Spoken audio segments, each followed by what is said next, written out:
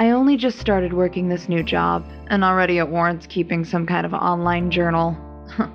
The internet up here isn't so great, but now and again, when I stand in just the right spot, I'm able to get a signal. It probably sounds ridiculous that I'd have so much trouble, considering that I work at a broadcast station where you would imagine it's downright necessary to have contact with the outside world. Well, in these last 3 weeks I've been here, I feel more out of contact than ever. Let me be frank with you all. It's pretty lonely and boring up here sometimes, and other times it's absolutely fucking bonkers. But during those days when it's dull and painfully slow, I think I need some kind of outlet to talk and tell my stories. That's why I've chosen this outlet, so that I can tell you all what it's like up here. Right now, I'm sitting next to the wall by the bathroom. The only spot I can get a tiny bit of Wi-Fi today. My butt is cold, my back is sore, but it's better than not having any internet connection at all. My name is Evelyn. It's an old lady name, I know. I'm 24, and I have a degree in journalism, but the best I could do with it right now was apply for a radio DJ position. 3 weeks ago, I started working at a broadcast station that sits 50 feet above the ground. It's on a hill between an old rural town and a long, sparsely inhabited woodland. It's a surreal, lonely, and sometimes maddening place to be. If you live here, which I'm almost sure none of you do, I'm probably the only station you can listen to. The town is nestled between green-covered mountains, but the signal reaches far enough for travelers to hear sometimes. If you pass through a very long stretch of road next to the woods, maybe taking a piss by the trees after passing the rest stop that's been without plumbing for 10 years, maybe you've heard my voice or listened to a couple of songs. There's nothing else for miles, and somehow our town doesn't even pick up the tiniest signal from anywhere else. We play a bit of every genre of music to keep everyone in the town happy. By we, I mean myself and the owners of the place who put me here. I'm the only radio DJ working right now. I know a few of you are probably thinking how this place stays running with only one DJ, and I'll tell you, I live here. Since I got the job, I also received a back room inside the station with a mattress, a fridge, and the basics you would expect from a one-room apartment. At midnight, the radio plays an automatic playlist for 6 hours so that I can sleep, though I've been known to wake up several times in the night just to check how the broadcast is going. Living on site was a part of the deal that many others would probably reject, but it works for me. I lost my home recently, but that's another story for another post. What I'm trying to illustrate is that I've been working alone without more than a few 5-minute conversations this entire time. And because I'm the only DJ, obviously there aren't many things involved aside from playing music, sharing the weather forecasts, warning the locals about emergencies, and talking about a bit of local news. Calls happen so infrequently that sometimes I easily forget that anyone is even listening at all. But all that aside, I did say that things are a little maddening around here, didn't I? I imagine what some would think. It's a pretty remote place, only one corner store and one tiny diner for 50 miles, woods all around us, and it would be expected if I said we had some backwoods mischief makers roaming around. That's not it, though. Last week, the same song played on the radio for over an hour. I don't mean it repeated over and over and I couldn't turn it off, like some technical difficulty. It simply never ended. I even remember the song. It was Unchained Melody, and I knew as I listened that it had never been 75 minutes long. There were no calls of complaints, and after almost 80 minutes of listening to the song seamlessly repeat its chorus as if it had been composed that way, I was finally able to simply switch to the next piece on the list. Not before getting a call, though. It was the first call I had gotten in this station. On the other end of the phone was the voice of an old man, frail and hoarse. He simply croaked, "Thank you." His words were agonizingly slow, painful, dry. It almost sounded like he had a mouth full of dust, and I could swear I could smell the mustiness from over the phone. He hung up before I had a chance to say anything to him, but I'm almost glad. I'm not sure he had the energy for another word. Another time, just this last Wednesday, 5 birds killed themselves on the window. That is to say, they smacked against it so hard, they just dropped. I know for a fact that this tower isn't invisible. It's an eyesore against the view of the trees, really. But on that same day, just minutes apart from one another, 5 different birds hit the glass of my broadcasting room head first, hard enough to, well, die. All in the same general spot, too. I'm surprised they didn't leave a crack. They did, however, leave a bit of a mess that bothered me for the rest of the day until I finally climbed down to the fire escape with a rag like some kind of old-timey window washer. We also have interesting rules. There's a board near my desk with a list of guidelines I've been told I have to follow.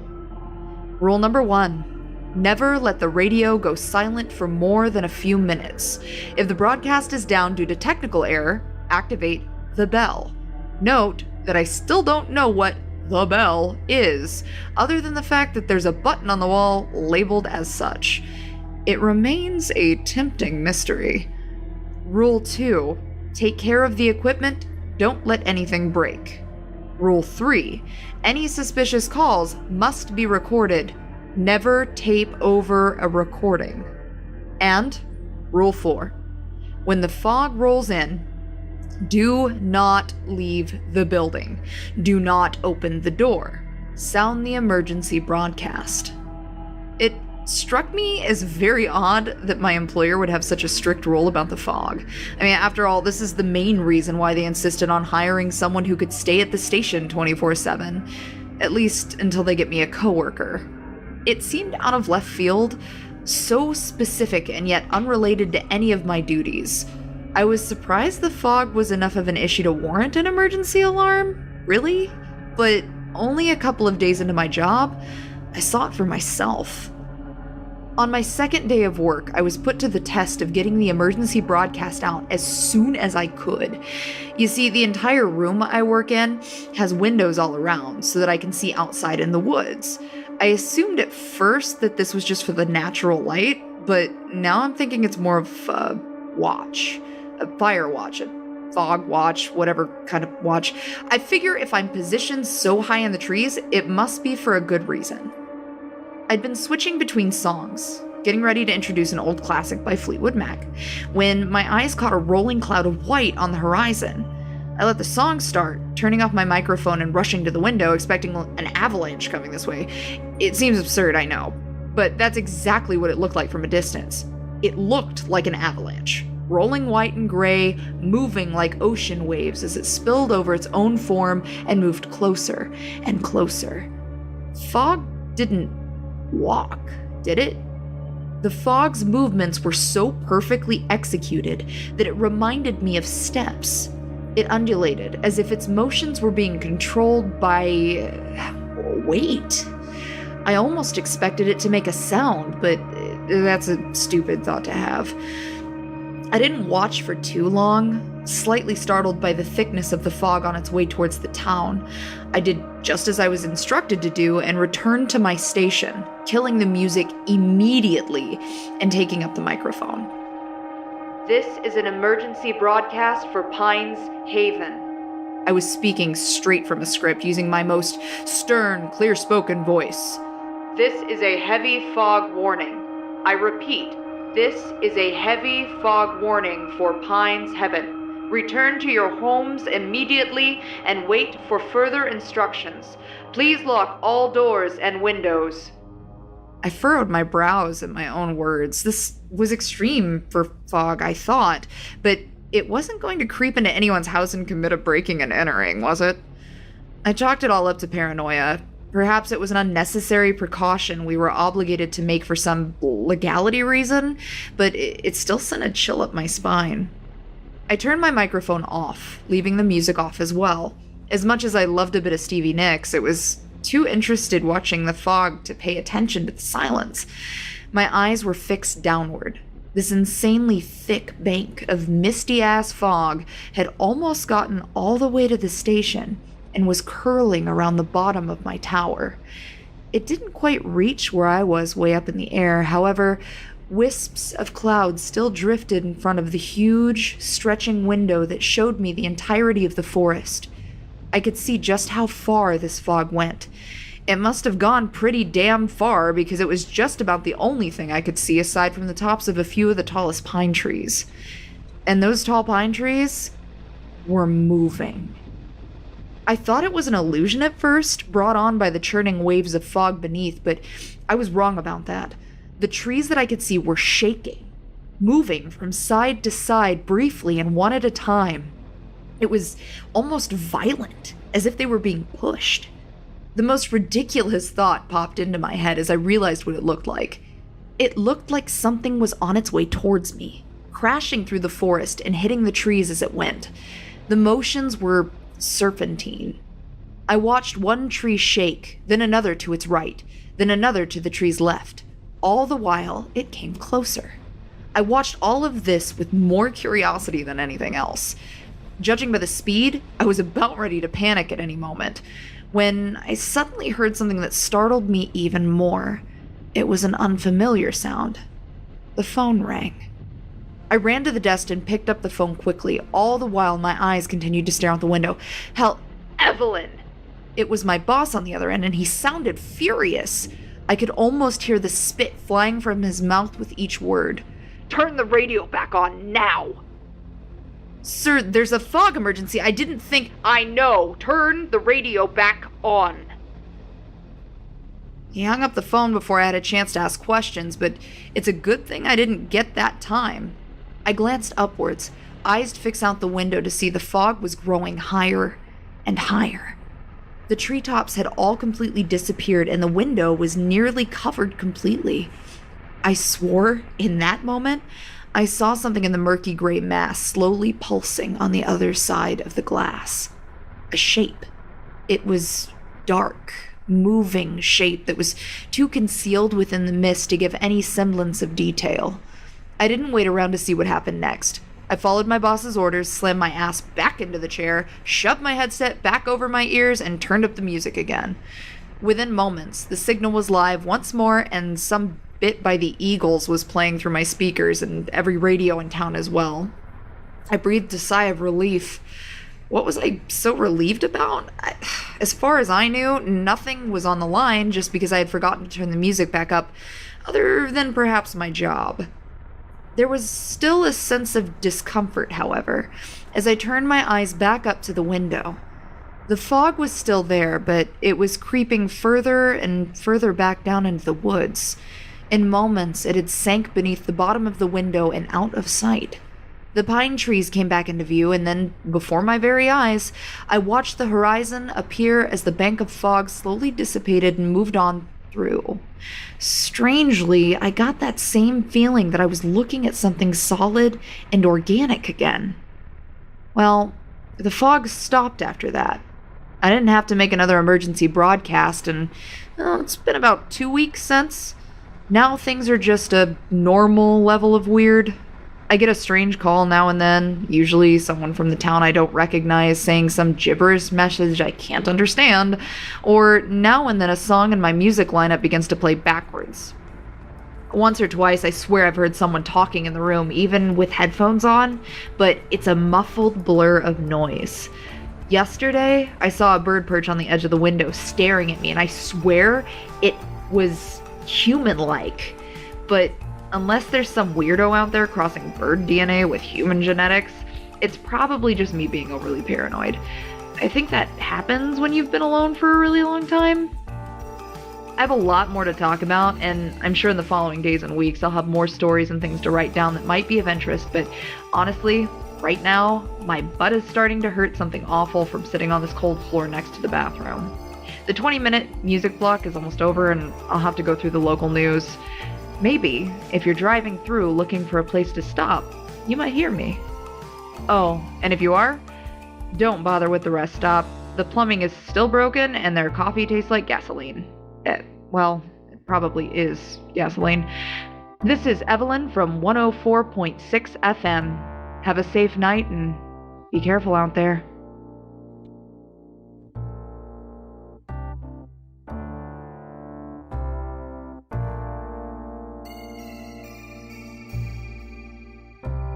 Have you ever met a person who was just too much person?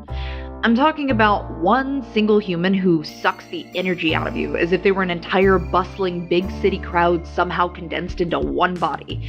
I think we've all met at least one person like this before, the type that makes you wonder how they fit such a big attitude inside themselves without popping like a cheap dollar store balloon.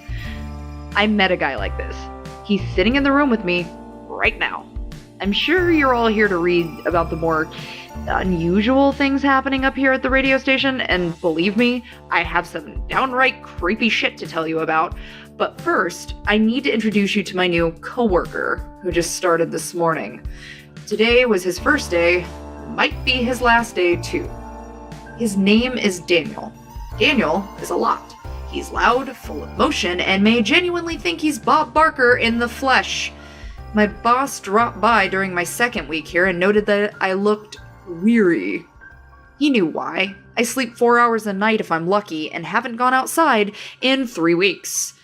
Dan will be your part-timer, my boss said. Let him take a few responsibilities so that you can get a little fresh air. The folks in town will take a new voice. As hesitant as I was, I knew what he meant. I could use the extra help, and those at home could use a little conversation to add spice to their listening experience, but I knew right away that Dan and I mix like oil and water. I decided to let him try his hand at announcing, but the first time he turned on his mic and heard him belt out, "Good morning, and would you look at that sunshine?" I couldn't help but give him a stare of both disbelief and the fear that if he keeps bellowing like that, he'll give every old person in town a heart attack on the spot. He'd cut our population in half. But as much as his over-the-top radio personality irks me, I kind of feel bad for the guy. Not because he tries too hard or because he seems to have some deep-seated need for attention. That's all true, but it's not why I feel bad. I feel bad because, well, right now, he's sitting across the room from me in a fetal position, shivering with blood running out of both ears and one nostril, weeping. As far as first days go, Dan had a weird one. At 8 o'clock in the morning, he arrived. I think he was surprised to see that he wasn't getting some cute, spunky thing as his coworker, but rather my tired self with a messy braid and a hoodie filled with 2 warm granola bars that I had forgotten about, but would be delighted to find later on. At 9 o'clock, I let him give the weather forecast, and he did so with enthusiasm. Then at 10 o'clock, I had to explain to him that the bird on the window with human-looking eyes has been hanging around for days now and probably isn't up to anything. It's just ugly, I reassured him. At 11 o'clock, he told me that there was some creepy human sobbing coming from inside the bathroom sink. I was a bit shaken that he hears it too, but shrugged it off by telling him that it doesn't excuse him from washing his hands. Then at noon, exactly on the hour, we got a caller. This was a very, very unusual. Of all the things considered weird, the weirdest was the reminder that other people actually live here. I stared at the screen for the longest time trying to figure out whether or not to answer the call, but ultimately decided that it would be ridiculous not to. "Hello, caller, we've got you on the line." I spoke in a soft, mature radio voice. The line was quiet for a moment, but I could hear a bit of static and the slightest hint of a breath. Yes, Evelyn." It was a woman's voice, probably about 70 years old. She sounded as if she were shivering, which I assume was just jitters from being live on the air. "My name is Rose. I'd had something I'd like to tell you." "Of course, Rose. What's on your mind today?" "Well, I've had a bout of strange dreams, dear, and I'm wondering if anyone else has had the same. You see, last night I had a dream in which the forest split in two, like the parting of the Red Sea, dear. I hope you know the story of Moses, don't you?" I spared a glance towards Dan, my lips curved upward in a tiny smile mixed with a grimace as if to say, "Oh boy, here we go." He returned it with a witty grin of his own, glad that I was the lucky one to answer. Sure I do, Rose. What happened next?" Well, the ground was open and something was rising out of it. It blocked out the whole sky, you see. I can't even describe it, but it covered everything. The town and the sun, all that my eyes could see. The sound it made was a fearsome bellow that shook the whole earth, and then I woke up. Do you think that God lives in the forest, dear? Dan apparently saw the expression on my face, unwilling to answer for fear of, well, offending or encouraging any other very zealous callers, and so he finally did something good for me and answered in my place. That's an interesting dream, ma'am, but I think if God lived in the forest, he wouldn't give you a nightmare like that. He laughed, but his laugh was cut off by a snappy tone from the woman on the line. Well, he tried. We're meant to be afraid of God, dear. Her voice sounded like a slither, like a hiss. For an old woman, she almost struck a bit of fear in me with that tone. Besides, I wasn't talking to you. My grimace was gone, replaced by a furrowed brow of concern and a very, very obvious discomfort. I didn't like this conversation. It had gone from oh boy to oh no to oh shit very, very quickly. I had 3 weeks to get used to some of the weird mind tricks around this place, but this was different for me. This was real human conflict that I couldn't just blame on the stress of isolation. Rose's words and the way she said them bordered on malicious. That sweet, nervous, grandmotherly tone was gone, and suddenly, I felt as if I were on the phone with someone who genuinely had ill will towards us both. I'm afraid it's time for the weather, Rose, but feel free to call back should you keep having those very interesting dreams. Thank you for calling, ma'am, and have a wonderful afternoon. I ended the call, then faced Dan with wide eyes while mouthing the words, "Block that number." I wish I could say that the weirdness ended then and there, but we're never so lucky. After the call from Rose, we had more calls. 2, and then 3, then 7, by the time 5 o'clock rolled around. They were all very similar. People in town were recounting their dreams, but they weren't all elderly people talking about God or whatever eldritch abomination they saw rising out of the woods. I heard all types of people, all types of voices. Young and old, some a little quirky, and others who seemed more skeptical. One caught me off guard. I still remember her words perfectly. It was a young woman, maybe my age, and she sounded as if she was hesitant, but somehow still desperate to tell anyone about what she had seen. I saw a bird with human eyes, she told me. Right away, I was curious, as this was something a little too real on levels of weirdness. In a dream? No, the woman answered. There was a harsh intake of breath from the other side. I don't sleep anymore since it started perching at my windows. All of them. Windows that weren't even there before? Sorry, I shouldn't have called. Before I had a chance to say anything, she hung up the phone.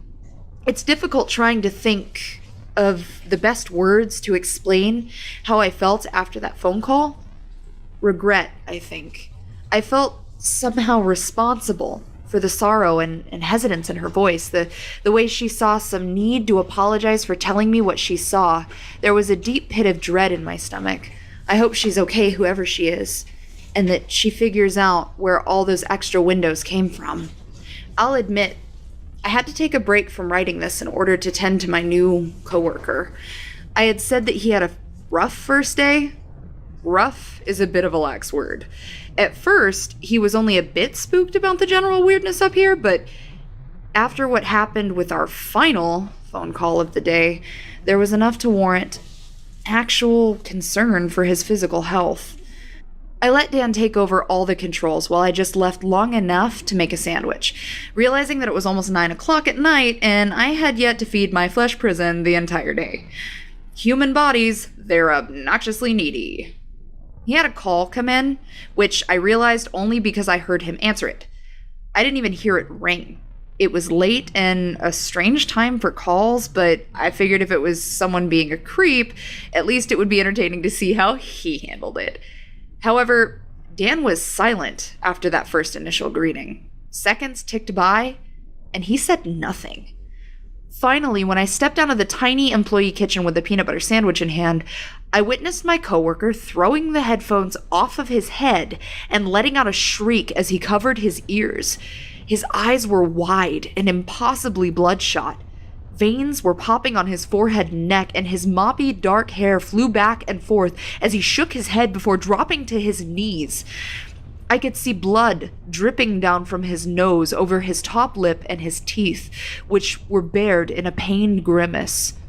Through the hair at the sides of his head, I saw dark trickles of blood streaming over his hands as if something inside of his ears had burst. I dropped my sandwich with a few cuss words exclaimed as I rushed over to him, grabbing one of his wrists in an attempt to see the damage. He didn't want to move his hands, and I didn't blame him. With that much blood, I'd be afraid too. His eyes blearily scanned over my face, and I asked loudly if he could hear me. He simply gave me a dumbfounded expression and whimpered pathetically, as if even more upset over the fact that he could only read my lips. Oh God, his ears were totally shot. The music continued to play, however, with the microphone still running and his screaming likely caught on the broadcast. I made the decision to keep the rest of his struggle private by marching over to the console and turning off both microphones. I let the music run automatically and returned to his side where he had fallen over and was now lying with his legs curled up, shivering and traumatized. He looked at me, tried to mouth a few words, but didn't get far before his eyes rolled back and he was out cold in a dead faint. I sat across from him for a long time. My eyes glanced over at the sandwich, which was already being feasted upon by some very fortunate ants that probably thought a merciful god had rained down this gift from the heavens. I left it there, not wanting to disappoint them. That's when I found the granola bars in my pocket. Half melted, but still a very happy surprise. Maybe I was my own merciful god. After a while of watching over Dan and writing up a bit of my day, I noticed him finally stir. He was startled, gasping for breath as if waking from a nightmare, eyes darting around the room until he saw me cross the space to approach him. I got down to his level, lying on my side so that he could see my face clearly and understand what I asked him. We were on the floor side by side, like two kids at the shittiest slumber party ever, not even one pillow to spare. Your face is bloody. You think you can walk to the bathroom? He nodded. Want to sleep on an actual mattress? He hesitated, then nodded again. I'd already called an ambulance while he was unconscious, but I knew it would take a while to get here. Our town didn't exactly have a hospital, and anyone who's had to drive around the mountains knows the chore that trip is. Until then, he could rest on the mattress in my employee apartment and sleep off whatever shit he was going through. I was surprised that he got up on his feet as easily as he did. That is to say, without falling over at all. Although his balance was worse for wear. One would suspect as much with two newly injured ears.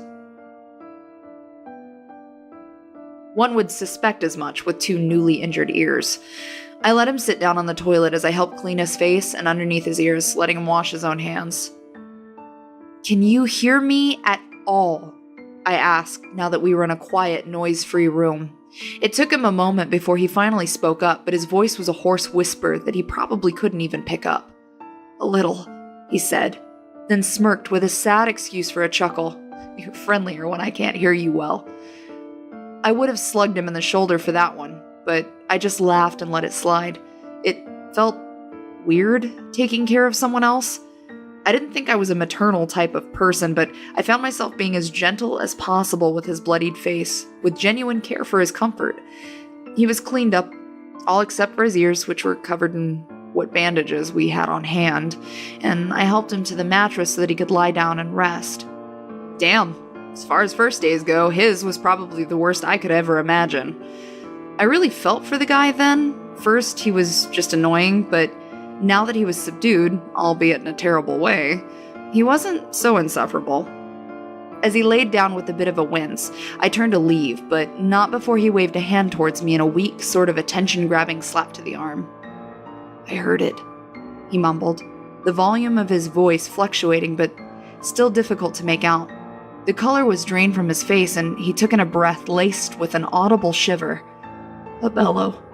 God in the woods, like Rose said. My brow crinkled, and I turned away, grabbing a thin, folded blanket from the top of a plastic shelving system and draping it over him. That wasn't some fearsome god, Dan. Just something really wrong with your headset. We'll fix you up, just get some rest. That's where Dan spent the rest of the evening. At least, until an ambulance came to pick him up. It took him damn long enough to get here. I decided to spend the night at my desk, watching the broadcast go without even putting my own headset on. After a while, it became a surreal experience, just watching the music play by itself and trying to imagine who out there was actually listening to it. Maybe I was the only one? It's crazy how I went from hating Dan to suddenly missing his presence now that I was alone and completely uninterested in sleep. And yeah, I know I lied to him. It wasn't his headset. Whatever he heard was very real. But I don't know. He's gone through enough without that to worry about too. It's after midnight now, and I heard a disturbing sound. The phone started ringing again. Someone was calling in. I took a deep breath. I took a deep, steady breath through my nose and ignored it. This is Evelyn from 104.6 FM, and the strangest looking bird is still sitting at the edge of my window. I never knew that ear surgery was so simple. Not to say that it isn't a delicate and skilled process, of course, but when I got the call from Dan's mother, lovely woman by the way, she told me that with an outpatient surgery, they'd be able to decently repair one of his ears and possibly give him some partial hearing in the other. At the very least, they'd fix it up enough to avoid infection.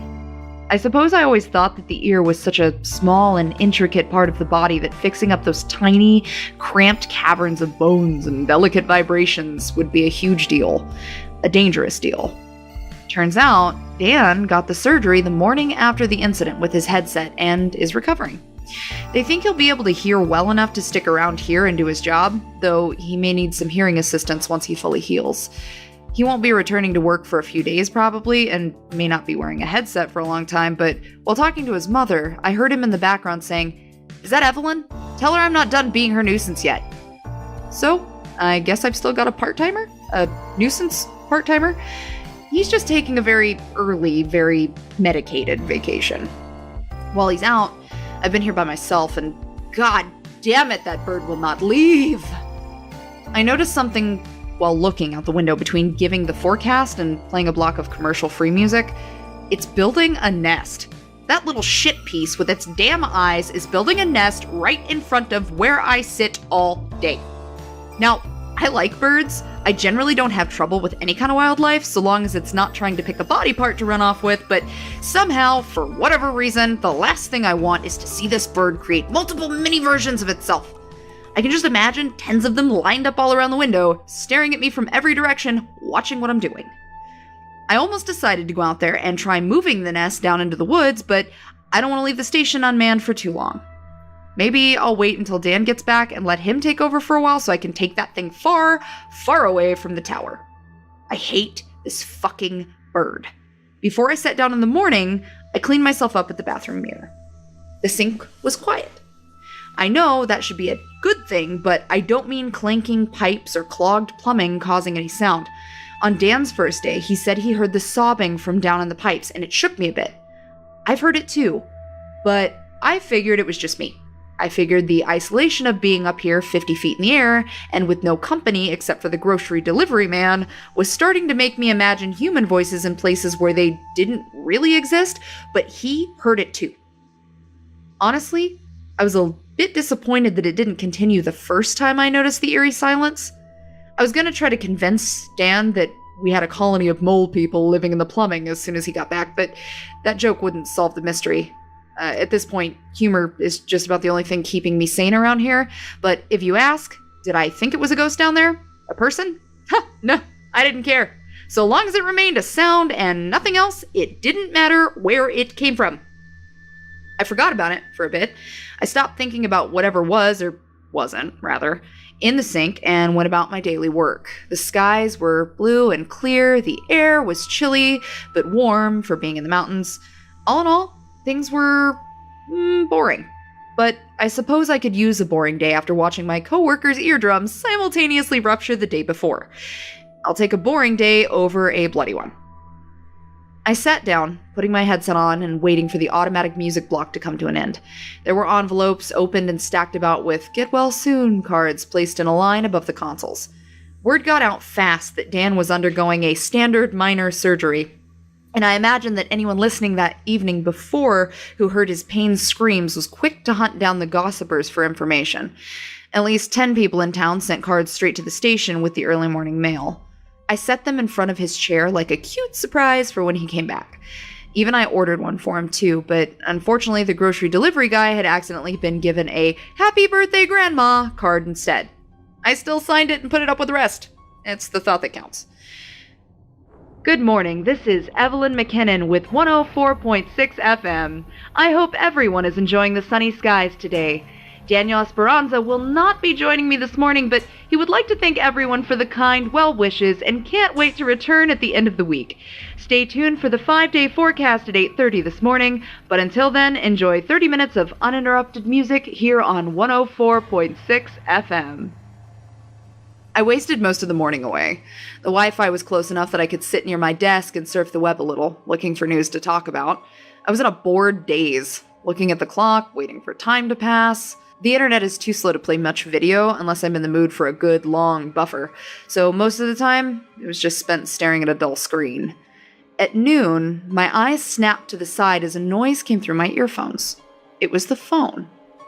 Even while the music played, someone was calling in. I thought maybe it was a request, or maybe Dan's mother calling again. Apparently Daniel had said enough good things about me for her to invite me to her niece's wedding in June. Sweet woman. I made sure that the audio mixer wouldn't pick up the call or my voice with the music broadcast, and with a touch of hesitance, I allowed the voice to come through. "This is Evelyn at 104.6 FM. What can I do for you?" There was a loud gasp on the other end, then a shaking, shivering sob, and the sounds of a young woman breathing in through a stuffy nose. I recognized the sound. It was less muffled than it had ever been, more direct, more human. It was the same pattern of sobs I heard from inside the sink every day since I started, and the same one Daniel had heard as well. I felt a chilling sensation, like the sudden gust of wind you feel walking out into a blustery winter night from a warm building. It didn't hit me all at once, but traveled from the top of my head down my back and all the way to the tips of my toes. Every hair on my body stood on end, and every pore and freckle was like a stinging pinprick. And then the words began to come through. You have to stop."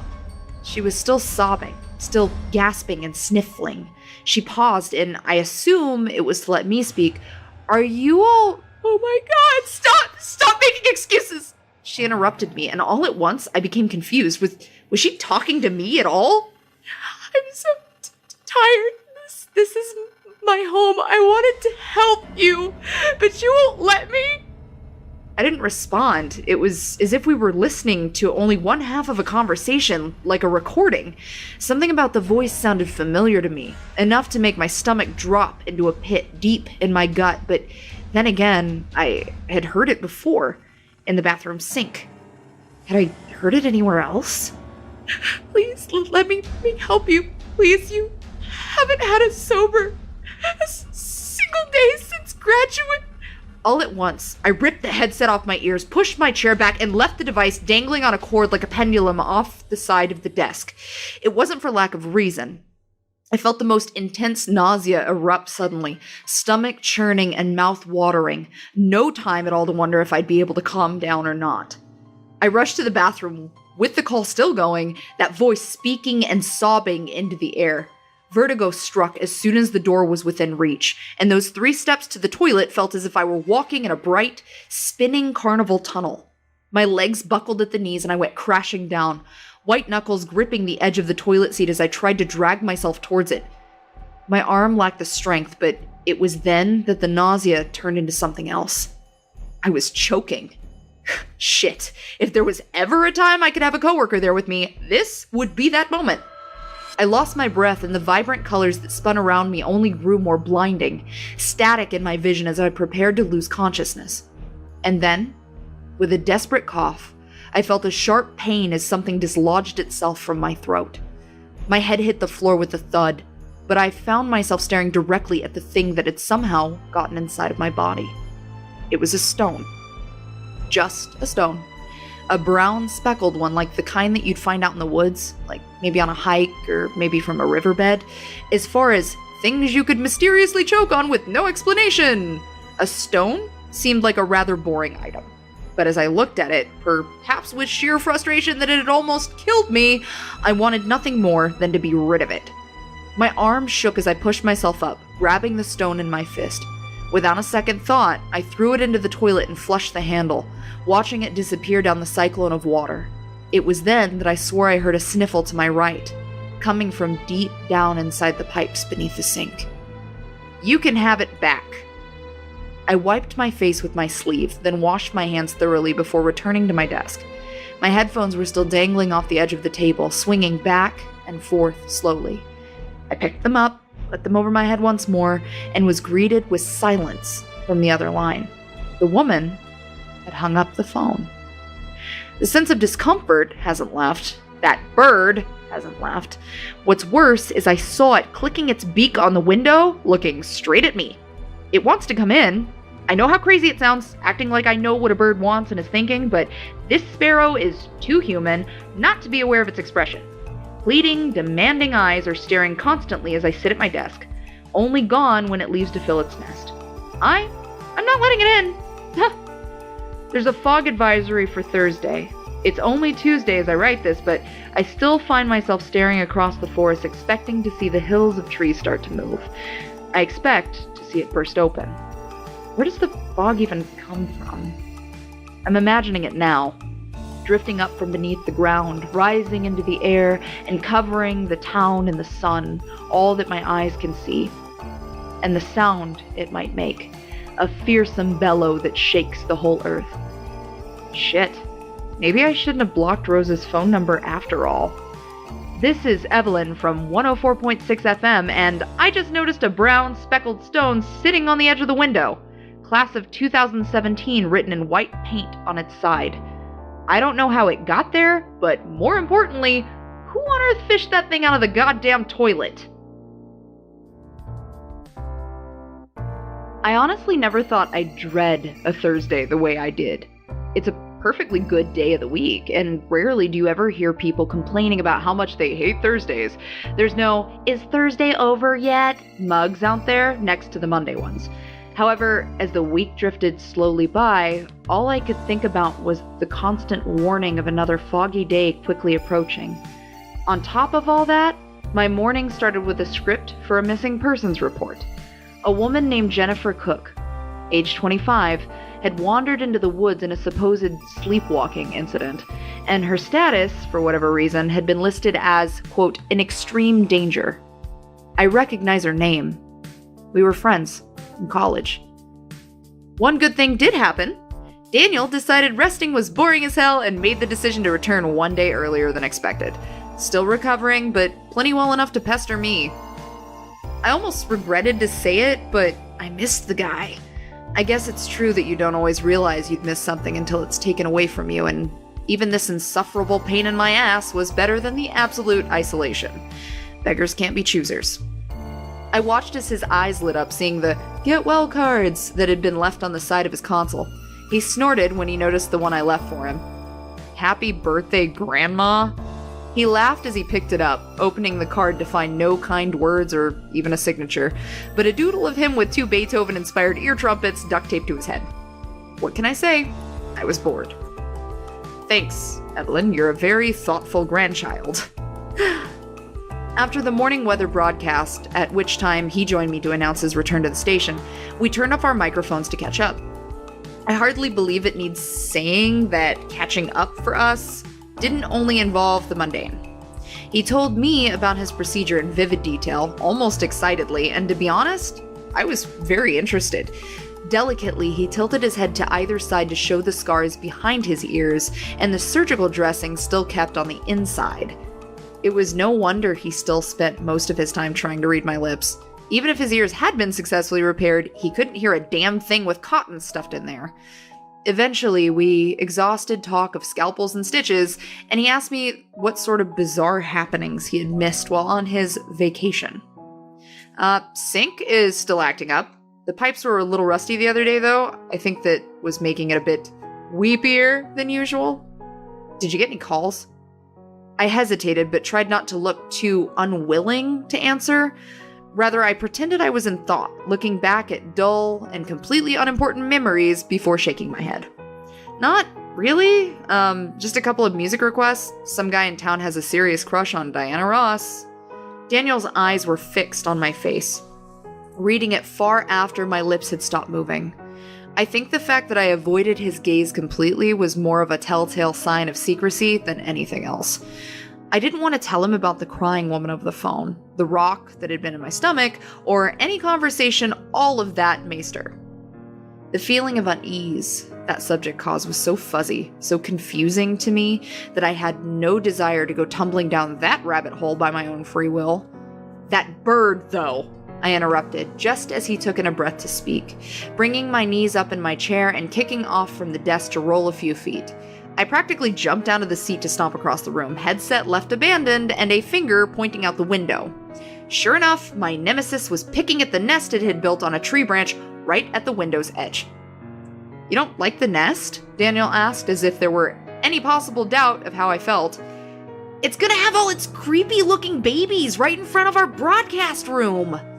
I put my hands to the glass with an exasperated groan, but even as I knocked my fist against the surface, that shitty little bird did not leave. It just stared at me, face turned so that one human eye followed my movements. If its beak had the ability to move in a grin, I am almost sure it would have been smirking at me. "I'm getting rid of it." "Hold up, I know it's weird looking, but you're not just going to kill it." "I'm not killing it," I corrected Daniel, returning to the desk to hang up my headphones properly. I leaned against the back of my abandoned chair, facing my coworker to explain my instructions. "I'm going out on the fire escape to grab the nest, and I'm taking it into the woods. I won't hurt it, I'll just make it a nest in a new spot. You need to take the controls while I'm gone, though." He couldn't wear his headset, but that didn't matter. So long as he could keep the music running on his own and avoid any lapses of silence while I was gone, the plan would be simple and effective. I still try to wrap my head around this feeling, urgency. I needed to get rid of that nest, and it needed to happen immediately. I had to leave the station in order to get to the fire escape. I know that completely defeats the purpose of the fire escape, but it wasn't worth triggering the alarm just to save a few steps and explaining my stupid obsession to my boss while disarming it. That involved descending endless clanking stairs, downwards and downwards, until I had circled a 50-foot spiral of rusted metal to the cold cement floor. The exit sign no longer glowed, but the door's windows shone a tarnished yellow light from the overcast sky outside. When my shoes sank into the long grass, kicking up tiny pebbles in the dry dirt, I felt a sense of immense insignificance. The world felt big, and I felt small, suffocating somewhere in the middle of all that vast and limitless space. It was the first time in over a week I had felt the wind on my skin so directly, and something about standing in the open air failed to feel comforting. I didn't feel freedom. I felt violated, exposed. I felt like a newborn without guidance. I decided to make the job as quick as possible. I secured my flannel around my waist, holding onto either side of the fire escape as I climbed my way upwards. I spared a look out into the mountains, those rolling high hills of rocks and dirt covered in newly budding trees and evergreens. Looking at the horizon brought me stress. That stress formed a gnarled ball sitting in my stomach, kind of like a stone, really. I didn't need any more of those in my guts. "Okay, you feathered fuck." Once I was at the top, panting breathlessly in the absolute throes of exhaustion, I waved my hand to shoo the bird away. For once, it actually left, but that didn't bring me much comfort. It flew away from its nest without panic, as if it wasn't leaving because it feared me. It was simply moving out of the way to perch elsewhere, casually, as if to say, I'm only moving because I want to. I reached down over the metal bars to grab the nest, plucking it off the branch. Now, as much as I hate this bird and as vocal as I've been about that fact, I couldn't bring myself to be rough with its nest. I held it with some level of tenderness, but still held my breath anxiously as I peered into the circular web of twigs and discarded animal furs. There were no eggs, but the nest wasn't empty. With a shudder of disgust and every single nerve in my body wanting to get that damn thing away from me as quickly as possible, I threw that nest as far as my arm would let me, wiping my hands on the waist of my shirt as I watched it fly into the trees. Inside that nest, nestled into the center like a beloved, delicate eggs, were 4 human fingers chewed off from the knuckle. They were young and slim, the nails painted in partially chipped red polish. It was then that I heard a slither behind me, scraping wet against the metal of the stairs. It was a sickening sound that only added to the chill I felt traveling up my arms and neck. I turned, ready to lock eyes with whatever creature had crawled out of the woods, and found a thick, dirt-covered vine that had grown all the way up the rusted beams and across the first step. I had seen a bird with human eyes, a sink with a human voice, but God forbid would this plant start personifying itself too. Eager to get off that fire escape and back into the station, I stepped over the muddy green appendage and prepared for my shoe to clank against the second stair. It never hit. Instead, another vine just as slick and swift as the other snaked its way underneath my foot. Then another. And another. Down at least 3 more steps. No matter where my foot fell, it would slide and I'd go crashing down each and every one of those stairs. At last, that's what I thought would happen. As soon as my balance was lost to me, I felt a slimy grip around my ankle, one of the vines grabbing my leg and using an incomprehensible amount of strength to fling my weight away from it.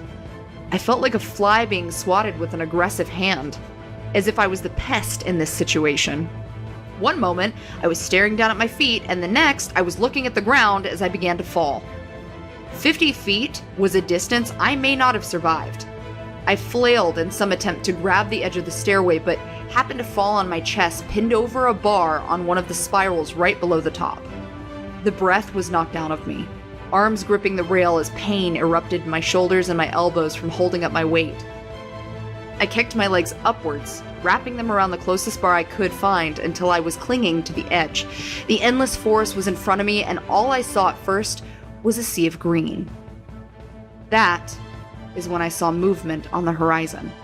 It was the undulating, swirling, thick clouds of fog slowly creeping towards the radio station in the town beyond us.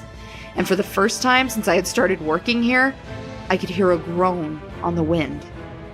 It wasn't quite a rumble like one would expect from thunder, but a low, wail-like moan one might imagine would echo from the ocean floor. The fog was making that sound. A living thing with a voice of its own. I yelled out some stream of curses mixed with unintelligible sounds of panic as I used all of my strength to pull myself up onto the landing. Choosing the stress of sore arms over a long drop, I pulled myself up, tumbling over the railing and falling to my stomach on the solid metal. As I stood, I lost my flannel shirt on a snag and didn't bother to come back for it, even if it was my favorite. I half ran, half stumbled down the remaining steps, skipping over which ones I could while the ground below wriggled and moved in my line of sight. The same mud-covered vines that had thrown me off the fire escape were crawling their way out of the ground, all of them twitching in agitation. I tripped my way through them, making a dash to the door, but when it was finally within my reach, there was no opening it. The door had been covered from bottom to center in a thick layer of vegetation, overgrown as if the forest had swallowed it in a coat of thorns and branches. Young miniature trees had sprouted from the ground in that short amount of time it took me to leave and come back, their trunks and branches intertwined to keep the door fastened shut. I tore my hands at the bark, the thorns biting into my skin, but with every tug and crack of solid wood, the trees would writhe and snap back into place in a stubborn game of tug-o-war. The distant groan was closer now, wisps of fog surrounding my ankles as it slowly began to cover the ground and grow. But as panicked as I was, I only screamed when I looked back to the door, seeing a darkened face and the whites of eyes staring at me through the window. It was Daniel, knocking on the tarnished yellow glass as he attempted to force the door open on his side. "Get up there!" I screamed through the door. "Make the emergency broadcast! Go upstairs!" He stared at me, shaking his head as he tried yet again to bust the door open to no avail. The stained window clouded my face, making my lips impossible to read. I turned around to see the same trees covering the door had now sprouted at the bottom of the fire escape. The fog was tumbling closer, completely engulfing the trees only a dozen feet away from me. With nowhere to go, I turned back to the door with one last desperate attempt to tear the plants away. I saw Daniel's face washed out and blank with fear with both of his hands on the glass, and then, as the fog wrapped itself around me and the radio station itself, I couldn't even see an inch in front of my face. Dan disappeared from my view, as did every single thing except for the swirling gray clouds.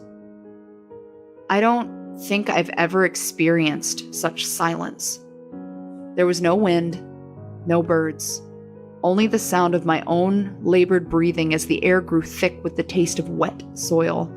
Though I had been facing the door, the clouds in front of my eyes made it seem as if I were floating in some endless waste. It was a sea of cold, heavy air that tickled every hair on my arms and on my head. There was that whale-like groan again. It was followed by the strangest series of clicks, like a tongue against teeth rapidly popping in no real pattern. I wasn't prepared when it touched me. I pursed my lips tightly to keep from making a sound as something sharp and thin grazed the raised flesh on the back of my arm. It was followed by another, then another, like impossibly long fingers or the legs of a spider toying with my hair and poking at my arms. It felt threatening, but also curious, as though whatever it was patrolling in the fog was trying to figure out what I was or what it could do with me. My eyes were clamped shut and my arms squeezed tightly around my body. I can't even begin to describe what it's like in your head when something massive, unseen, and unidentifiable pokes and prods as if you're its human toy.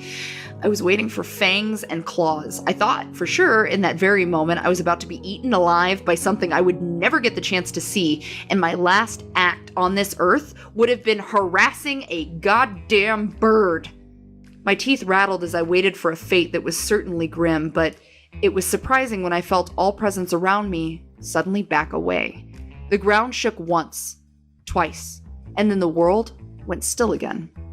My eyes cracked open as I watched the swirling gray clouds in front of my vision slowly begin to clear. The doorway, as well as the gnarled trees surrounding it, came into view bit by bit. The curling ropes of bark and thorns began to unattach from one another and spiral back down into the ground as if they were beckoned beneath the dirt. The door was in my sights as the fog all but disappeared completely. Well, as it turns out, I didn't die. Shocking, I know. I don't think I've ever opened a door so quickly in my life. I rushed inside, slamming it behind me, and wasted no time at all sprinting up the stairwell towards the broadcasting room. Pure adrenaline got me to the top in what seemed like an instant, where I found Daniel sitting at the console with a microphone situated in front of his face and the radio lineup back on track. It was better late than never. I breathed a loud, heavy sigh and slumped against the wall, movement catching my gaze at the window. My flannel shirt was still caught on the edge of the fire escape, torn to absolute shreds, and waving like a flag of surrender. It was then that I made a solemn oath that should I ever see a bird's nest near the fire escape, it can stay. Hell, I'd throw it a damn welcome party if that would keep this from ever happening again. Since afternoon arrived, some things have come to light.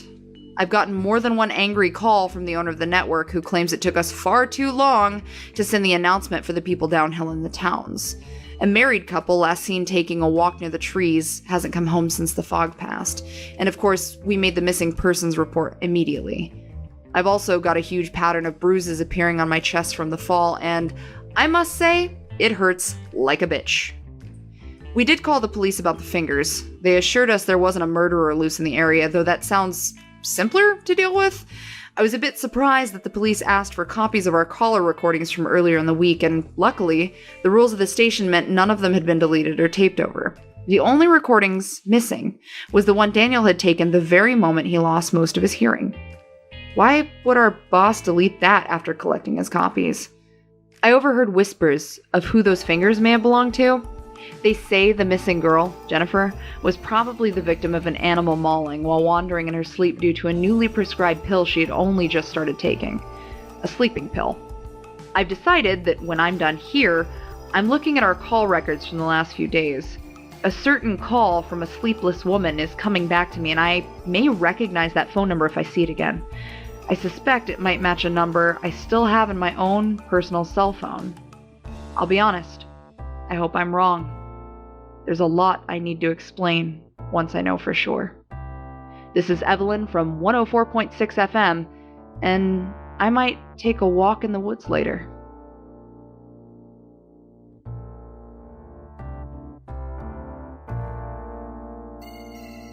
So here's the thing. It's dark outside, the forest is apparently alive, and you want to go out there looking for a dead body? Daniel had been here only a few days, and already he was mouthing off to me. He moved fast, I guess. I shot him a look, expression cold, as I sat on the floor and laced up the first of my boots. If those fingers were the only part of her disconnected from the rest, there may not be a dead body. She might still be alive. After the last time I sat down to write my thoughts and experiences, I ended up looking back at all of the calls that came through in the last few days. I wasn't looking for the recordings, but rather the numbers, something I rarely paid attention to. My heart sank when I saw that my suspicion had been unfortunately correct. The number on our work phone matched the cell phone number I had listed for Jenny, a college friend whom I had graduated with a year earlier. Although there was a surprise I hadn't quite expected. Jennifer didn't call the station only once. She called twice. The first time to tell me about a bird with human eyes that had been keeping her awake for days. And the second time, I heard a woman crying and pleading over the phone. That woman was her. Maybe it's true when they say that no one ever sounds like themselves over the phone. I'm going along with you. Dan was turning in his chair, ready to get up, when I shot him a look of disbelief. No, you're not. I thought I sounded demanding, but he didn't listen for even a moment. He was already up on his feet, leaning over the console and fiddling with the music lineup. We can't leave the station completely empty. Who are we gonna ask to take over for us? That weird-ass bird? The toilet ghost? Excuse you, it's the sink, not the toilet. Besides, I have an idea. He wasn't bluffing either. His idea sounded silly and impossible at first, but the more I mulled it over in those moments, the more I realized it would work. He told me that we should pre-record all of our content for the night. We'd record the evening weather, the 10 o'clock news, and even a goodnight message, then put those recordings in the lineup with the rest of the music. No one would know, and if it took much longer than expected, we'd simply set up the broadcast schedule to continue into the 6-hour night owl block. I was supposed to leave at 10, Daniel reminded me. He was only a part-timer, whereas full-time took on a whole new meaning for my eternal presence here. It's almost 9 o'clock already. You don't think I'll get overtime if anyone finds out we're just dicking around in the woods, do ya? There'll be no dicking, but I'll pay the grocery guy extra to bring you donuts if you do require compensation. I couldn't believe I was actually going to do this. I couldn't believe I was letting Dan do this. Honestly, I didn't know what scared me more, the thought of walking into the woods at night and leaving the station abandoned, or the thought of going alone and leaving Dan with the responsibility of taking my place. Now, I'm not saying he's incompetent, but I'm almost sure a wild badger could run across the radio console and operate it just as good as he does. He has a lot to learn, is what I mean. We put our plan in motion, recording all of our segments one after another and making a long automatic playlist including those files. With any luck, it would sound just as genuine as live conversation. By the time that was finished and the radio was set to play on its own, until just before sunrise, Daniel and I raided the closet for flashlights, water bottles, and a first aid kit just in case. I hoped we wouldn't be needing to reattach any of our fingers, but yesterday's grim findings had brought that possibility up from not worth mentioning to unlikely but could happen. My second trip out into the fresh air didn't feel as daunting as the first. Maybe it was because the fog wasn't set to roll in for a few days, or maybe having an important goal drowned out that feeling of insignificance. I fished my phone out of my pocket, looking at the minuscule number of bars in the corner. Out here, with a wall of trees all around us and a seemingly endless forest through the mountains, it was dangerous not to have some kind of connection with the outside world. I watched the bars disappear as we continued to walk, the wet leaves squeaking under our feet. I don't think I've ever been out here, not this late, at least. Daniel was flashing his light on the ground, then up to the trees at eye level. I hated when he did that. I had some hidden fear that he'd shine the light up suddenly and illuminate something terrifying. You do know your way around, don't you? I was grasping at memories. I had left town so young and stayed away for so long that any recollection of playing in the woods was lost to me at this point. However, I did remember returning. There were bits and pieces of a memory in my brain, but it seemed to melt, as if some of those thoughts ran like water straight out of my mind. I was here about a year ago, but I can't memorize paths that well. But it's not as if we can't see the radio tower from miles away. Daniel shrugged, nodding his head and accepting that answer. He looked back at our metal and wooden sanctuary, which sat so tall on the hill with a huge tower looming above it that it would be near impossible not to see it from almost anywhere this side of the forest. I stared forward in the dark, squinting as Daniel moved his light back to get a view of the station. I kept my own flashlight turned off in order to save its battery in case his ran out. But I had to admit, his constant tomfoolery with that damn flashlight was going to get on my nerves if he kept it up. Will you stop that? What? Dicking around with the flashlight. What about the flashlight? I raised my voice for him, remembering the cotton in his ears. You're dicking around with it! Before I could finish that sentence, a sound erupted from in front of us, even loud enough for Daniel to hear through his bandages. It was the groan of an animal, either aggressive or in defense of itself. Dan whipped back around, his flashlight pointing straight towards the source of the sound while I stopped in my tracks and stood perfectly still. It was an elk. Enormous in size, with eyes glowing white at us in the darkness. There was no way it could have gone unheard, leading me to believe that it had been standing there perfectly still all this time. Its antlers clacked against the surrounding trees as it shook its head, stomping its front hooves into the dirt and stone. Dan and I both backed up several feet, but the elk didn't charge at us. Rather, once it was finished making noise and stomping about, it turned and stared at us for the longest moment. Its eyes were reflective orbs, but I watched it blink. Its eyelids were to the right and left, meeting vertically like that of a reptile.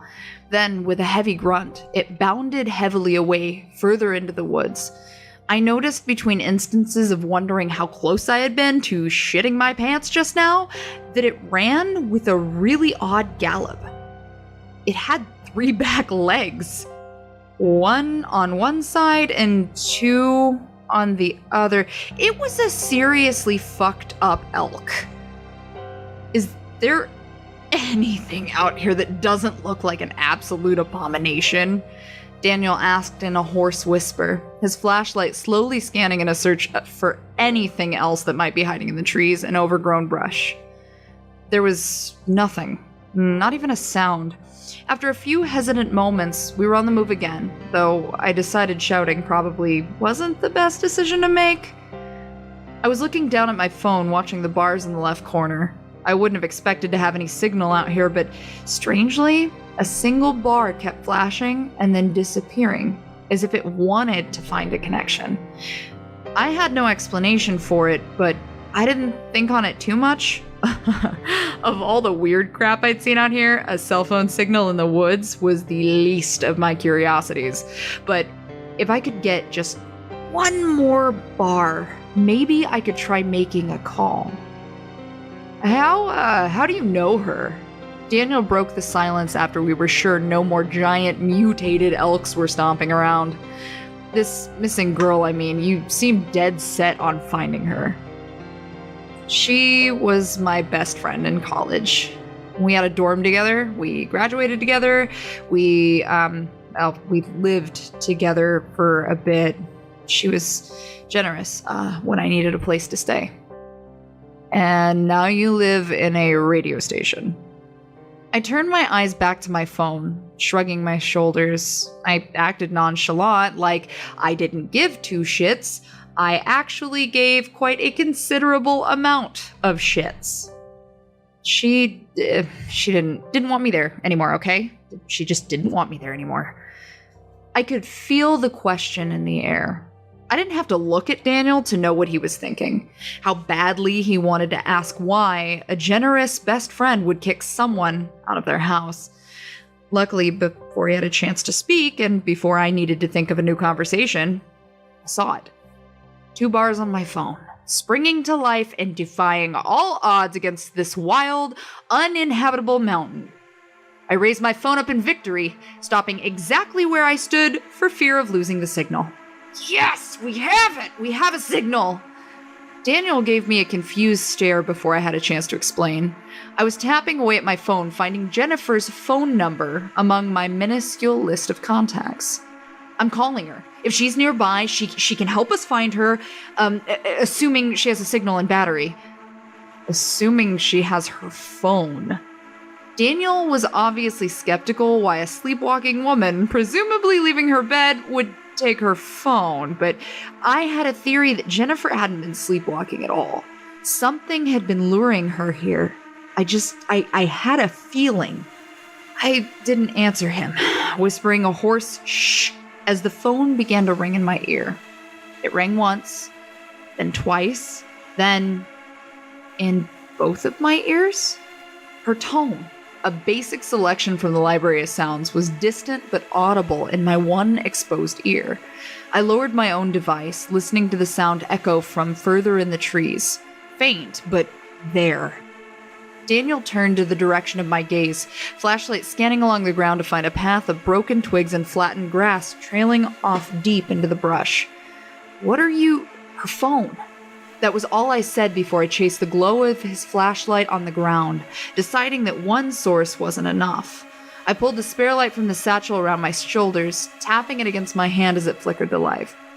The tone stopped ringing, and so I called it again, desperately hoping this wasn't just a trick my ears were playing. I couldn't help but feel some level of paranoia, knowing that this forest could be drawing us further and with, illusions of sound and direction. Perhaps that's exactly what it did to Jennifer. I felt a sense of familiarity with the forest then. I knew this path. I almost felt sick the moment some old buried memories started to resurface, but not because those memories traumatized me. No, the nausea was part of the memory. I remembered the campfire roaring high in the center of a clearing, one person's distinct voice nagging that it would burn the trees down if it got any hotter. I remembered tripping over beer bottles and the sound of shitty guitar music. Some drunk idiot singing off-key. Oh, shit. Maybe I was the drunk idiot singing off-key. That was probably me now that I think about it. I could hear Jenny's voice mingling with the crackling of fire and terrible music. Evelyn, lay off. You've had enough. Don't you scream at me. God, you're such an ass. And to imagine that graduation party was the last time I had ever seen this place. Until now. God damn, why did I ever come back? Oh, Christ. I heard Daniel yell before I caught sight of what he had found, and God, I wish I hadn't seen it. I turned my light to him, first catching a glimpse. as he staggered back with his eyes glued to the ground in front of him, and then I foolishly illuminated the grass below. There was blood soaking every inch of grass and dirt that I could see. Bits of cloth and who knows what else strewn around the forest floor.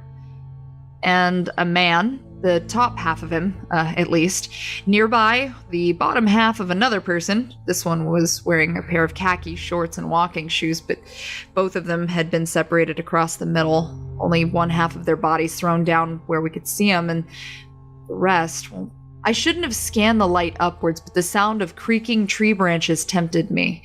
My light followed the trunk, stained all the way up until it illuminated what happened to be the other halves of the two corpses. They were stuck in the branches by their clothes and their limbs, as if thrown into the air and getting caught wherever they fell. The second body was of a woman, but it wasn't Jennifer. I felt sick. All of the shadows and shapes were swirling around in my vision, pungent smells not only in my nose but on my tongue as the full wave of that terrible scent hit me. I gagged, but before I could turn my full body away from the scene, my light caught something else. The glow of eyes from the trunk of a nearby tree. Let me just say, I've seen some uncomfortable things merely in the time I've been working out here in the woods. I don't just mean gruesome, terrifying things, but unsettling things, unusual things. And as of right now, this takes the cake. We found Jennifer. She was in one piece, as far as I could tell. Aside from a hand missing every finger except for, ironically, the middle one. I'd like to think that this was some final joke from whatever murdered her, but that's probably wishful thinking, where humor is realistically non-existent. Oh god, she was stuffed. Her limbs twisted to roll her into a human ball inside the hollow trunk of the tree, with her stark white face peering through a hole in the bark. Eyes were open wide and staring forward. Oh, God. Making her look like some kind of pale, nightmarish owl. Her mouth was wide open, filled with like dry grass and twigs, almost like a bird's nest.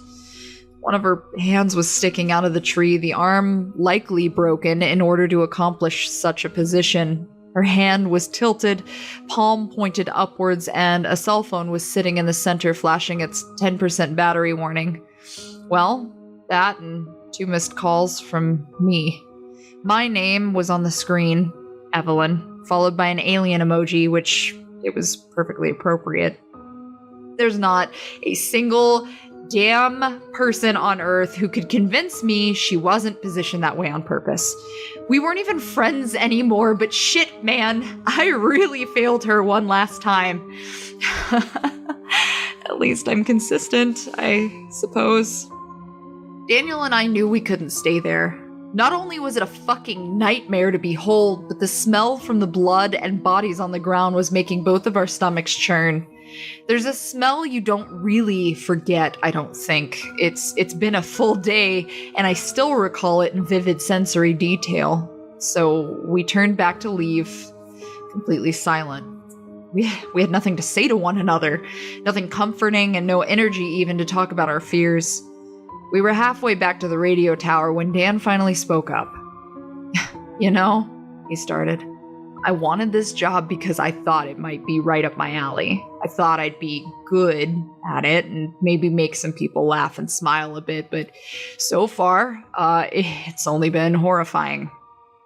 Now, while I know that hiring Dan had been one of my responsibilities, I still felt a twinge of guilt. He meant well, and his heart had always been in the right place, but he was suffering for it. He had the chance to leave, but chose to come back regardless.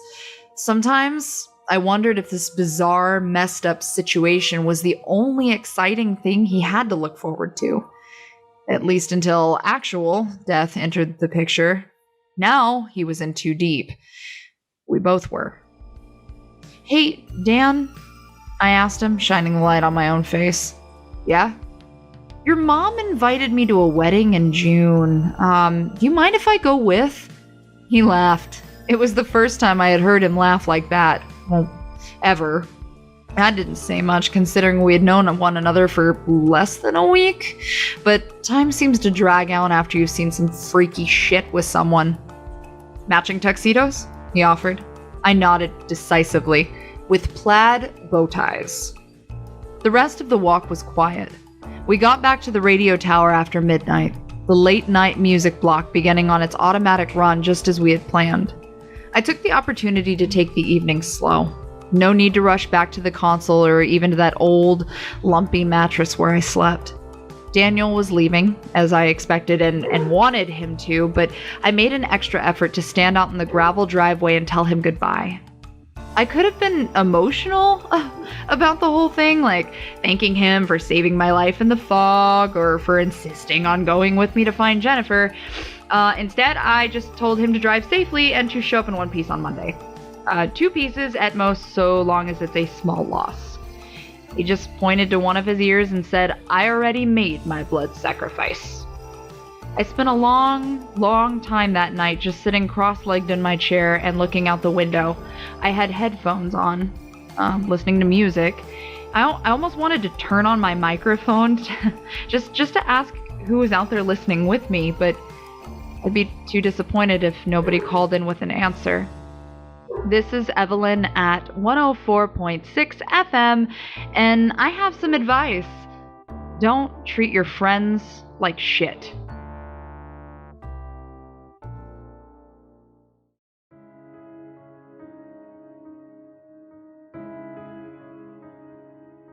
I'll start this off in the most direct way possible. I'm not who you think I am. I work at the radio station perched in the air, looking over a forest-covered mountain range, and it's an absolute bizarre place. So I've seen animals with human features, some eldritch abomination living in a fog bank, and even went partially deaf due to a phone call. On top of all that, my coworker, Evelyn McKinnon, just became a murder suspect. She didn't do it. There's no way that she could have done it. I think everyone in this tiny, superstitious town knows that. I may not have been here long, but I've been here long enough to know that when something strange happens, people know when to turn their heads and ignore it.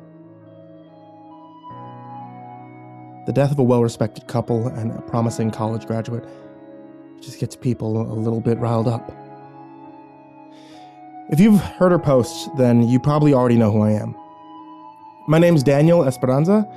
I'm a part-timer at the radio station, and right now, I'm taking over Evelyn's full-time position until she gets back from a drive into town. But she's not arrested. At least, I don't think she's arrested. The police came by to ask a few questions, which is understandable considering how our tower is less than a half mile from the scene. Some things happened, and they took her into town. I haven't heard from her since. I'm sure you're all wondering a couple of things. First, how did I log into her account? And also, why would I ever choose to work at this backwoods piece of garbage on stilts? The second is a story for another time, but the first one is simple. I called in an anonymous tip to the police last night after I left. It was Evelyn's idea, seeing as there's no way that they wouldn't be able to trace the radio tower, and I'd have an easier time finding a public phone than she would. But after the police promised to stop by the woods and confirm what we found, I stopped in to see that Evelyn had packed up her laptop and was giving it to me for safekeeping, she said.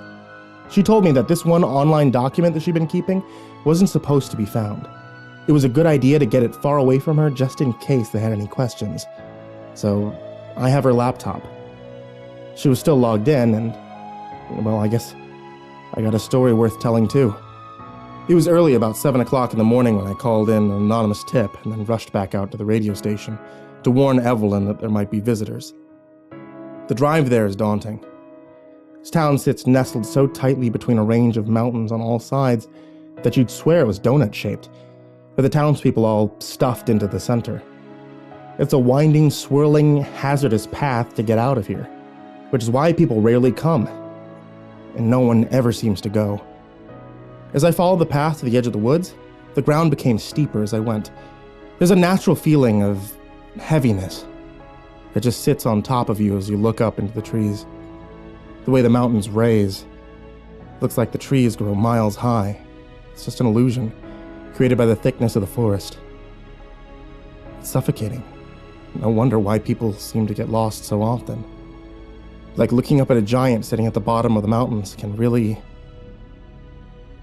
make even the strongest humans feel small, puny, insignificant.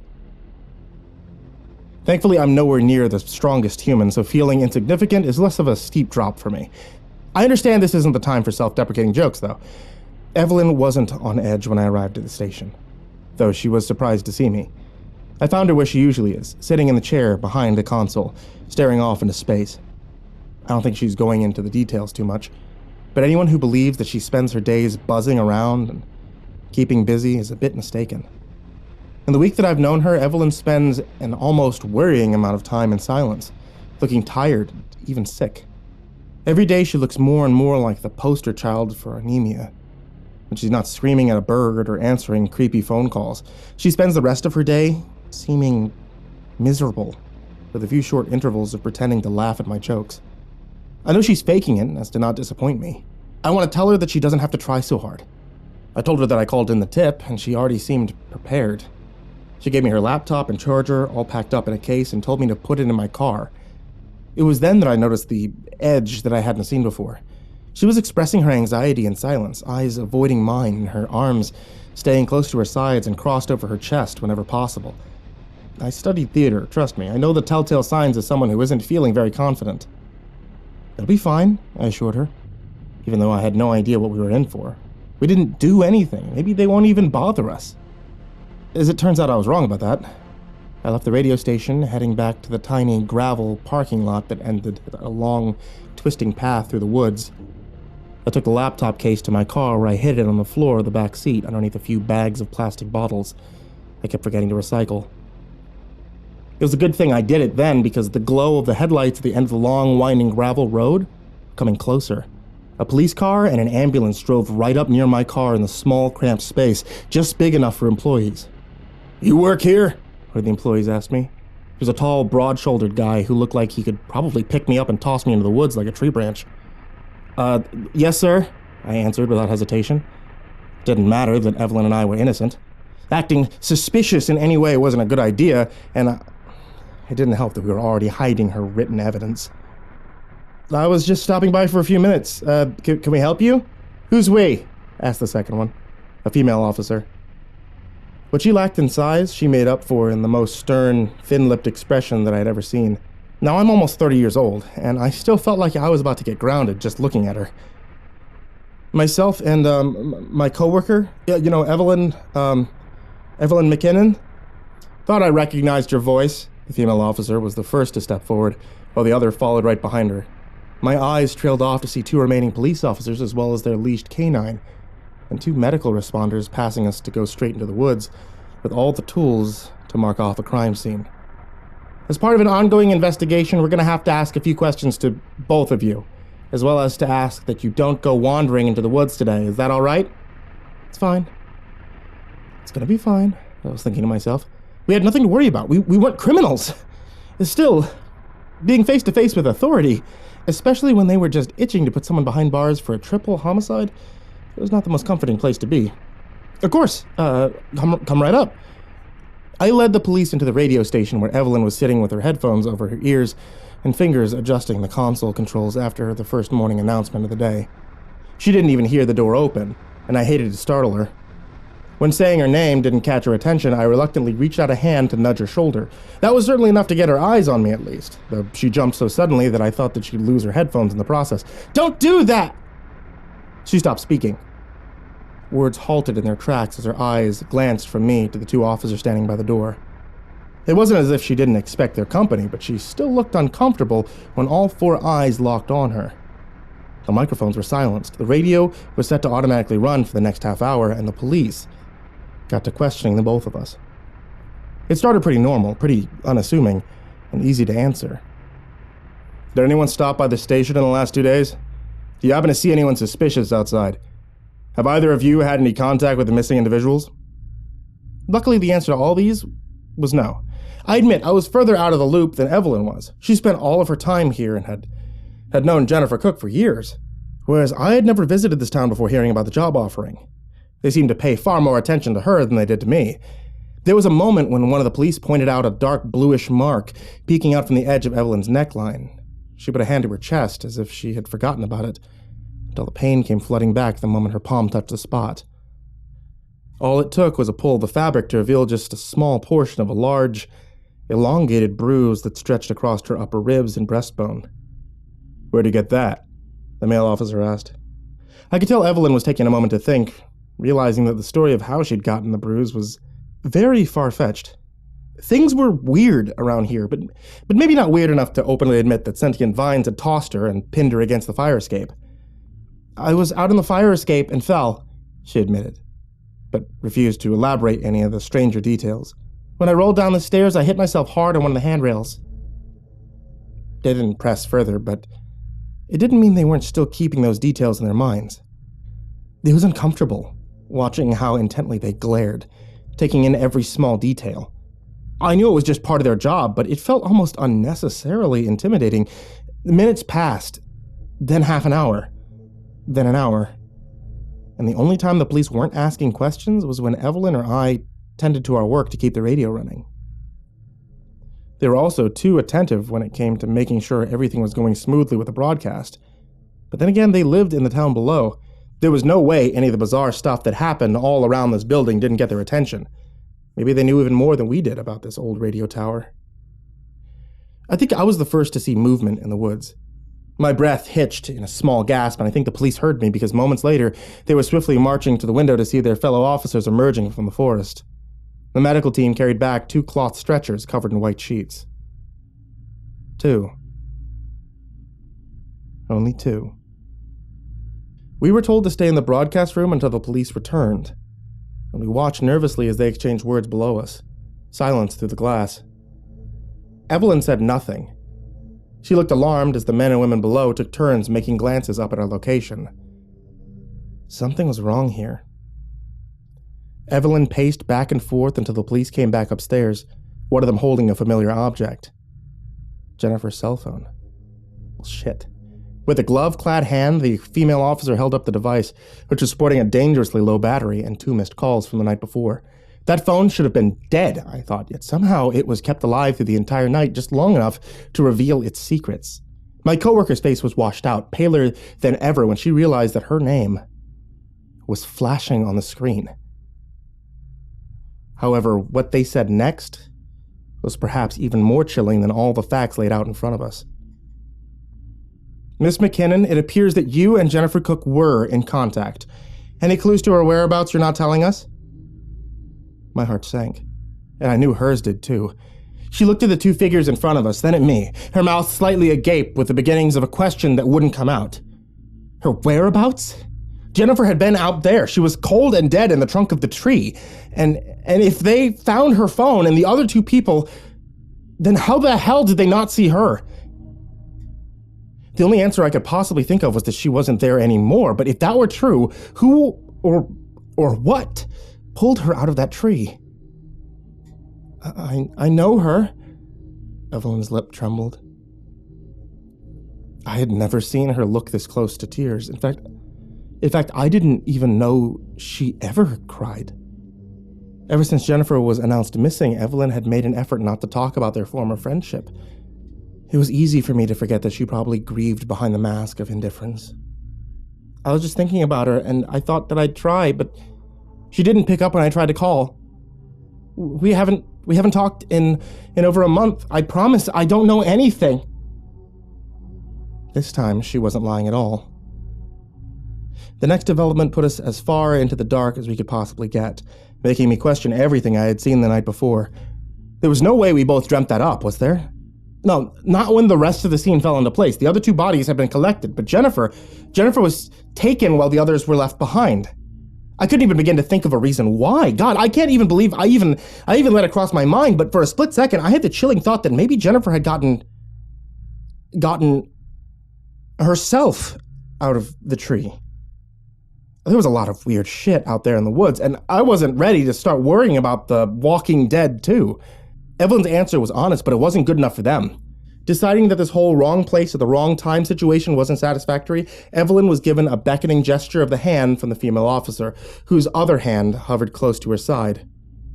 It wasn't where her gun was placed, but rather the handcuffs. She must have noticed that Evelyn looked down at them because she moved her hand away almost on cue.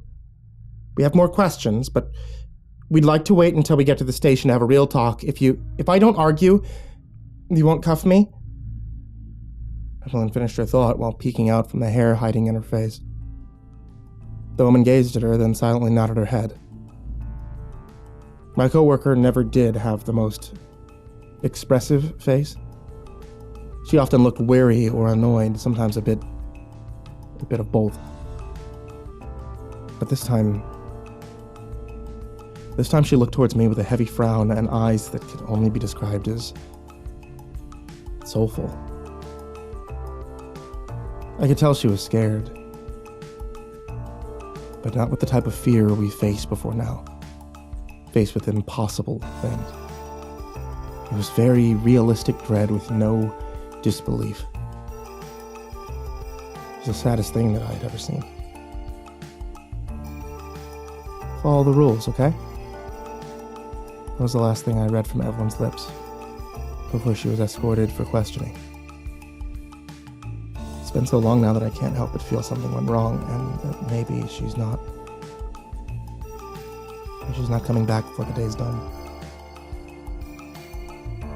I want to leave. I want to go find out what happened to Evelyn, but unfortunately I can't do that. We have to make sure the broadcast never goes silent. This is Daniel from 104.6 FM. And I might be your host for just a little while longer.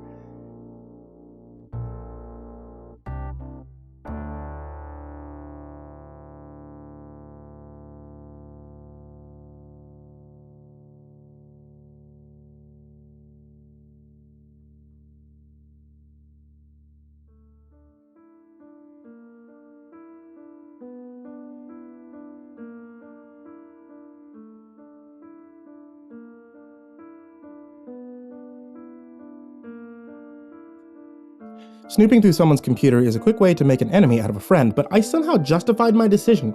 See, out of all the confusing and traumatic things Evelyn and I have witnessed, my invasion into her posts isn't quite as bad as, well, murder was.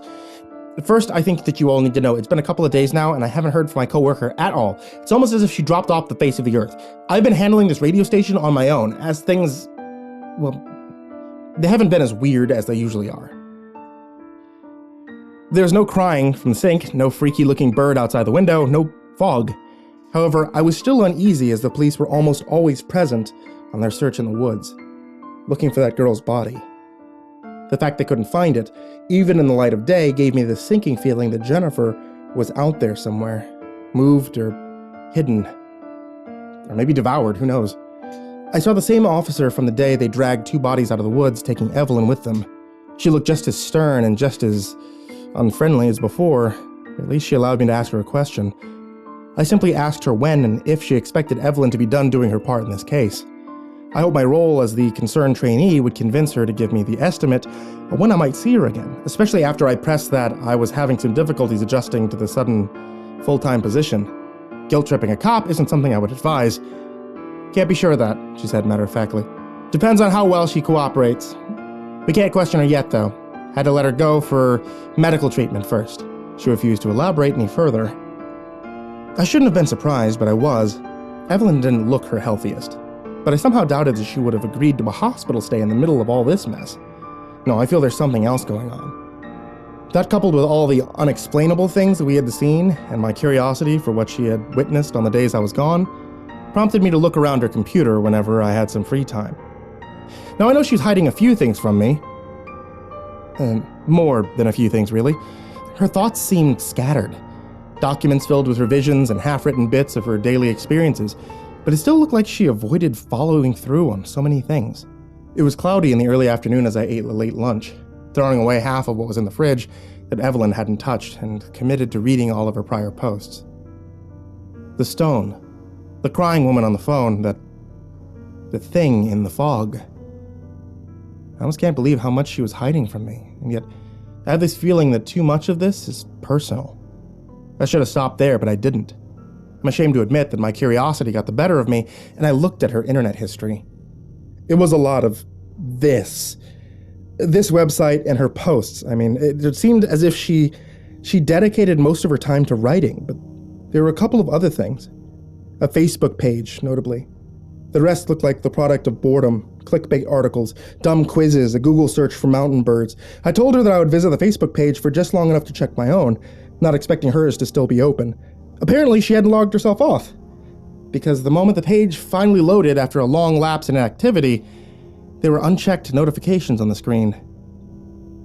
There were so many things that it seemed like Evelyn hadn't read through them in weeks, and she posted even less. Much of the content on her profile belonged to other people. Some relatives of hers, maybe a great aunt, asked, "How have you been?" which she never responded to. A young woman tagged her in a post with several others calling for a group hangout sometime, which she didn't react to at all. And then there was an entire library of tagged photos. Photos other people had taken. Now, I'll admit, I smiled at first looking through them. They must have been from last summer because Evelyn's hair was shorter and she had a sunburn across her nose mixed in with some major sun-inducing freckles. There were pictures from a college graduation ceremony featuring her with all of her friends and professors. She was smiling widely, grinning, all of her teeth looking bright. And the last graduation photo was of her and a familiar woman, making faces at the camera. It was Jennifer. As I continued through, I saw Jennifer a lot more often, mostly in photos that she had taken. Lynn and I went hiking today. Moving day with Lenny, Evelyn and Jenny, couch lifting champions. And then there was a dark and blurry photo. It was the first of many. Someone had posted an album tagging Evelyn and at least 15 other people, full of photos from the woods. My smile started to disappear, seeing that the forest and the blurry faces of strangers, most of them drunk or in clouds of smoke, made the photos seem ghostly. And then I saw her again. Evelyn was in the background of a few photos, sometimes so small that I had to pay an awful lot of attention to see her. She was smiling in one or two, talking in another, and then one photo in particular chilled me right to my very core. Evelyn was at the edge of a group, as if pulled into a photo while passing by. But my coworker was pale, eyes wide and glowing from the reflection of the camera flash, and her face was stuck in a grim look of terror. It was clear something had happened. She had seen something she didn't want to see. I couldn't get away from the photo faster, and so I skipped forward again and again. She was in almost every picture, holding a cup in her hand each time, and I watched the progression from that scared, tired look to near unconsciousness as two friends were holding her up in the background. Either she was drugged or completely wasted, or both, and then her and Jennifer both disappeared from the remaining photos, leaving no trace behind. I regret lingering so long in the photos because my online status, or rather Evelyn's online status, had caught someone's attention. I saw the blip of an instant message and the chat automatically popped up at the corner of the screen. Reading her messages was the ultimate betrayal of any kind of privacy, but I couldn't refuse just a small peek. Evelyn, if you're hearing this sometime from now, I hope that you don't kill me for this. I scrolled through, and it was a person I hadn't seen, though Jennifer was one of two faces in his profile photo. It didn't matter, as he made his purpose as the go-betweener very clear through a flood of at least 20 unanswered messages over the course of a month. His name was Elijah. April 2nd. Hey Lenny, can we talk? April 5th. Where are you staying? Are you getting help? April 18th. Jen's been asking about you a lot. She really wishes that you'd unblock her. April 23rd. Evelyn, please. And just now, Lynn? Hello. As I scrolled upwards, I found the first message that started it all. It was on the 1st of the month, April Fool's Day. Hey, Evelyn. Jen told me what happened. I hope you get well soon, but please, take it easy from now on. She can't babysit you just to make sure that you don't drown in the tub. You know, if you need help, they've got anonymous programs for that, right? You should look into it. Jen cares about you, but she preferred when you were sober. Another red bubble. There were more messages waiting below. I was hesitant, but still curious as I scrolled downward, finding that Elijah had left a handful of short, aggressive messages just seconds ago. Answer me, where's my girlfriend? You know, don't you? Evelyn, I know you're reading this. Was typing again, and seconds later another message popped up. They all die on that mountain. Every single one. I closed out of the browser and slammed the laptop shut as quickly as I possibly could. His words stuck with me instantly, this sudden fear that if I had stayed on that page, I would have seen and read far more than I wanted to. They all die? He said, who is they? The people who worked here before? Hikers? Climbers? I'm still not sure if his words were a threat or a concern. I'm no detective, but I'm worried that nothing here is coincidental. I know my coworker will read this, and I'm sorry to her in advance, but I just can't pretend that all of this doesn't fit together somehow. Evelyn, if you're hearing this, I hope you can remember what you saw that night in the woods. I was going to post this earlier, stopping where I did above, but I'm glad I chose not to. It's evening now as I'm putting this down, and something has happened outside the radio station.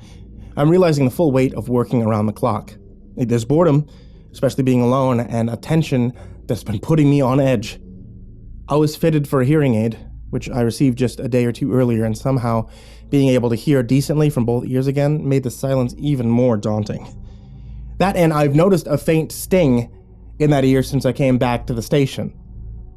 I gave the evening news and prepared for another 30-minute block of music, with time to spare and no real interest in trying to hear any muffled bits of music through the headphones. I paced around the room, took a few moments just to peer out the window. In the purple glow from the sunset, I saw something that caught my attention. There was a man out there, standing upright, but swaying slowly side to side. Now, I would have been suspicious that this was something unnatural, considering how many times the woods has messed with both of our minds, but I recognized him. See, he worked for a service that brought groceries to the station twice a week. He was facing away from me. He was staring off into the woods. I watched him intently, hoping that he didn't take another step. Those last words that Jennifer's boyfriend had sent to Evelyn's messenger rang in my mind. They all die on the mountain. Every single one. In hindsight, I did the stupidest thing I could have ever done.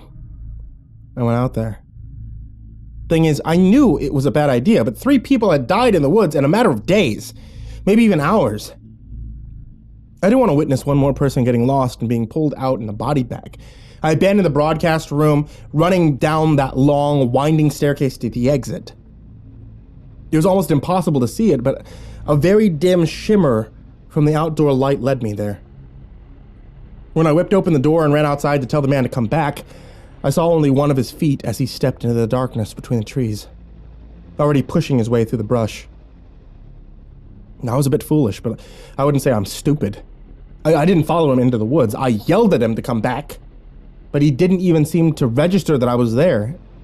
Instead, my eyes dropped to the ground where I saw that he had dropped a cardboard box.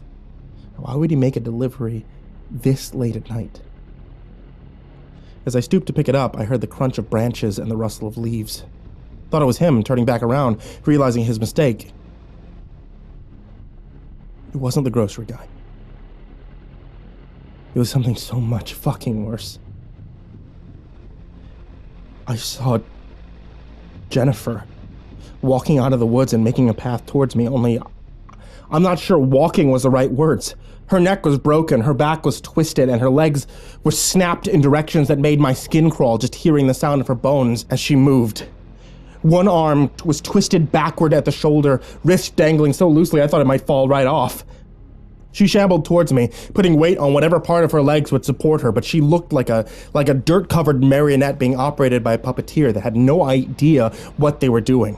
There were twigs and dead leaves and bits of long grass sticking out of her hair and stuffed into her open mouth. The sound she made was unnatural, like breathless gasping, mixed with these low, guttural groans.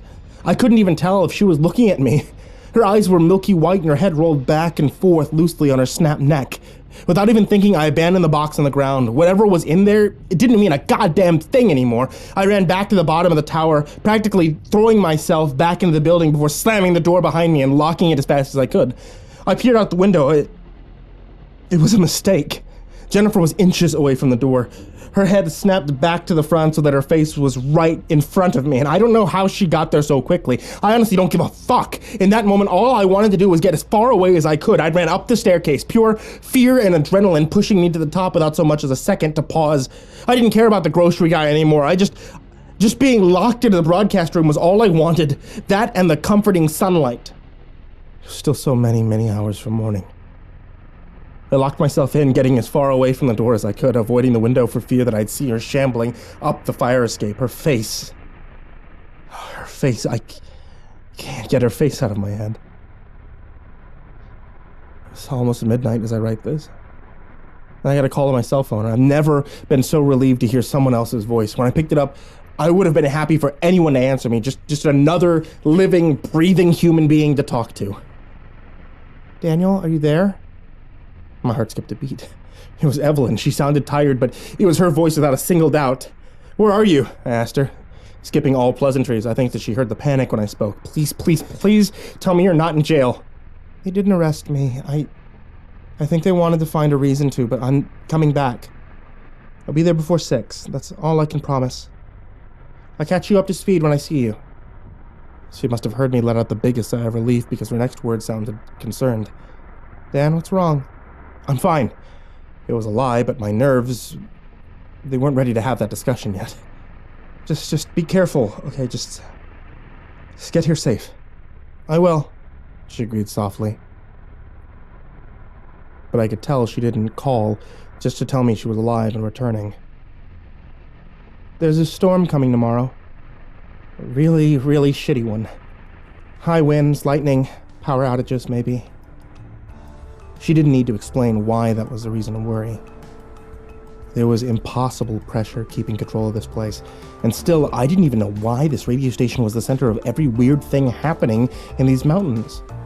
All of a sudden, I had a feeling that I hadn't really noticed until just now. I realized just how much of this job and this place had changed my life. Evelyn? Yeah? I spared a glance at the window, relieved but surprised that Jennifer wasn't there. However, I did see a small, unnerving sight. Twigs, long grass, a bit of dead leaves and hair littered the top of the stairwell, making a path down the steps. How long was she standing there before she disappeared? As soon as we get a couple more part-timers, then we're taking a vacation. This is Daniel with 104.6 FM, and I've never, ever been so eager for an early morning in my life.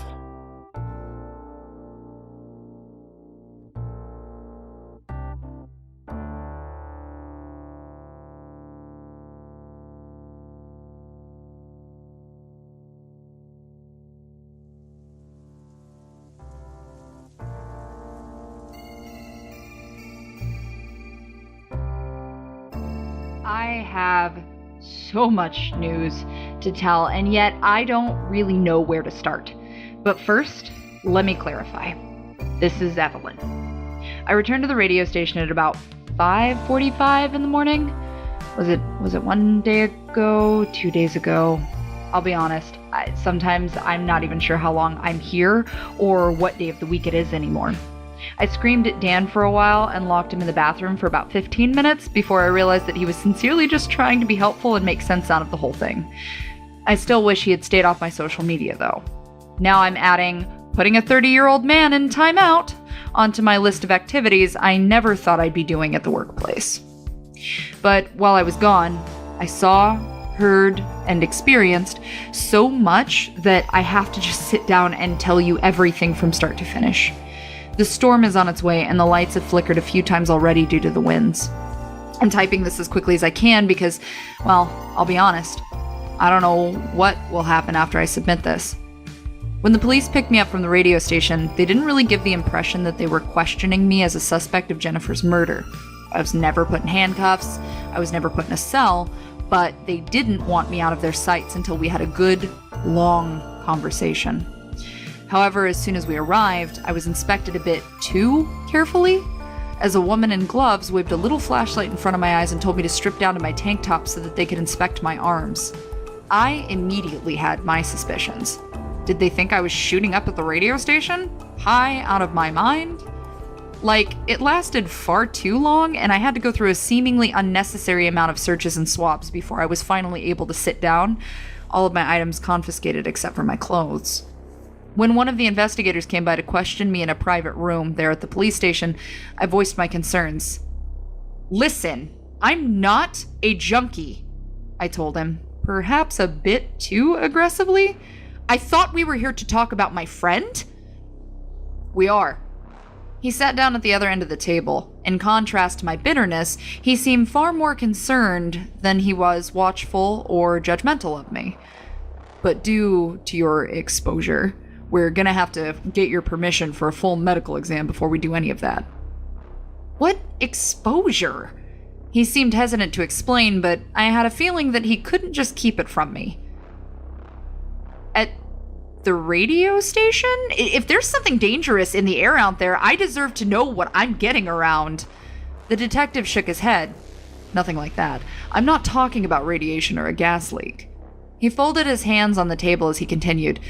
"We see a lot of people coming down with illnesses or sustaining injuries outside of the town, and while we can't explain it, we've learned to be very thorough when it comes to making sure anyone who spends a considerable amount of time in the woods is safe." I had only just gotten there, and already I felt confused. I felt as if so much was hidden from me, so much that I wanted to know, but wasn't being allowed to understand. The detective didn't say any more, but instead he slid a piece of paper across the table. "We need your permission for a full medical examination and an overnight stay. After we're sure you're in decent shape, tomorrow we'll talk about your friend." What was I supposed to do? Refuse? I found it all very strange, but I admit that I was curious how all of this fit together with the goings-on at the radio station. It was all seeming like some kind of inside job, or perhaps some knowledge that I hadn't been awarded that everyone else knew about. I allowed them to do the medical exam, taking samples of my blood and basically everything else they could get their hands on. I was questioned a lot about the bruising on my chest, but when they had been assured it was from an honest injury and not some disorder in the blood, I was permitted to get a night's rest before being picked up first thing in the morning. I saw the same investigator, a middle-aged man with dark skin. He had a low voice that sounded nice, but I still couldn't shake this feeling that he wasn't any kind of friend to me. I picked at the glue exposed on the frayed edge of my paper hospital bracelet in an attempt to get it off cleanly, but the residue just collected under my fingernails. Evelyn Faye McKinnon. He wasn't asking, but clarifying. He rifled through a stack of papers and I found myself growing impatient. "You were arrested twice in the last 12 months. DUIs both times. You and your roommate." "Former roommate?" I corrected. "You and your former roommate, Jennifer Cook, were fined one time for a domestic disturbance." "We had a purely verbal argument. I had just gotten out of the hospital and she started lecturing about my point is." The detective spoke with such a piercing tone that I shut my mouth immediately, letting him talk. "We had your fingerprints and we matched them to a set of prints on Jennifer Cook's cell phone, which we found a half-mile from your workplace next to a tree, filled with blood." I squinted my eyes. Filled was a word I hadn't thought to hear, not unless tree sap was the subject of the conversation. At that point, I think he could sense the question I was about to ask. What do you mean filled with blood?" "I mean, the tree was oozing several quarts of blood right from a hole in the center of the trunk, and Jennifer's cell phone, the one with both her and your fingerprints, was found at the base of it." He gave me an icy stare, and I was waiting for a question. I was waiting to somehow be blamed. "I didn't have anything to do with..." Again, he didn't let me finish, but his words both comforted and confused me. "Nobody thinks you were the one to hurt her," he said. But we need to know what you saw in there. Anybody, anything you might have witnessed. We received an anonymous tip saying there were 3 bodies in the forest, and clearly 3 bodies were not recovered. It's very, very important that we find her and that we find it soon. The urgency in his tone was somewhat shocking to me. I imagined Jennifer's family would want her remains, but the way he looked at me was almost desperate, as if finding her body was more important than just for the sake of her loved ones. She was in the tree, I explained, though I knew how insane it would sound. Stuffed in the center of it. I don't really even know how she fit, but her face and one arm were sticking out of it. She was dead, her mouth was stuffed with a bird's nest, and that's where she was when we turned around and left. He nodded slowly, and I knew that none of that would help them actually find her. It wasn't as if they hadn't checked the entire area probably 10 times over by now. Anything else? He asked with raised eyebrows. Anyone, anything strange out there? I found myself hesitating. What kind of strange was he asking about? I mean, I had weird stories and sightings. Oh, man, I had plenty. But at what point would it become too crazy to talk about? No one else. I mean, I saw some weird mutated elk, though. It had 3 back legs. It was really fucked up looking. Weird eyes, too. The other 2 bodies, they were on the ground and up in the tree in pieces, but that was all. Pieces, the investigator asked. I gave him a quizzical look, wondering how he hadn't known the other 2 people had been split in half. That was a detail that wasn't overlooked so easily. Yeah, the man and the woman, they were both cut in half at the middle. The man's legs and, oh God, and the woman's top half were stuck, oh God. They were stuck in the tree as if they'd been tossed in there. It sounds stupid, but that's exactly what it looked like. He was flipping through his papers again, pulling out photographs and files. I saw only a glimpse, but I recognized the forest floor, the grass covered in blood, and the colors of the torn fabrics one of the bodies wore. With a sigh, he pulled out one photograph in particular and slid it in front of me on the table. It was the scene, obviously, but the photo had been taken far enough away to show the entirety of the area's surroundings. I grimaced as I saw the faraway shapes of the 2 dead individuals in the bloodstained tree, now empty where Jennifer would have been. However, I was surprised to see that the limbs of the other tree were completely and utterly bare. There was no sign that the man's legs nor the woman's head had ever been there. They were there. I saw the woman's body and her face and what she looked like. As I rattled on, the detective stood from his seat and fished a cell phone out from his pants pocket, dialing a number quickly and turning away from me. He spoke in a hushed voice, but I could still hear him. It sounded urgent. It wasn't just her. There are 3 of them now, he said, his free hand rubbing at his forehead with his eyes squinting shut in his stress. They were obviously moved, but if we can't find her, the others must have already left also. If that's the case, it's too late. They're a part of it. He hung up the phone, and I watched him return to his seat, so many questions tumbling over one another in my head. What's going on? I asked him, annoyed. A part of what? Why are you asking me about fucking animals? I thought we were looking for Jennifer. It's all important, but you don't need to worry, he told me sternly. If it's important, I should know. I work out there. I'm the one giving you all that I know. And what the hell was that with medical exam? What are we in danger of? What exactly are we in danger of that no one is telling us about?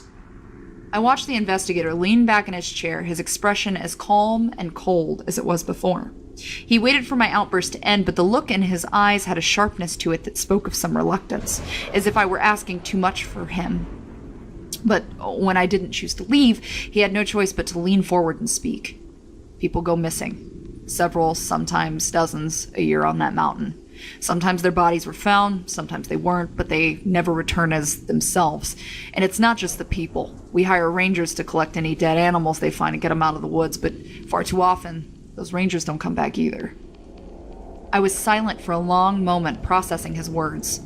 None of it was making sense yet. What happens to them then? I asked an obvious question. We can't explain it, he continued in a hoarse whisper, but sometimes people have said strange things. They've gone for a walk in the woods and said that they saw a rabbit with one human ear, or maybe a bush with fingers growing out of place of a few branches.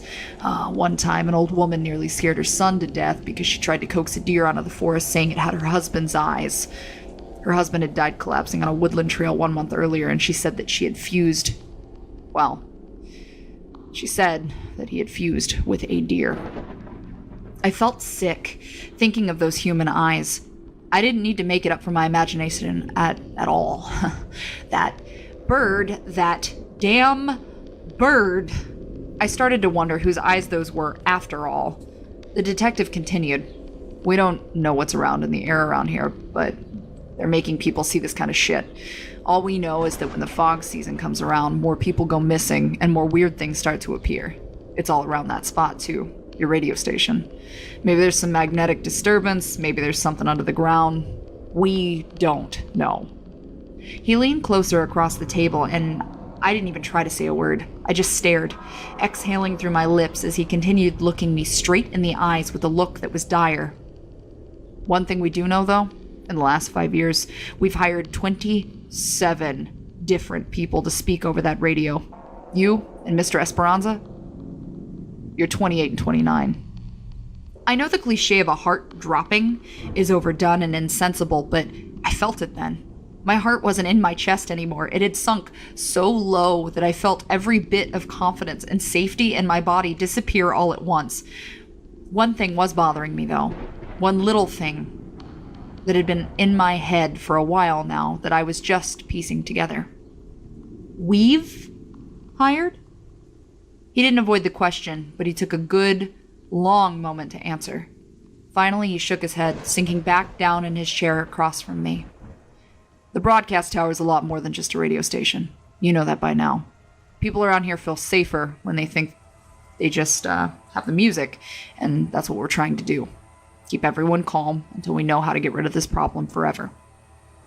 It was making more sense to me now why the station was so high off the ground and why it had to be on air at all times. Whatever signal we sent out wasn't there just for people to enjoy. The music was just a mask, covering something that served a more defensive purpose. It was a watchtower. The broadcast station was never for entertainment, but for protection. What would happen if the broadcast stopped for good? I asked, with a small hint of fear in my voice. I didn't like to think about it, but I needed to know. The man across from me shrugged his shoulders with a heavy sigh. We don't know, but we never want to find out. The fog has stretched all across the town before, and we think that potentially it could keep going as far as we let it. And whatever is in that fog has been stealing people away. That married couple that went missing the last time it crept into town, well, you saw firsthand what happened to them. And now, when the fog rolls around next time, we may be seeing them again. He stood up from his seat, walking around the table and giving me a heavy pat on the shoulder as I sat there. Brain gone to mush. You'd better get back to your station. Number 28. That morning, I took a cab back to the radio station before the sun came up, but before I did, I made one brief stop along the way. In the early hours of dawn, I walked to Jennifer's house. The same one she had kicked me out of, and the same one where her boyfriend Elijah now lived on his own. I didn't knock or ring the doorbell, but I did slip a small piece of paper under the door. It was the only printed photo I had of Jennifer, carried around in my wallet next to a photo of my parents. And now it was his. Daniel filled me in when I arrived back to the tower, and after I had a bit of a fit, which may have been a lot of a fit, I tried to fill him in on what I had learned as well. It was a lot to relay and a lot for him to understand, but I felt better knowing that he wasn't any more in the dark than I was. So, the people that hired us, not really a network. I finished the idea for him. It's some like agency or town government. I don't know. That's why our signal only reaches so far. There's really no reason for it to expand. Daniel looked overwhelmed, and I didn't blame him. I mean, hell, I wasn't feeling so great about all of this either. I went from being stressed about some weird shit to suddenly knowing that a lot of people could get hurt if we failed at our jobs. When I told Daniel about all of the former employees who had gone missing, he was visibly shaken. What happens to them? His voice was weak. Do they die? Do they quit? I I don't think they quit, Dan. We shared a silent moment between us. We didn't say it, but we were both thinking the same thing. How long would we last? And if we didn't survive, which one of us would be the first to go? A rumble of thunder interrupted any other conversations that may have happened next. Both of us snapped our attention to the window where the heavy clouds were rolling in across the sky and the trees furthest in our view had started to sway back and forth from the winds. A flash of lightning cracked through the dim light and was followed by another deep bellow from the sky. The same low, roaring groan that sounded like an angry god. Evelyn, this place has a generator, doesn't it? He asked as the lights flickered for the first time. The radio skipped to static for a split second as another deep rumble resonated from the mountain. Yeah. Where is it? I frowned, giving him an almost apologetic look. Outside? This is number 28. From the 104.6 emergency outpost, a fog advisory is in effect. Stay calm, stay safe, stay indoors.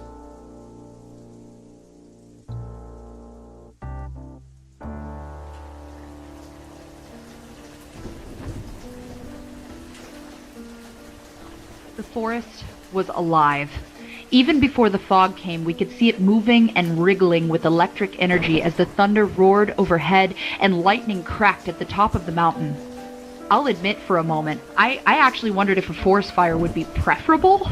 Obviously, death hadn't been enough to keep Jennifer and countless others from coming back in some form, and so I later decided that setting every strange abomination on fire would only create more dangers for us. Look, I won't beat around the bush. We were scared. We knew enough and had seen enough to know that we wouldn't be safe. As the rain poured down and the cables and lines swayed from side to side off the tower, Daniel and I were not only afraid for our own safety, but for everyone else's. This broadcast tower was keeping the town alive. We were keeping the town alive. An alcoholic and a failed theater actor? Who knew? The lights flickered again, prompting the broadcast to turn to static and skip as I scrambled behind the desk to get the sound going again. For mere seconds, the waves would go silent and then spring to life again just as a rumble would vibrate underneath the tower. I noticed Daniel flinch, holding one of his ears just moments before the broadcast came back and static-filled music played again. "You hurt?" I asked him, but he shook his head, stretching out his jaw. "No, my ears won't stop ringing, though." I shrugged it away, imagining all of those cliché excuses. It's the weather, or the pressure is different up in the mountains, so on and so on. But he bounced back immediately, marching over to the window to scan his eyes over the dreary-looking forest. It was hard to see much of anything through the rain, but he squinted to make out shapes on the horizon. "There's something moving out there," he said almost breathlessly. "Far away, but it's getting closer. It's hard to see." I didn't need to see for myself to know what he was looking at. In the midst of the rain and the lightning, the fog would still find a way to roll in. After all, it wasn't really a product of the weather at all. It was more of a living thing, or rather an amalgamation of all formerly living things on this side of the mountain range. "I need you to run the emergency broadcast," I told him as I pushed away from the console and popped up out of my chair. A strong wind whipped past, rattling the walls and making the wooden floorboards creak underneath our feet. I felt unsteady, suddenly worried the old stilts holding us up would give in and we'd crash down into the trees below. The only thing worse than the fall would be the exposure to the open woods, should we even survive the way down. The floor rumbled as if the building itself were breathing before it settled back into place. I looked at Daniel and he looked back at me. We both knew we'd have to be prepared for the worst the storm could do. As he practically fell into the chair, turning on the microphone to broadcast a crackling message over the air, I rummaged in the storage closet for industrial-sized flashlights and the keys to the generator shed. Now, all of this, supplies, made more sense to me. The backpacks, the emergency food rations, first aid kits, flares, fire starting kits. This place was never meant to be a radio station. It was most likely a ranger lookout that had been adapted into something capable of large-scale broadcasting. While knocking things out of my way in search of the keys, I found a pack of walkie-talkies and checked them for batteries. Daniel was already done with his announcement by the time I found him and appeared at my side to snatch one out of my hand. He seemed to be thinking the same thing. If the power went out, one of us would have to go out there to turn on the generator. One of us. We couldn't risk both of our lives with nobody to take over the responsibility. "Did you start the music again?" I asked him. Daniel nodded. "It's going," he said, but the lack of confidence in his voice spoke of a deeper thought. It was running now, but if the lights continued to flicker, it might not be for much longer. There was nothing else to do but wait. As the fog bounded through the forest, moving the trees with the weight of its eerie inhabitants, I could only watch as it engulfed the entire woodland. I had never seen the fog rest at the edge of the forest, but it did this time. Something about the music, or rather the signal, kept it from crossing that line between us and the town further down the mountain. We unplugged our headsets, letting the music play in the studio for us both to hear, and sat down at the edge of the window on the floor. It was the calm before the storm, as we stared at the swaying poles and wires outside, wondering which one would be the first to snap or end up snagged in a tree. A moment passed, but it was a long and excruciating moment of silence. Dan was the first to break it, as his talkative self almost always was. You want to know what I did before this?" he asked, but I knew he'd tell me anyway. I nodded still. After I graduated with a master's degree in performance arts, a master's degree, the only acting job I could get was recording a commercial for some plumbing service. I recorded lines in an actual studio, talking about toilets for 20 takes. And you know the worst part? He laughed, looking over with this stupid, somewhat disheartened grin. They didn't even pick mine. I heard the commercial on the radio in my car, and it was someone else completely. Never in my life did I think I'd be legitimately pissed because I wasn't chosen as a spokesman for toilet cleaning. That actually made me laugh, even if it was a bittersweet moment of lightheartedness. I shrugged my shoulders with an expression of nonchalance. Go figures you'd get let down by the radio twice. I gestured to the room around us, and Daniel snorted mid-chuckle. "What about you?" he asked in return. "Tell me a stupid thing you've done." I had to think for a moment, not because I couldn't recall any, but because there was really too much to recall. Somehow, all of my stupid mistakes just ended up, well, sad. I almost died in a bathtub once, I said, chuckling, even if it wasn't at all that funny. Daniel seemed unsure if he should laugh or not. Look, I was shit-faced, and I felt terrible, so I wanted to take a bath, and I ended up passing out almost the second I got in, and Jennifer found me after I had apparently flipped face down. She honestly thought it was a suicide until they got me breathing again and found out I was still just as hammered as when I went in. That time I laughed, but Daniel didn't. I even knew it wasn't funny, but I was desperate to grab at straws just to find a reason to take it lightly. When I saw the severity of the frown on his face, my smile disappeared and I suddenly felt like a child being scolded. "How long have you been sober?" he asked. I didn't need to question how he knew it was an ongoing thing. After all, he'd seen enough on my computer to know most of the truth by now. I felt a tightness in my throat, and the breath I took in next was shaky and uneven. My first sober day was the day I came into work a few weeks ago. I had to bite my bottom lip to keep from letting it tremble. Putting it into perspective felt pathetic, reminding me of just how soon it was. The only reason I'm not drunk right now is because the fucking grocery guy only brings me cheap, shitty iced tea. That time we both laughed, but it didn't last. In a second, amusement turned to tears as I unwillingly felt a sob escape me, both of my hands covering my face. With my eyes squeezed shut, I only felt Daniel's hand pat between my shoulders and remain there until I covered my face. I refused to let myself cry out loud. Those thoughts and feelings were pushed back down as my eyes returned to the fog at the edge of the forest. I watched it move and swirl, many eyes and many shapes moving and twitching as if waiting eagerly to be allowed further. The shed was so close to the edge. Too close. A familiar pair of eyes stared back at us then, up in the tree, free from the fog, and hopping near to tap its beak at the window. It was that damn bird again. I looked at it closer this time. Its eyes were hazel, Now I found myself wondering less where it came from and who it had borrowed those eyes from. What did you see? I heard Daniel's voice, but didn't process it at first. With a deep breath, I wiped away the tears from my face and turned to him with a of confusion. At the graduation party, you were in the woods and you saw something, didn't you? The word graduation, in and of itself, made my stomach sink.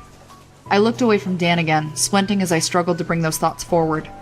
Somehow, just looking for the memory caused an internal pain. I didn't know there was anything fucked up about the woods back then.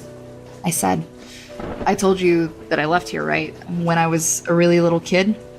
My dad died, and my mom remarried, so we moved in with him out of town. And I came back the week of graduation with a bunch of people I used to know as kids, and they all said that the woods had gotten creepy since I left.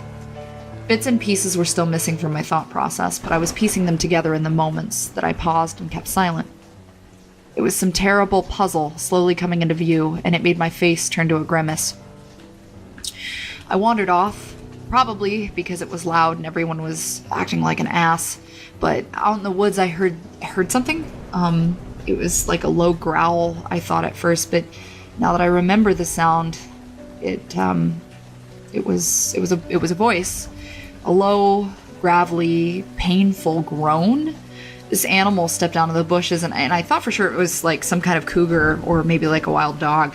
But its face, oh my god, it had this face.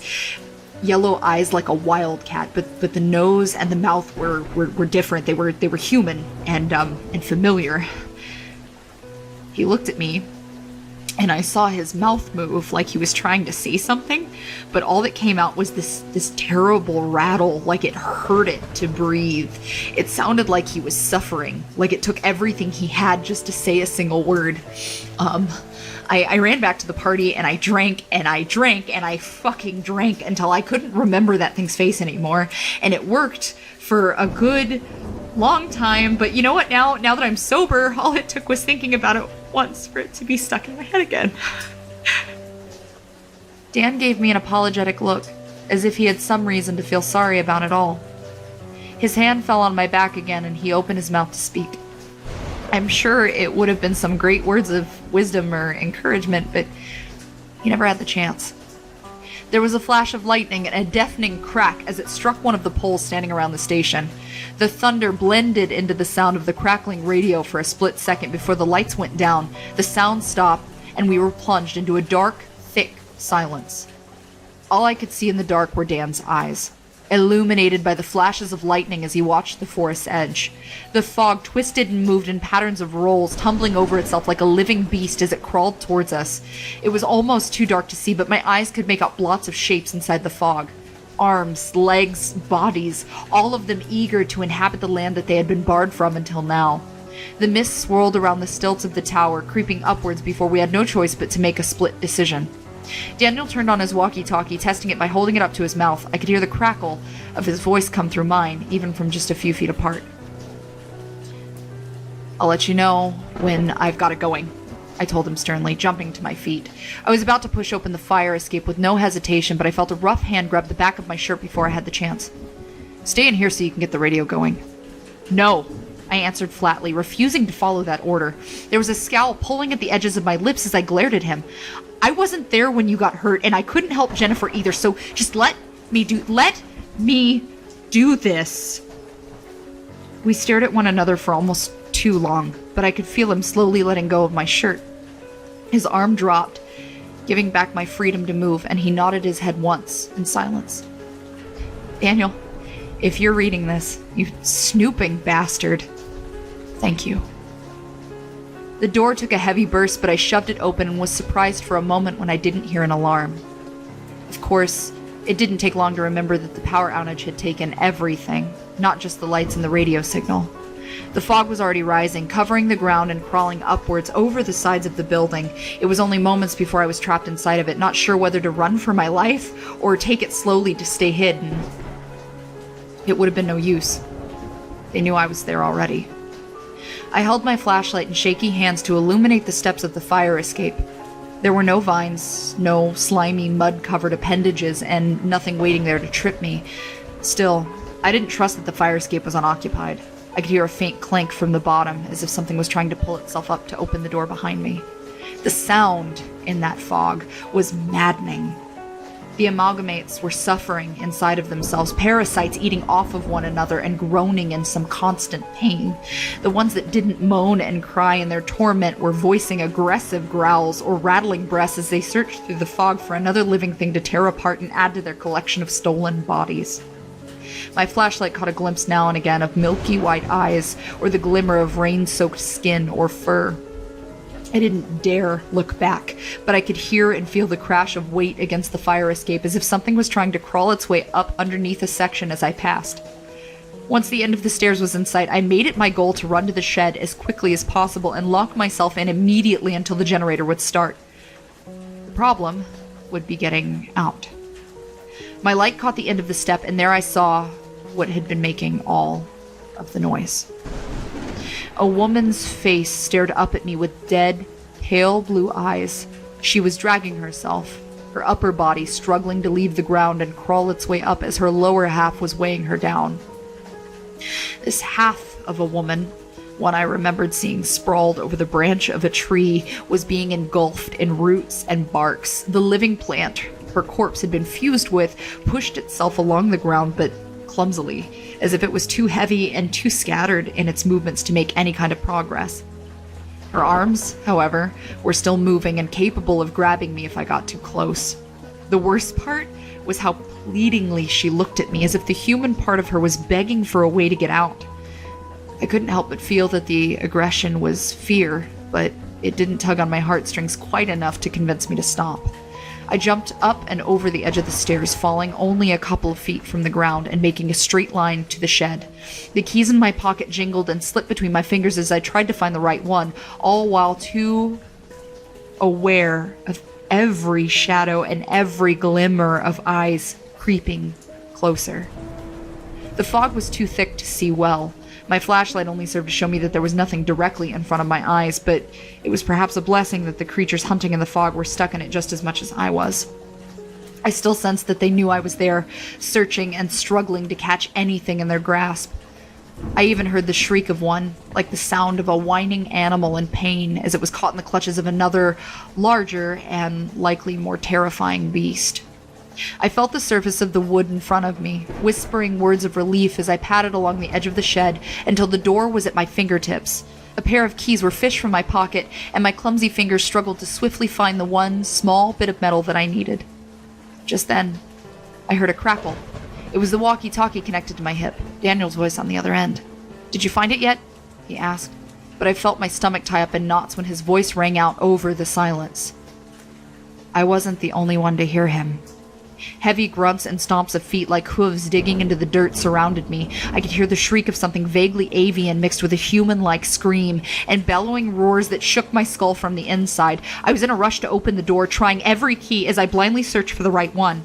Finally, as I prepared to swing the door open, I could feel the vibration in the ground as something heavy and tall landed by my side, as if jumping from the tops of the trees. In the blinding fog, I could see brown and gray fur spotted with blood. It smelled like rotten flesh and mold, its joints cracking and groaning as it bent down to my level. I could see its eyes in my peripheral vision, at least 6 of them, pale, stained, with flecks of jaundiced yellow, sitting above an elk-like snout. Its antlers scraped the side of the wood with a terrible, jaw-clenching sound. I felt a touch to my back and recognized it immediately. The spider-like appendages that had brushed my arms on the last day of the fog weren't the legs of some giant spider, but it's this thing's fingers. It breathed in, then out with a rattle, and the stench of blood and death was warm against the side of my face. When I told Daniel that almost drowning in a bathtub was the stupidest thing I'd done, I meant it. It was the stupidest thing I had done yet, but this day, I changed all of that. I threw the shed door open, stepping out of the way to let the heavy wooden plank hit the hulking beast beside me directly in its nose, moving quicker than I ever had in my life. I slipped into the shed and jammed the door shut behind me, locking it up tight and throwing anything I could find in front of it as I heard the beast bellow more in annoyance than in pain. My light shone on the generator, but I had to work quickly. I felt a tremble in the floor as whatever stood outside knocked against the door so roughly that it caused dust and debris to fly into the air. I fumbled with a can of oil, spilling a bit of it onto my shoes and my pants, but still managing to fill the machine as that thing outside rounded the edge of the shed in only 2 large steps. It pounded on the roof, big enough and powerful enough to cause the wooden beams above my head to crack, bit by bit. I threw the nearly empty oil can to the side and tried to find every button and switch in order before the ceiling collapsed under the weight of that thing's fists.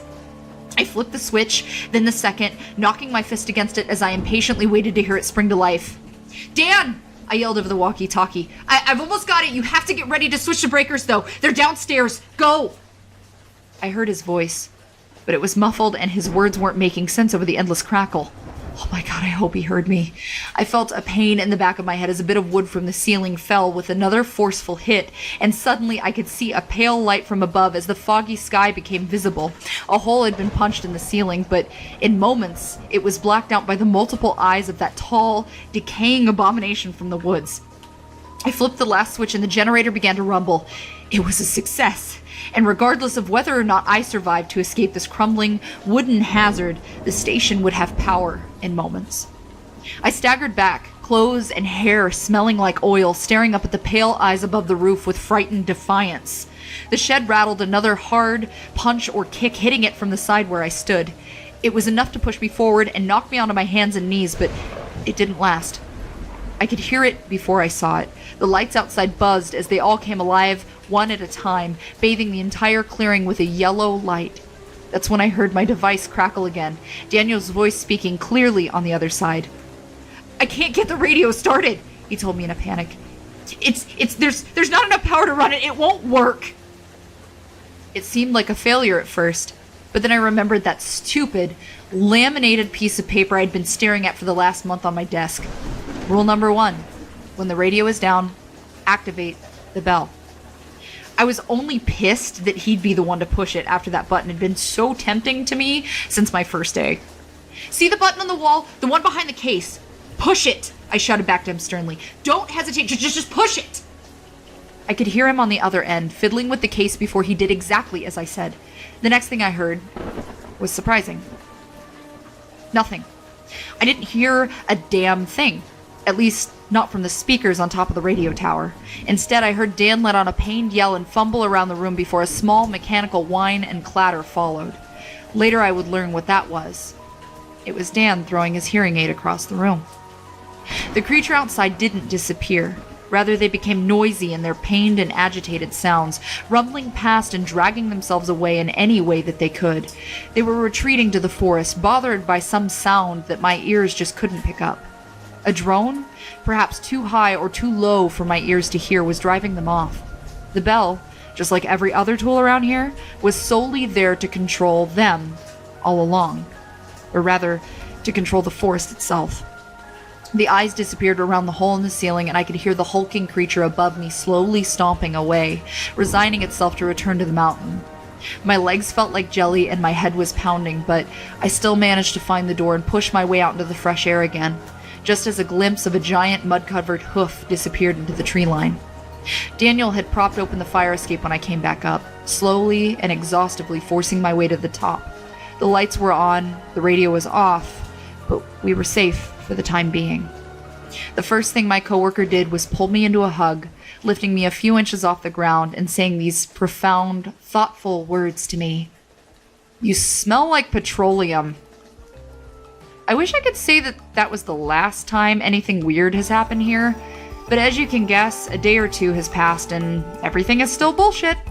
The sink doesn't cry anymore, but we still get some weird calls, and Dan told me that it rained pebbles the other day. I told him I was pissed off that he didn't collect any for me like a baby otter.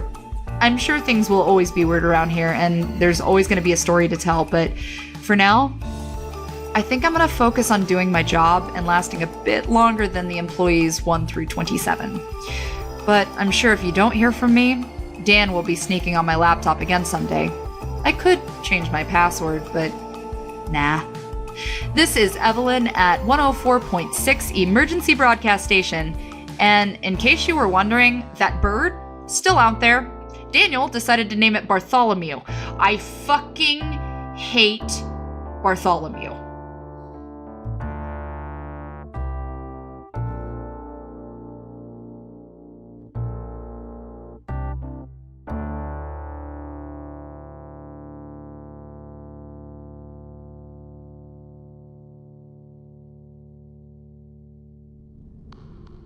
Let me tell you the definition of pain. I've lost people dear to me, watched my future slip out of reach from a pit of failure. But none of that holds a candle to being kicked squarely in the pancreas by a guy going record speeds in a rolling chair. My name's Evelyn Faye McKinnon, and the fact that my middle and last initials spell out FM is almost a little too fitting, considering I've been working as a radio DJ for a couple of months now. I sit up here, 50 or so feet off the ground, in an old repurposed firewatch tower, kept company by rolling green mountains, calls from small town folk, and a guy named Dan who can just barely beat me in a game of office chair jousting.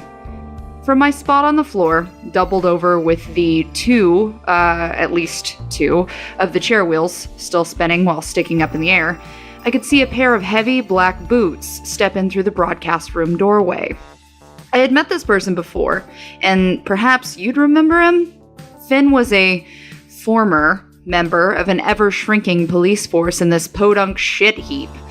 And though I didn't know his name until recently, he had been one of the 2 officers to detain me during the investigation of an old friend's death.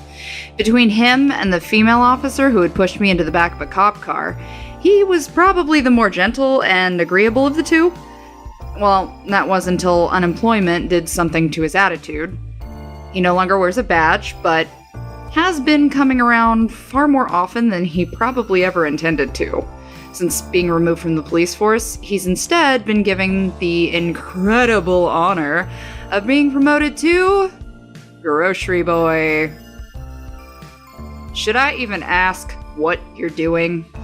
He wore a sneer, which looked exceedingly silly from upside down as his eyes glanced between myself and Daniel. He put the delivery box down on the floor. Keeping ourselves entertained, Daniel answered, while the wind was still knocked from my lungs. He got out of his chair in order to help me pull upright and very quietly whispered an apology for knocking me down in the first place. Finn, who had been in a rotten mood ever since he lost his prestigious job, glared with the same distaste he wore each and every time he saw us. I didn't ask about the specifics, nor did he tell me willingly, but I had a distinct feeling that he wasn't pleased about the downgrade in his employment. Who'd have thought? Entertain yourselves by doing your job. He pushed the cardboard box towards me with his foot. There's a fancy bit of tech in there for you, too. A couple of kids from town went missing last weekend, and people are all riled up, so the chief wants you two to keep an eye out. He bought a couple of security cameras. We'll put them right past the tree line and connect them to your monitors so you can entertain yourselves by watching them. I scraped a fingernail against the edge of a long strip of tape, pulling it up just enough to eventually rip it free. As he promised, this wasn't the normal delivery, but rather a heavy box full of individually wrapped equipment, wires and bits, all of it labeled and ready to assemble. Just looking at it made my anxiety crash through the roof, hoping neither of us would find a way to break all of this.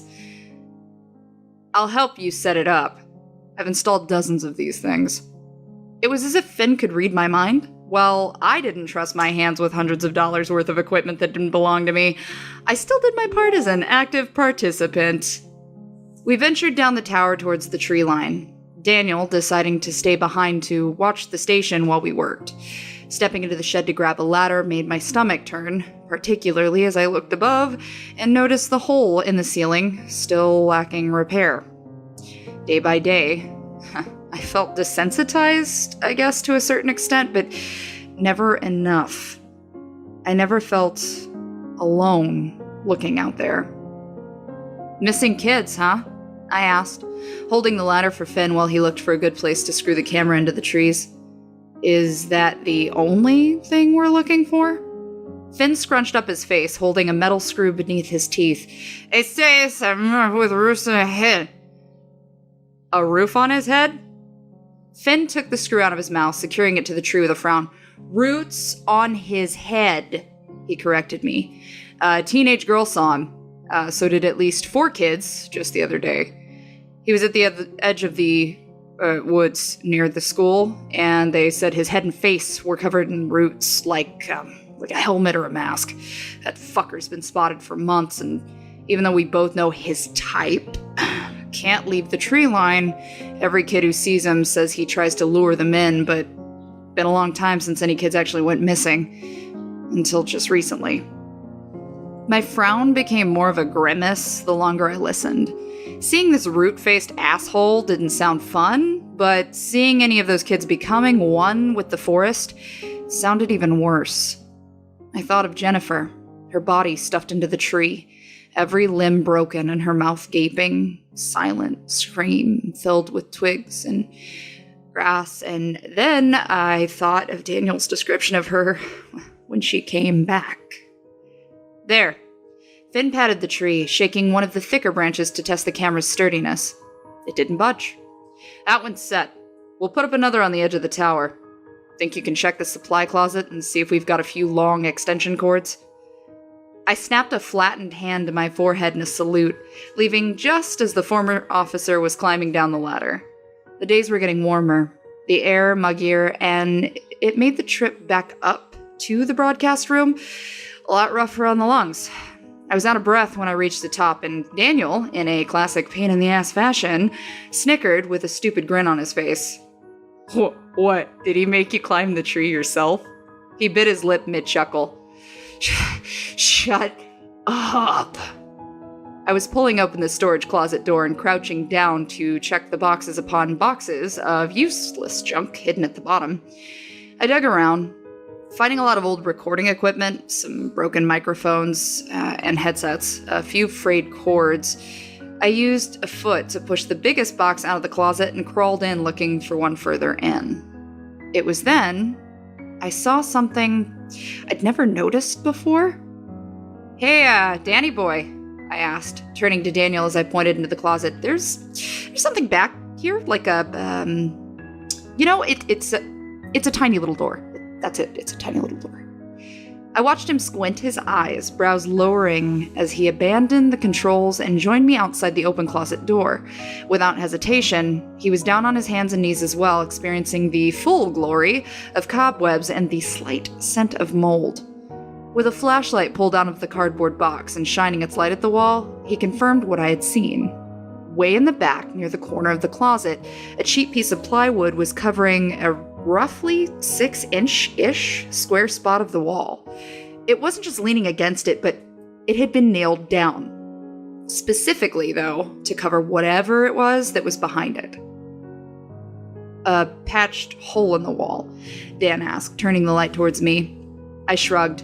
No clue, but it creeps me out. We silently looked at the piece of board, then at one another, back and forth, as if waiting for someone to make the first move and start digging around for a hammer. Given enough time, maybe I would have been that person, but all hopes of investigating further were put on hold as the broadcast room door squeaked open. I heard Finn's heavy boot steps enter, then stop after just a couple of paces. Silence, and then... Seriously, between the both of you, neither can find an extension cord? I was the first to attempt crawling out of the closet, knowing that Finn probably didn't want to have a conversation with just my ass. I only managed to smack my head on the doorframe once as I crept back, pointing my index finger to the largest box already removed from the closet. They're all, in there, I told him, tired of his attitude. Hell, he was probably tired of mine too. We found something else though. Finn dug around in the box, pulling out a long green cord and tossing it aside to look for another. For a moment there, his curiosity got the better of him and he tore his eyes away from his project to look at me. What'd you find? I don't know what it is, I answered honestly. Finn simply shrugged, slinging 3 long cords over his shoulder. If it's nothing we can use, it's not important. Now start looking through the manuals.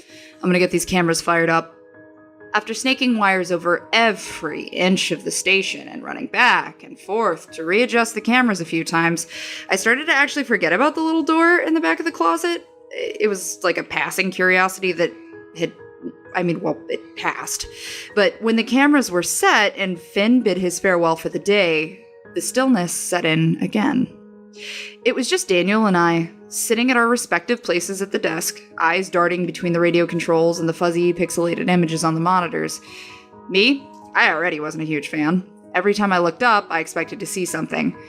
I just didn't know what it would be. And looking for anything else to focus on, my gaze found its way back to the cracked, open closet door.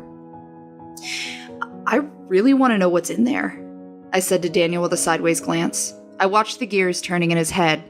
He couldn't resist the temptation either. I knew it. This was just a matter of who would be the one to smash the door open. I'll get a hammer if you hold the light for me. I never was the patient one.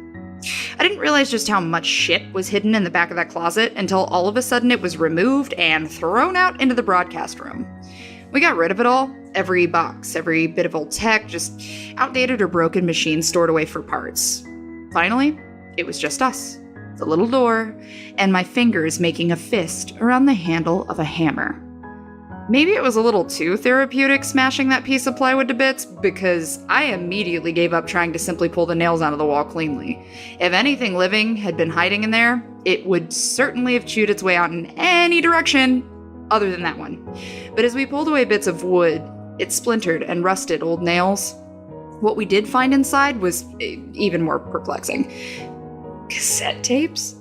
Daniel picked one up gingerly between his fingers, blowing dust off the surface. Oh man, you ever seen one of these? Yeah, I had a shit ton as a kid, I said. Britney, Backstreet Boys, NSYNC. Backstreet Boys were better though. Daniel scooped up a few more of the cassette tapes, a snort of laughter under his breath. I don't think these are the same kind of tapes, Lynn. Though I do agree Backstreet Boys were better. That hole in the wall was bigger than we thought. We found over a dozen cassettes hidden back there, and in one of the boxes of old equipment, we dug on a cassette recorder that was still in working condition. It was tempting to stick in a tape and immediately see what was on it, but just from a glance, we could tell they were meant to be in some sort of order or something. Faded Sharpie marker was written on masking tape stuck to the center of each one. Number 1, number 2, number 3, and so on and so forth until tape number 14. That's where we lost one. 15 was gone, but 16 was there, and, well, it was as good a start as any. I looked at the time. It was just a few minutes after 7:30, and Daniel's shift ended in 2 hours. Think we've got time to see if one works? He asked me. And I'm certain you can guess my answer. I listened to tape number 1 twice in a row. Once just to listen, and the second time to transcribe for Daniel in writing. It was a journal entry of sorts, the voice of a man crackling through the dusty player. Some spots on the tape were pretty damaged, but I did my best to write down exactly what I heard. This is the entirety of tape number 1. Today is November 20th, 2012. My name's Eric, and I'm number 7. The 7th person to work at the Pine Haven Emergency Broadcast Station. This morning at approximately 5:15, I pulled my old climbing gear out of the shed in order to assist the police in retrieving number 6 from the radio tower. His legs are still missing from the knees down, but at least now we found the torso. I'm a former conservation officer. I spent 4 years in wildlife rescue. I've studied the mountain terrain, the deep marshland, and the rehabilitation of injured animals, mainly birds of prey. It's my hope that there won't be a need to replace me, but I want this recording to survive whether I do or not. At 4:30 this morning, I was awoken by a sound from up above. It was chilling. Sound of metal scraping and whining, like something attempting to scale the radio tower. It was almost as grating to my ears as the sound of radio static.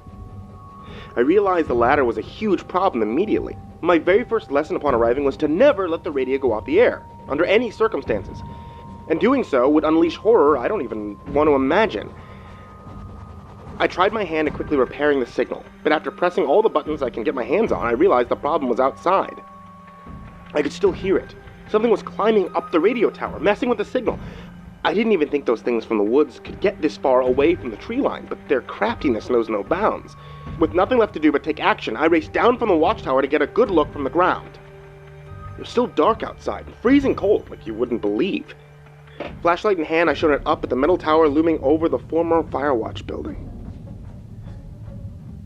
First thing I saw was a blob of flesh in so many different tones and textures, but it wasn't just one thing up there. There were birds, at least a dozen of them, picking at the wires, messing with the signal. Their wings and voices made an ungodly noise as they all fought for pieces of electrical cable to rip away and take with them. But wrapped in the metal bars, holding onto the tower with a weight that seemed to put it in danger of falling over, was the most grotesque beast I had seen since my arrival. This thing looked like a deer at first glance, but its eyes were pure white. Its fur was a dusty gray, caked in mud and rot. Antlers smacked the metal around it as it moved its head, making a massive amount of noise. But what struck me most about it was the sheer inability I had to recognize all that it was made of. It had more than 2 eyes, 6 at least. I saw a glimpse of giant hooves, claw-like hands, and perhaps limbs that weren't even necessary, but it moved in such slithering motions in the dark that it was difficult to make out the details. All I knew was that this was an animal I had never seen the likes of before, and it was enormous. It didn't shamble clumsily up to the tower, no. This monster was crouched up high, its filthy claws holding a bundle of flesh and cloth. It was number 6, at least from the waist up, 1 arm missing and his skin about 3 days decomposed. I'd seen this bastard before. And like with all freakish abominations in the woods, I knew better than to try to fight it. They don't die, you see. They just end up absorbed by the others. I did the only thing I could think to do. I just ran back towards the door, my intentions only going so far as starting the bell. The drone that had been driving them away for years, perhaps one of the least desired sounds I could possibly hear just then, was the screech of stressed metal underneath the beast's weight. I listened as it shifted, its dead, empty eyes following me as it was inspired to make a change of course. From the corner of my eyes, I could see it leave number 6 far up, tangled in the metal structure, and begin to crawl its way down, hooves clumsy, but long claws making up for it with added dexterity. Like the strongest, most grotesque spider I'd ever seen, it quickly scaled the tower downward. And just as I reached the door that would take me inside, I could feel the weight of the beast as its feet hit the ground. Its hooves pounded on the ground, dirt beneath it trembled with each quickening step it took. It let out a deafening roar that made the insides of my ears sting. And that's when I threw myself inside and slammed the door behind me. I could hear the creature ramming its antlers against the door the entire time I ascended to the broadcasting room. Once at the top, I could see the figure of the beast still outside, resting from its attempts to break in, and instead staring at me from far below. Then, after pressing the red button on the wall and hearing what sounded like nothing to my ordinary human ears, I watched the dreaded animal begin to stagger and shake its head before turning to bound back past the tree line. The radio's up and running now. Number 6 has been retrieved from the radio tower, though no one is sure if his uncovered parts were eaten or misplaced. One other thing that's been bothering me, though.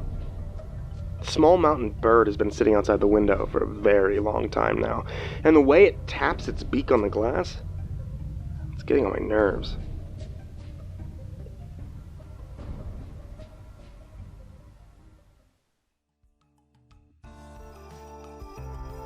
Listening to the tape was insightful, but unpleasant.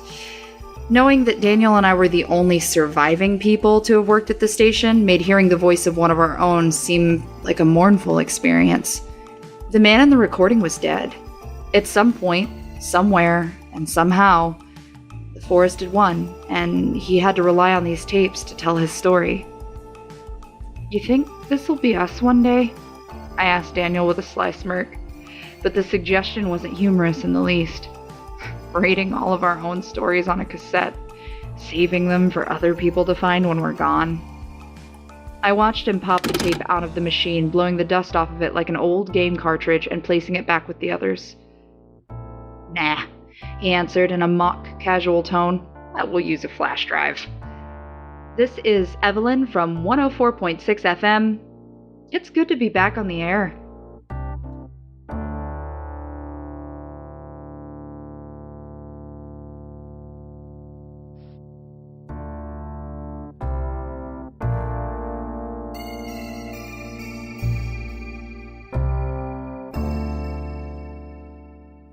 In the early hours of the morning, before the sun was up and before Daniel was on his way into work, I saw something I couldn't explain.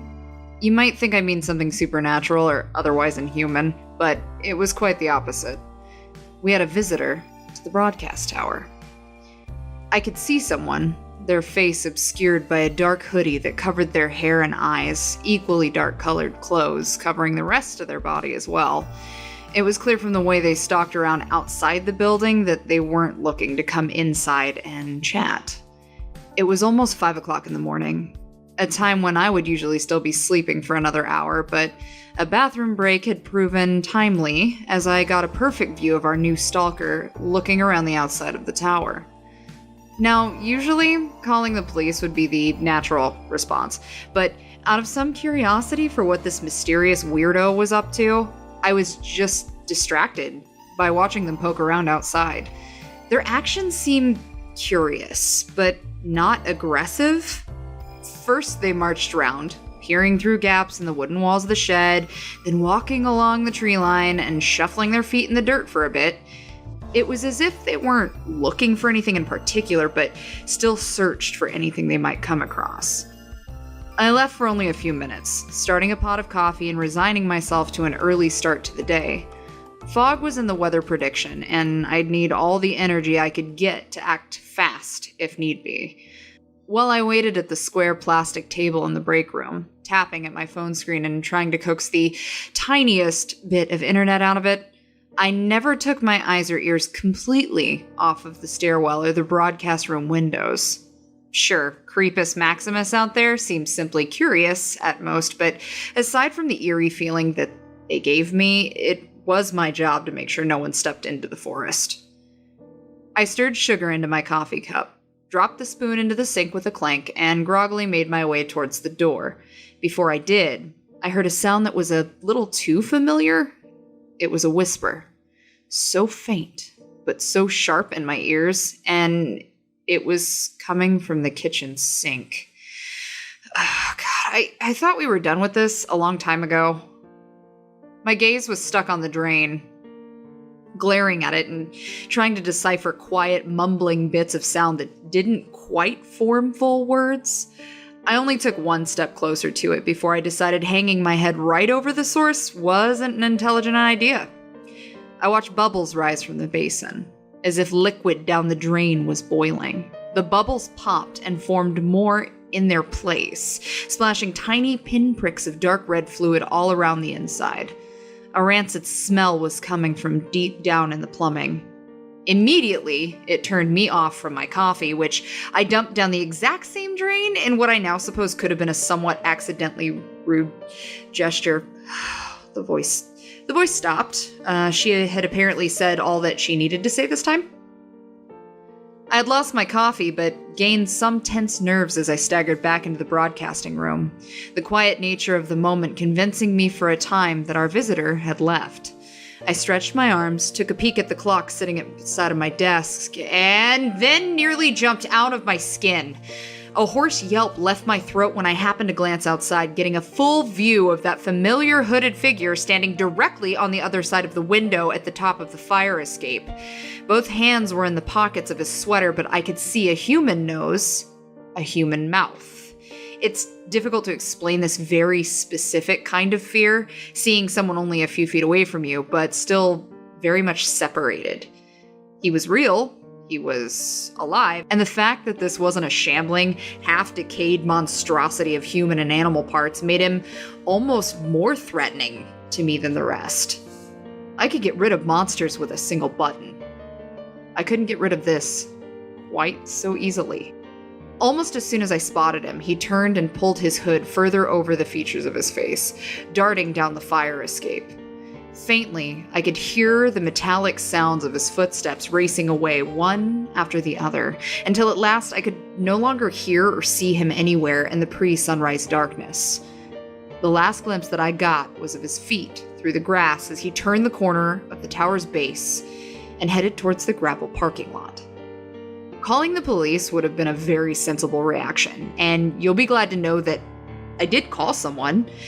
I had absolutely no trouble waking Finn up at 5 in the morning and telling him that we had what could have been an attempted break-in at the broadcast station. I'm going to be optimistic and say that his exasperated curse words and tired sighs were in reaction to the hooded creeper and not to my phone call.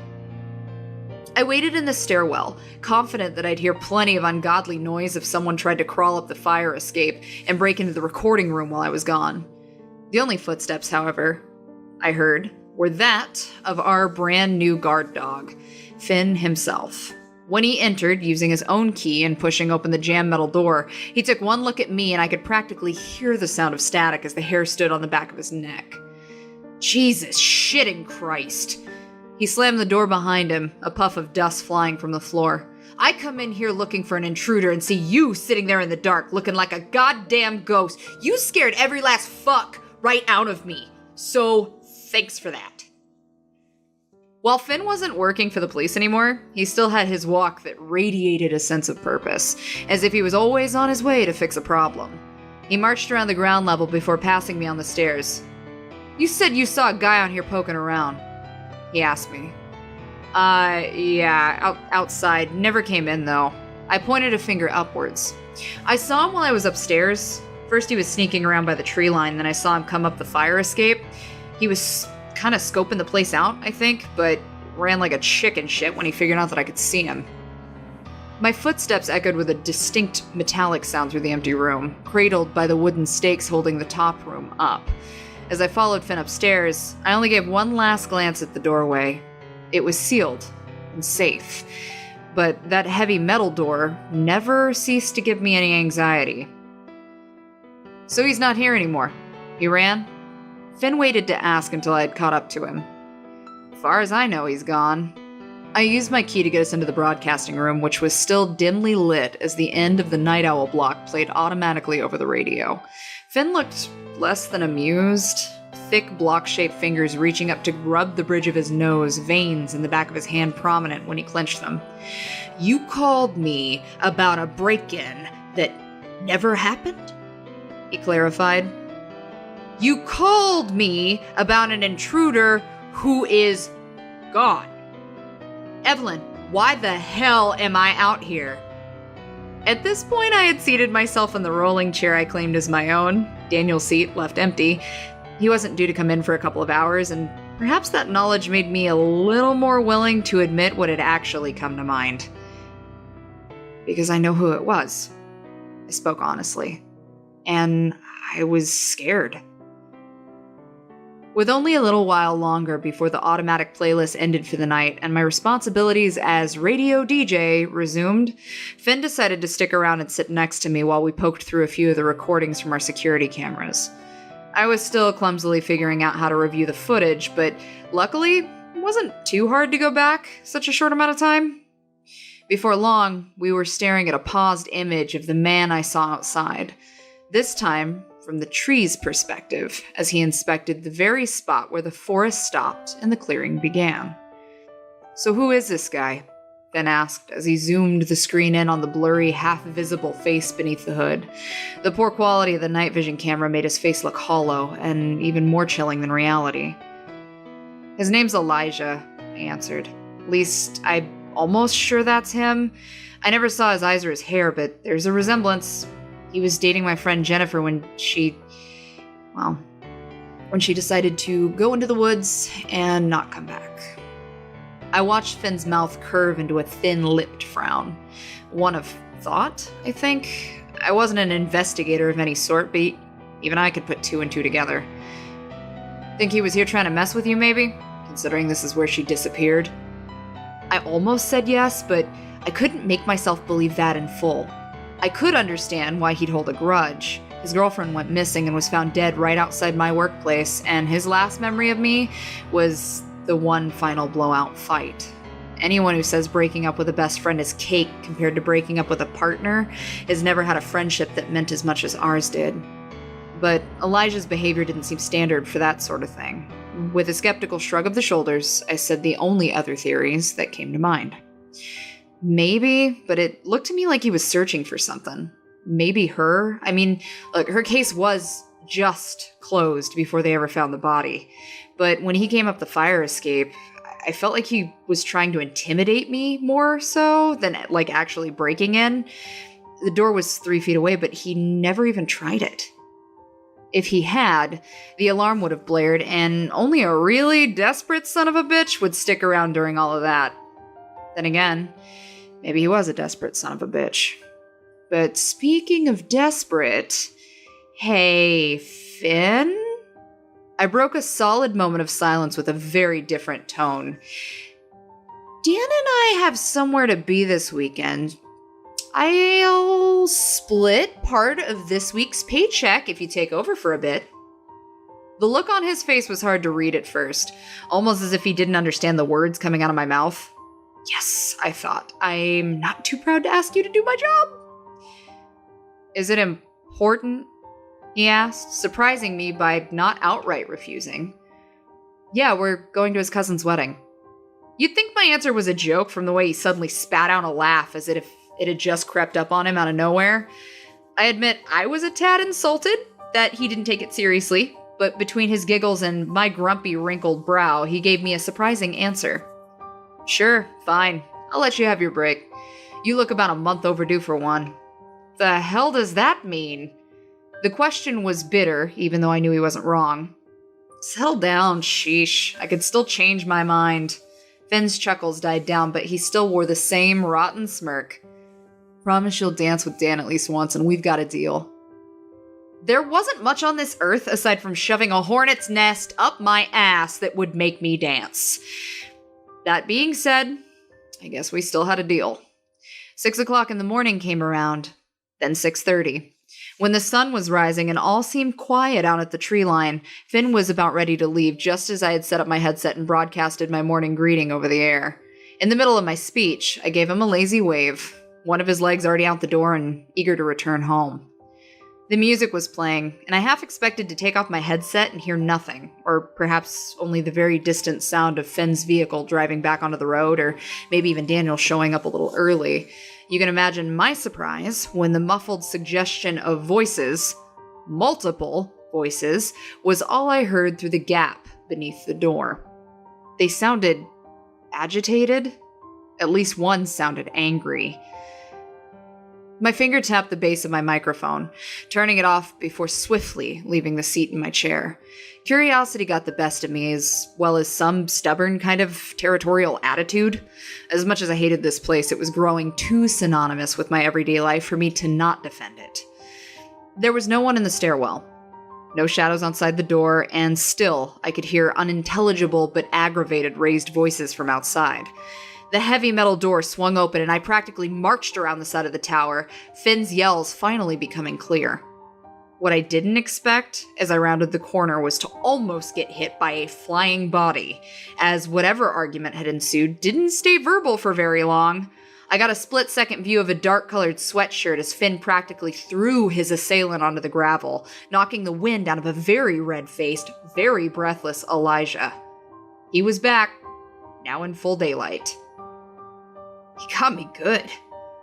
I almost didn't recognize Daniel's voice from behind me, nasally as he pinched the bridge of his nose. Finn had Elijah under control. He was already pinning him to the gravel parking lot, one arm twisted behind his back to keep him immobile. Judging by the scuff on Dan's cheek, and the way that he squinted his watering eyes, Finn was probably the only one of the three to come out unscathed. Did he break your nose? I asked, reaching up to grab Dan's chin, tilting his head up. Don't touch it!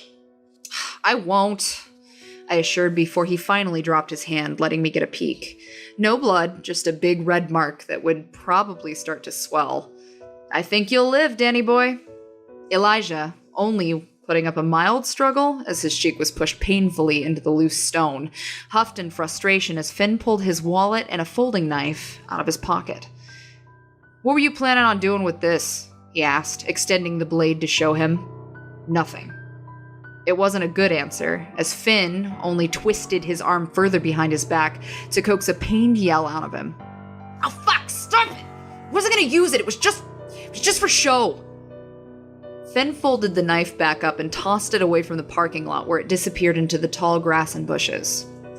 So, you're trying to tell me you were just here to poke around and then leave? He voiced a skeptical chuckle. This time, Elijah turned his head to glare daggers up at the man with a knee in his back. Isn't that what you did? He asked in a hoarse, seething voice. I watched the news, you know. You searched for Jennifer for maybe a whole hour before you gave up and closed the case. You never tried. No one tried. Everyone's saying she's dead, but we can't even bury her because no one's even looking. Finn's gaze, as stern as ever, fixed itself on him first, and then up to me. This was making sense now. If Elijah didn't have anyone to blame for his girlfriend's death, the most that he could do is blame the ones who failed to bring her back. There was a tense moment of attempted understanding as Finn loosened his hold on Elijah's arm, letting him rest and dropped the limb to his side. It may have been summer, but I felt a chill in the air, like a tickling wind just cold enough to raise bumps on the skin. It made the leaves rustle and the grass blow. From outside, the heavy wooden stakes holding the tower up sounded like a weak, groaning animal as they settled. I didn't want to be out here anymore. Elijah. I spoke softly to him, one-on-one for the first time. You should go home. Even when Finn released his arm and stood to take the weight off the other man's back, he still took his time sitting up with sluggish, aching movement. You don't get it, he told me, expression weary and his lips in a frown. You don't have to live surrounded by her things every day. The shitty thing is, he was absolutely right. The wind hit me again, branches creaking overhead and the clouds slowly covering the sparse rays of sunlight with it. It brought another groan from the wood, this time more vocal. Daniel had long since stopped nursing his swollen nose and was shifting where he stood. I knew he felt it too. The too familiar agitation of a skipping heartbeat and the desire to get somewhere safe. I never realized how tall the trees were from down here. I squinted my eyes at the woods, my hair tickling my nose and chin in the breeze. I heard another creak from the tower. No, beyond the tower. The woods. I never realized how little we could see when we weren't 50 feet in the air. Daniel and I shared a glance. He was touching his arm, feeling the prickling of goose flesh on his skin, and that was enough of a reason to abandon whatever stupid problems we thought we had down here. Fog day, everyone upstairs. You too. I pointed to Elijah, who seemed to be the only person who didn't understand our urgency. Finn pulled the back of his sweater to help him up, much like a mother cat picking up her kittens by the scruff, while Daniel and I trusted that they could get up the stairs without us holding their hands. Dan had the door swung open by the time I rounded the edge of the building, holding it wide and patting my shoulder to get me through the door first. Next was Finn, who stomped heavy boots up the winding staircase after me. My hands fumbled once as I reached the top of the stairs, looking for the right key to unlock the broadcast room, all thanks to our new security. I still hadn't found it when I realized that the two of us were on the top landing. Elijah, hurry up! We need to get inside! Daniel was yelling out the door to an unseen man somewhere between us in the woods. I was only partially watching my coworker as I sifted through my pockets, realizing at a moment's notice that my keys were exactly where they didn't need to be. In my bag. Inside the fucking room. Dan! Yelling down the entire length of the stairs made my throat burn. Dan, I need your keys! I need your keys! He turned to look at me, but his expression didn't register understanding. Without the light or the right distance to read my lips, I suppose he heard his own name, and that was about it. I swore an oath then that I'd start using my spare time to brush up on American Sign Language, all while pushing past Finn to stomp back down the stairs and tell him face to face, I need... As soon as my feet hit the bottom landing, neither Daniel or I were paying attention to one another. Our eyes were collectively drawn to the tree line, where heavy, swirling clouds of gray crawled their way into the clearing, and where Elijah was standing with his back to us, still as the dead. Let him go. Let him get swallowed. The thought was tempting, but sick. I had more to worry about than one man standing outside like a moron, but I couldn't do it. It was our job to make sure that no one else ended up like Jennifer Cook. What are you looking at? Get in here! I raced out the door, but I wasn't alone. Daniel reached him before I did, immediately grabbing hold of one arm, which was quickly swatted away. Elijah never looked at us, but from beside him I could see his eyes glazed in an almost trance-like state. He was watching dark, shapeless motion from within the clouds, billowing upwards and snaking through the branches as it spread. It began to crawl across the ground, the grass beneath it quivering as if being brought to life.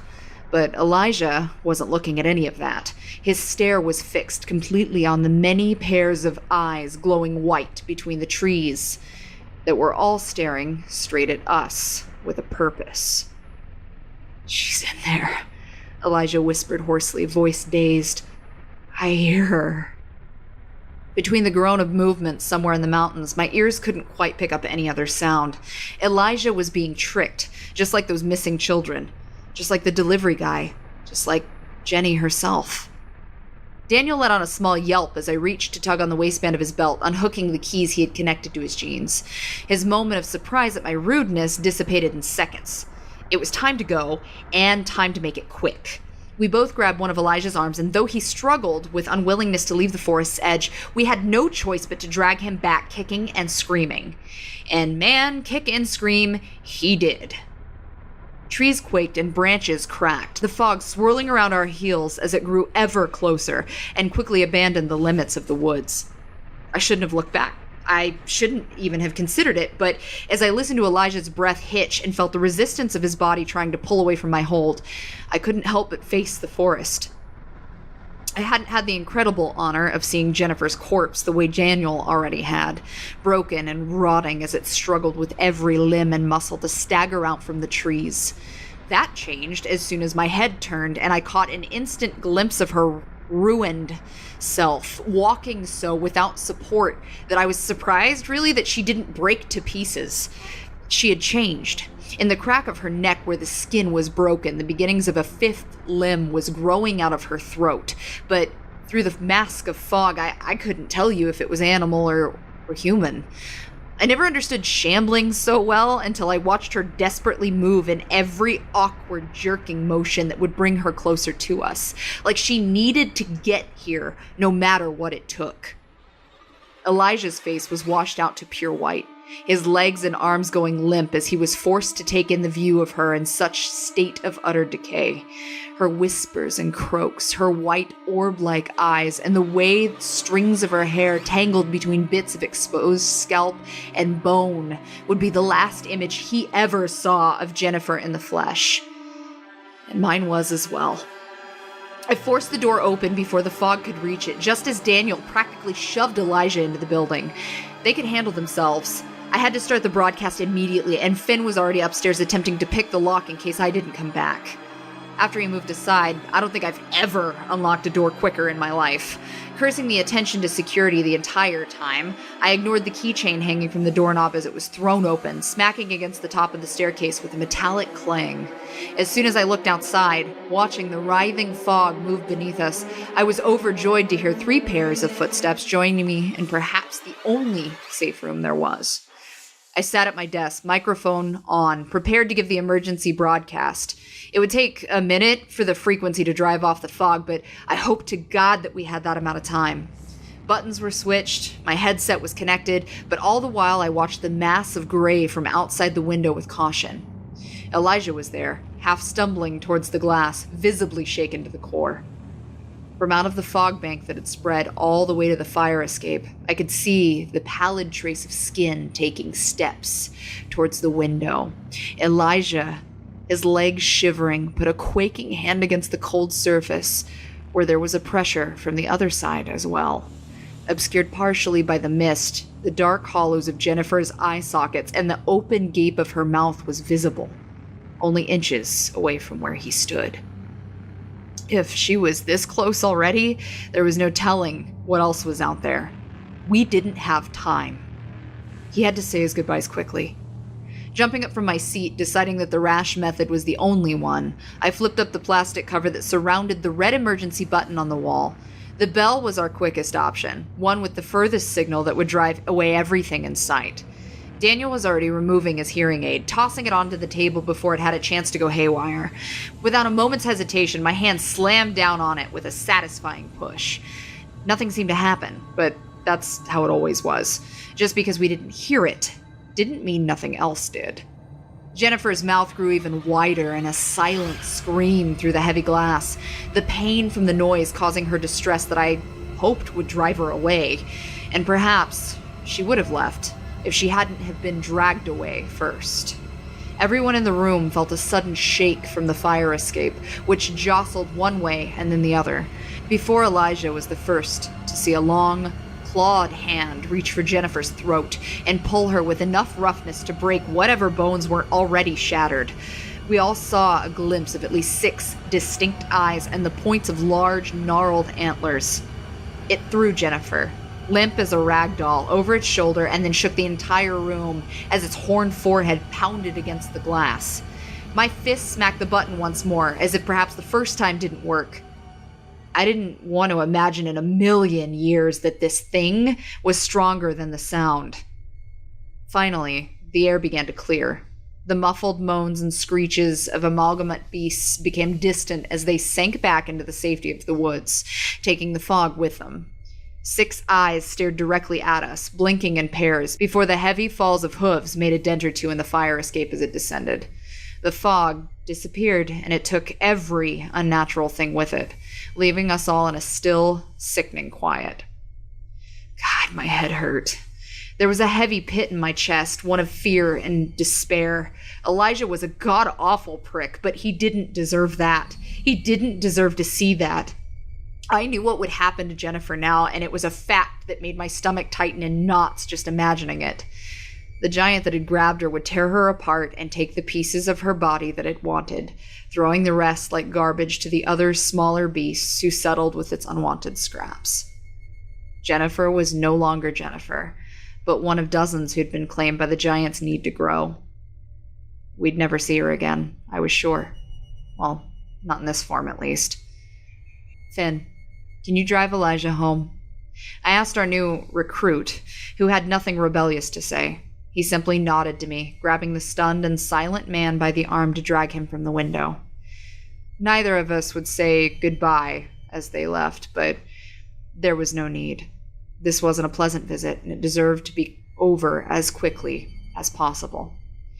Later that afternoon, Daniel and I put in the next tape from our found collection, all thanks to employee number 7. It was odd to hear how many stories co-aligned with our own.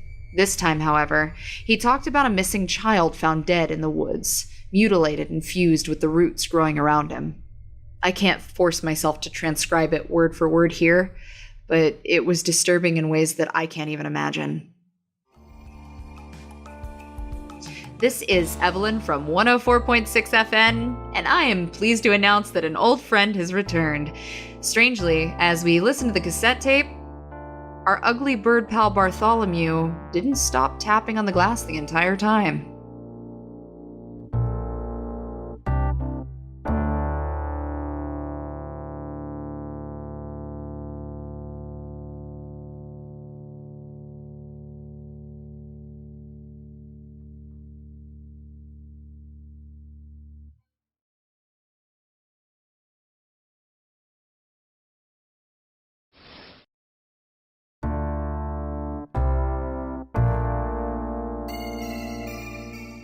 I never thought I'd be taking over for Evelyn again, but here we are. This is Daniel, and right off the bat, I'll say that my coworker is doing about as well as can be imagined. She's sleeping beside me, curled up in a chair meant for hospital visitors, the kind that squeaks if you even think about moving. She's in pain, but very much alive. We both are. How it ended up like this is a long story, but I'm skipping none of the details. Finn kept true to his word. Days after Elijah had appeared and the fog made a mess of things at the station, the stress had slowed to a normal speed of mellow weirdness, and we began to see him returning to drop off deliveries and keep an eye on things. I remembered the relief on Evelyn's face as she passed her keys over to him, finally feeling the weight of their presence lift as Finn took our responsibilities for the weekend. This was the first day off that she had ever had since starting, unless being arrested counts as a vacation. No matter how many times she had stepped outside before this moment, this was the only time she actually seemed lighter in spirit as soon as her feet hit the ground. "Where are you staying tonight?" I asked her, hoping the question wasn't invasive. Luckily, she didn't seem fazed by it as she reached around to pat her back pockets, checking for her wallet for the 10th time. "Got enough for a motel. The one down the main road. It'll put me close enough to the shops to find some kind of dress to wear." I laughed. I thought we'd agreed to matching tuxedos. Evelyn snorted when she laughed, climbing into the passenger seat of my car. Her eyes wandered down to the floor, and I noticed the way that she tried to be subtle about avoiding a few granola bar wrappers left abandoned, melted underneath her feet. I probably should have cleaned things up. "If I can find two in both our sizes, I'll let you know." She leaned back in her seat, buckling in and giving the tower one last look out the window before the wheels crunched through the gravel. "Can you drop me off at Parker Street, next to the old motel?" I glanced in the rearview mirror, getting one last look at our workplace before the main road came into view. I had left so many times before, but it took me this long to realize that Evelyn had never actually left with me. "Sure. You don't want to eat first? I'll buy you lunch," I asked as I scratched my face, the stubble reminding me to shave before tomorrow. Evelyn was visibly thinking it over, her lips scrunched to one side of her face. "Maybe tomorrow, before the wedding. I kinda just want to take a nap right now." I didn't push, and she didn't need any excuse. She deserved some time to herself that wasn't spent in the broadcast tower sleeping in a real bed, even if it was covered in a few mystery stains. "All right," I told her, distracted by the annoying blink of my turn signal as we entered town. "I'll pick you up at noon. How's that sound?" The rest of the ride was quiet, brief, and with few small intervals of actual comment. There was something worth talking about. Now and again, Evelyn would point out an old store that had shut down, or tell me about which houses her elementary school friends used to live in before she moved away. As much as she said she hated this place, the freedom of leaving the tower seemed to awaken an appreciation for it. The car was put in park, still running in silence. Evelyn unbuckled herself from the seat, nothing but her wallet and the clothes on her back to take with her. She still wore a clumsy smile, freckled cheeks pulled into a grin as her hand fell on my shoulder with a hard clasp. "Call me before you pick me up, okay? I sleep through alarms." "I'll do that," I assured her. "Now go get some rest and a shower. See if they've got a free hairbrush you can steal." She bit her tongue as she stuck it out at me, eyes squinting and nose crinkled. The annoyed expression didn't last long, and I was lucky enough to get a small glimpse of a smile before she shut the car door, tripping over the curb and straightening up again on her way to the motel entrance, while giving one last pat on her back pocket to check for her wallet. I spent that night the way I spent a lot of nights. That is to say, not doing much at all before falling into bed. I thought for a split second about texting Evelyn, asking if she's doing all right before remembering that she's safer now than she ever was. I'd admit there are many times when I sit awake at night and wonder why the hell we still bother going back. Thinking about her set up in the motel, both of us free from the broadcast station, made me ponder how we'd get away with just leaving. It'd be easy, wouldn't it? It would take hardly an effort at all to just get in a car and drive, dividing our money to get as far as we could and sleep in the back seat if we had to. But somehow it felt wrong. To give up a burden we chose would just push it onto someone else who didn't even ask for it. I didn't claim to be a perfect person, but I didn't think either of us are that heartless. As I laid down in bed, putting my phone next to me on a charger, I was about to close my eyes before I saw the glow of the screen light up and the motion of vibration. It was after 11 o'clock, and I half expected it to be some spam email, but was surprised and amused to see 3 messages from Evelyn. I snorted, eyes squinting in the bright light of a screen in a pure dark room as I texted her back. "Save it for the AM and go to bed. I'll see you tomorrow." And she did. At noon, just as I promised, I stopped by the motel just as she walked out, a department store bag full of wrinkled clothes in one hand. I tried hard not to audibly laugh as she approached the car. She had found a dress to wear, which was simple yet attractive. But the part that made me chuckle was that she still had a pair of dirty old boots on beneath the knee-length skirt. That aside, she looked neater than I had seen her before. Somewhat rested, with her hair down, combed properly. It looked like she made some attempt at makeup on her eyes, but there were patches of red skin near her temples and cheeks, as if she'd rubbed it off and tried several times to put it back on. Still, she looked good. She looked different. "Hey, Danny, look at you. We're gonna be the fanciest assholes at the diner." That was the first thing she said to me, and at that point, I knew that the change of appearance didn't change the person.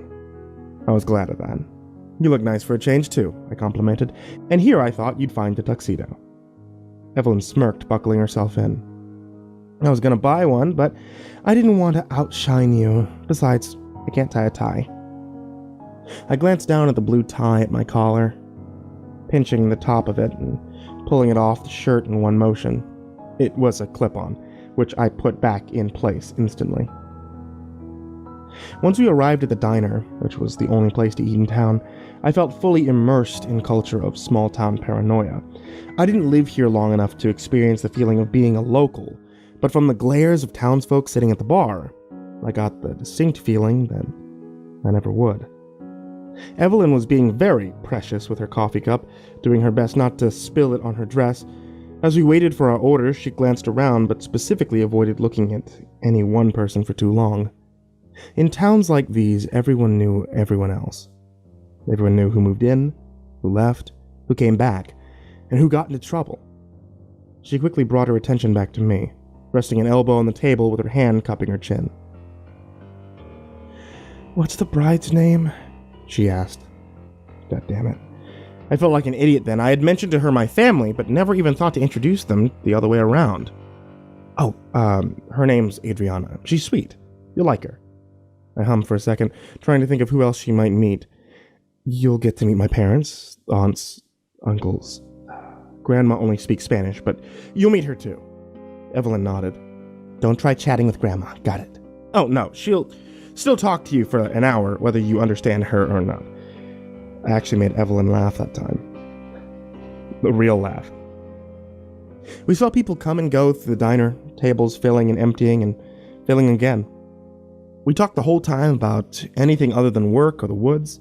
She asked where I went to college, where I grew up, where I worked. We bonded over shared stories of crummy retail job woes and our weirdest former roommates, then complained about how bad the nachos were, while simultaneously trying to get another to eat an entire hot pepper in one bite. It's almost 2:30. We were 15 photos into a mobile album of my family's dogs when we realized we weren't alone anymore. A group passed by, made of 4 older men all dressed eerily identically in denim and trucker hats. The last one passed us. His eyes peered from Evelyn's face to mine, with a frown hidden somewhere in a bushy gray beard. He stopped, took 2 steps back to stand next to our table, and spoke to us. "I know you too." His voice was dry, old croak. "Heard you over the radio."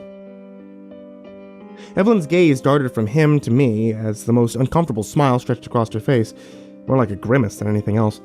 "Hey, thanks. Glad to hear someone actually listens."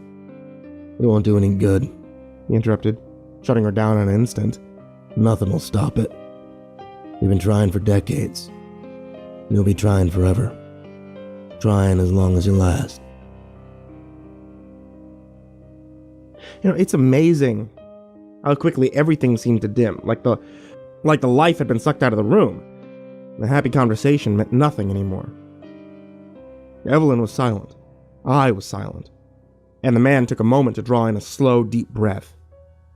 Then he tapped the front of his cap and nodded a farewell, saying only one thing. "Good luck." As unpleasant as that was, perhaps the distraction was a good thing. It was getting into mid-afternoon now, and we had a bit of a drive to get to the wedding, but Evelyn didn't mind the prospect of getting out of the village limits for a day. After getting in the car and passing by the last tiny corner store before the stretch of road began, the easy feeling was coming back.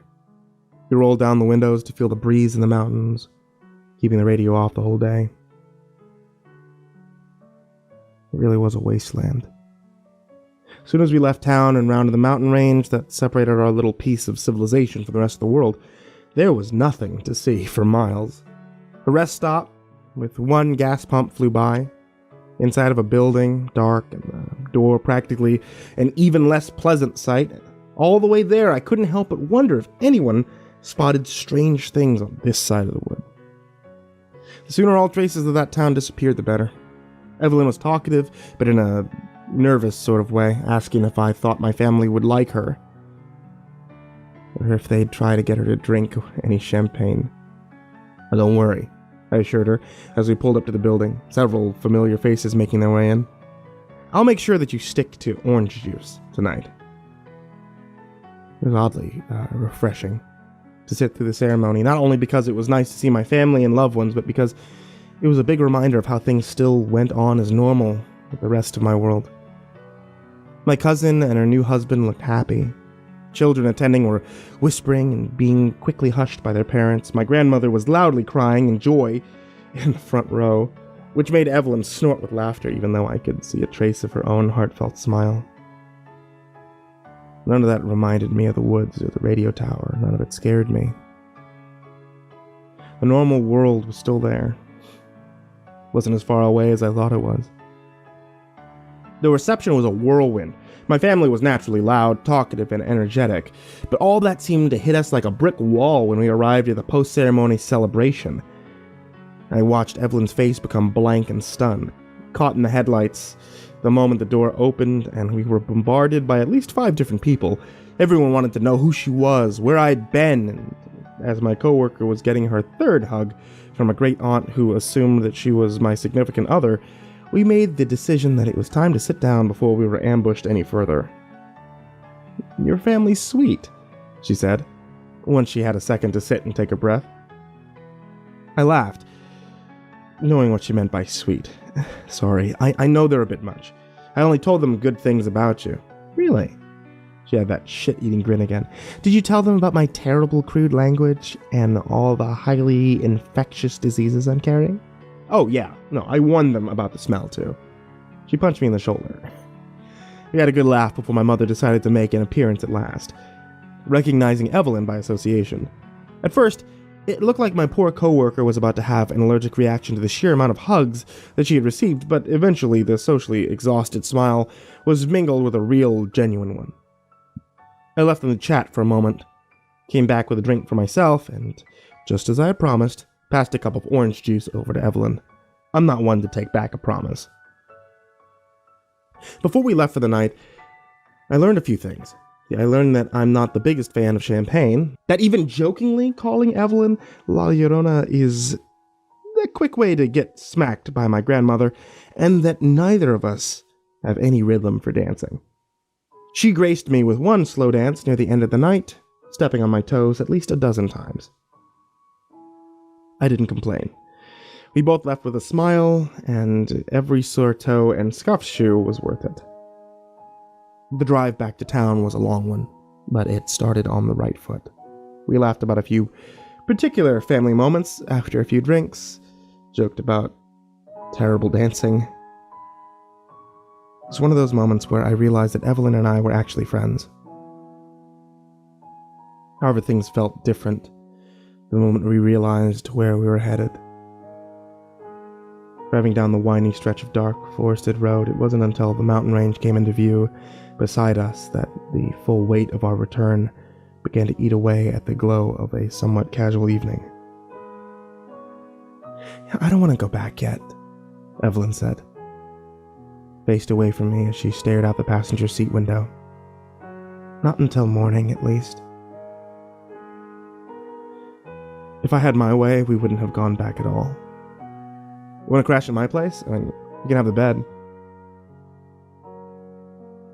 She actually seemed to consider it for a moment, sitting stiff in her chair, looking out the windshield, at the rearview mirror, anywhere but at my face. After a moment of silence, she cocked her head to the side with a sudden idea just as I turned the car to enter town. "Let's go to my place," she said. I was perplexed, but too curious of what she had planned to say no. We passed the apartments, the residential district, the shops. I was driving slow, expecting her to tell me to stop or take any turns at any given road, but she didn't. She waited until we were driving by the old elementary school to point out my window at a small stone driveway near the park. "Here, let's pull in here." I did as she said, parking the car right in front of the playground where the children would play during school. It was empty, as to be expected, and behind the swings and slides was an upward hill. I met with the thick, dreary tree line. Evelyn gave me a look, eyebrows raised, nudging her head towards her door as she unbuckled herself.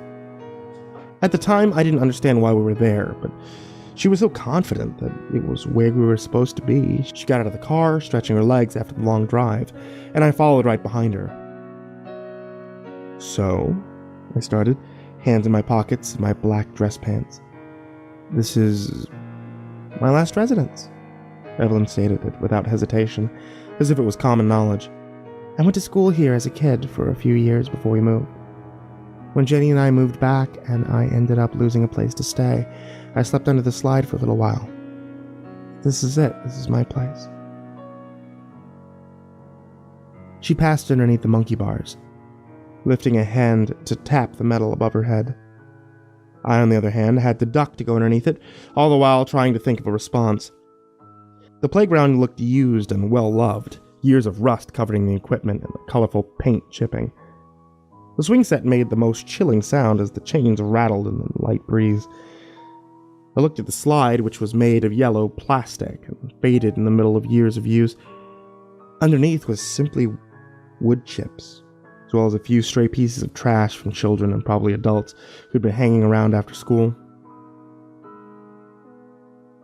It didn't look like the best place to sleep. I'm sorry. And how else could I have reacted? "Shit, don't say you're sorry," she laughed as she grabbed his swing set chain, propping one boot-clad foot on the seat and instantly making herself taller as she slowly swayed back and forth. "Just ask if the wood chips ever poked my ass. Make a joke about it. It doesn't have to be awkward anymore, Danny." All right. I decided it wouldn't be awkward anymore. I gave her an embarrassed smile, sitting down on the swing beside her, and wondering when she decided to start calling me Danny. Evelyn plopped her heels back down to the wood chips to probably take a seat on the swing, using one foot to slowly tip forward and back. We were both facing the woods, a feeling that brought me discomfort, and I could only imagine it did the same for her.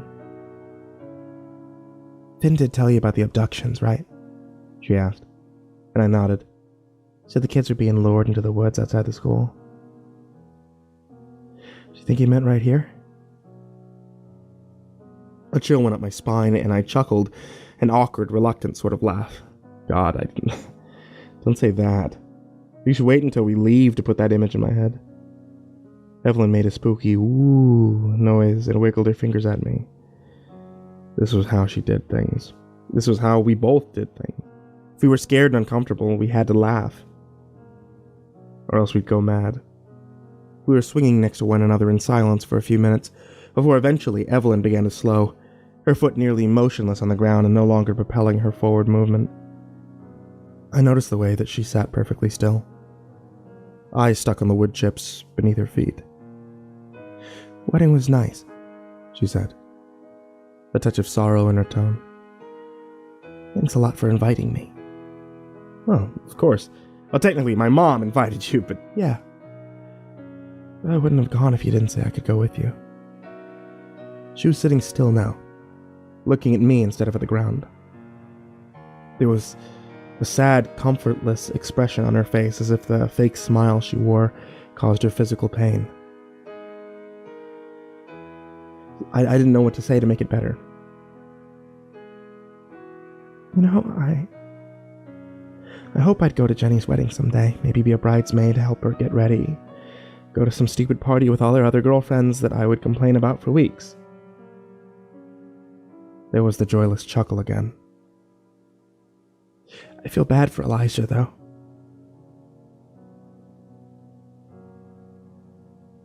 I had stopped swinging, and I leaned my head against one chain. "I feel bad for him, too," I said, "even if he tried to break my nose." Here we were again, in a situation that wasn't funny, still chuckling about it. But to be honest, the moment I got out of my car and ended up getting punched in the face was rather hilarious in hindsight. Evelyn kicked at the ground, pushing herself back to start swinging again. She leaned back to look up at the sky. When I copied her and did the same, I found it surprisingly dizzying. The stars were bright on a clear evening, out here away from the lights of town and far from any big cities. "You can usually see Mars this time of year," she said, pointing up. But the hunt for the red planet was cut abruptly short. We both heard the sound of footsteps through dry grass and leaves, small ones, moving quickly and clumsily. Evelyn straightened up while I stood with eyes squinted into the tree line, expecting to see some normal or abnormal creature crawling out from the brush. What we saw instead was a figure, small and quick, hidden in shadow and on its way towards the woods. It was a child, a little boy dressed in red pajamas, and we both watched him make those final steps into the forest, towards something tall and obscured by the trees. I thought Evelyn was going to fall off the swing, her legs swinging pigeon-toed as she rushed to stand up. This was exactly what we feared. "Did you see him?" she asked. But she didn't need to. I was already on my feet, ready to follow. "Was he following something? Oh, God damn it, Dan." She wasn't swearing at me, but rather her exasperation came from a place of concern. Neither of us waited around to discuss what we were going to do, but somehow agreed in silence that the only option was to catch up with the boy before there was no chance of ever finding him again in one piece. I got up to the top of the hill before her, but stopped to grab her arm and pulled her the rest of the way. Though out of breath, she was the first to rush ahead and past the tree line that separated our safe, normal world from the one that was wild and unpredictable. In the darkness of misshapen blobs of shadow, where it was difficult to tell the difference between a brush and an animal, our eyes were in constant search of a flash of red, a bit of movement, or the glow of eyes. The forest echoed our steps. I could no longer tell what sounds were coming from us and what sounds were coming from him. But twice Evelyn stopped in her tracks and grabbed my elbow as we kept still. I felt my own heartbeat pulsing out of control. Distantly, I heard the sound of small, clumsy footsteps, sometimes running and sometimes walking. Evelyn heard it better than I did, holding up 2 fingers, 2 sets of feet. We didn't wait around before speeding through the upward tilt of the hill. "Where the hell did he go?" Evelyn grabbed a tree, panting for breath, and turned to look behind us. I could no longer see the entrance of the woods. There was no telling how far we'd gone. I couldn't have even told you the direction we were facing after making so many turns. When we found the boy, then we would worry about what to do next. He was so young, so small. I know neither of us could live with ourselves if we were the last ones to see him alive but refused to do anything. "I don't see him anymore," I told her, legs stiff as we soldiered on at a slower pace. We had both kept our voices to a whisper. We were already lost in plain view. There was no point in staying hidden anymore. "Hey, little boy! We're here to help you! Where are you?" A small group of bats tittered and squeaked above us as they abandoned the tree behind us, while in the bushes, the rustling of rodents moved further away. It left the forest in an eerie silence for a few seconds before Evelyn perked up and pointed a finger past me. "I heard crying," she said, "in that direction." The constant dull ringing in my ears drowned out the noise almost completely, but when I paid close attention I could make out small suggestions of a high-pitched, uneven sound. It was the sobs and hiccups of a child, moving further away from us until I could no longer pick it up, but Evelyn could. She seemed to realize this as she took the lead and guided us both through a section of close, growing pines that scratched at my neck as we pushed their branches aside. We were running full speed when we noticed a flash of red above us. It was on the ground, crumpled in a heap. My heart sank, hoping and praying that the only red stains in my vision were the color of his pajamas. As we grew closer, we noticed him moving, rocking back and forth. He was sitting on the ground, hunched over and pounding little fists into the dirt. Hey, don't move. It's okay." Evelyn dropped down to the boy's level. He looked alarmed to see us at first, his tears streaked, red face ready to burst into a terrified wail until he realized that he was looking at 2 very ordinary humans. He didn't say anything, but it made my stomach sick with dread to see him crawling towards my coworker and I, as if looking for someone to comfort him. He had to be no older than 3. Shit, this kid was hardly big enough to upgrade from a crib. This tiny thing could have been dead. And the sight of that is something I don't think I could have ever recovered from. "Let's get walking. We'll either find our way back or we'll see the radio tower, one or the other." I offered my hand at Evelyn's elbow, while she preoccupied herself with picking up the boy, who seemed more than willing to cling to her rather than walking on his own. "Shit. He's shaking like a leaf," she told me. I almost commented that maybe she shouldn't cuss around a little 3-year-old, but wasn't the time or place for that. Lynn, you been keeping track of how many turns we made? She grumbled at my question. No, I haven't, and I can't see a damn thing. She was silenced, jumping with a start as the tree branches behind us crackled and snapped as if something moved very quickly through them. For only a second, I saw a dark shape taller than myself, but it appeared and disappeared through the dense shadow in an instant. She backed towards me, holding the little boy tighter as he whined and hid his face in my shoulder. Walk faster. Walk faster! She was taking quick steps, trying not to jostle the child in her arms, while keeping her head turning in every direction. The look of panic on her face was one that I had only seen once before. It was the same face she wore the night the power went out.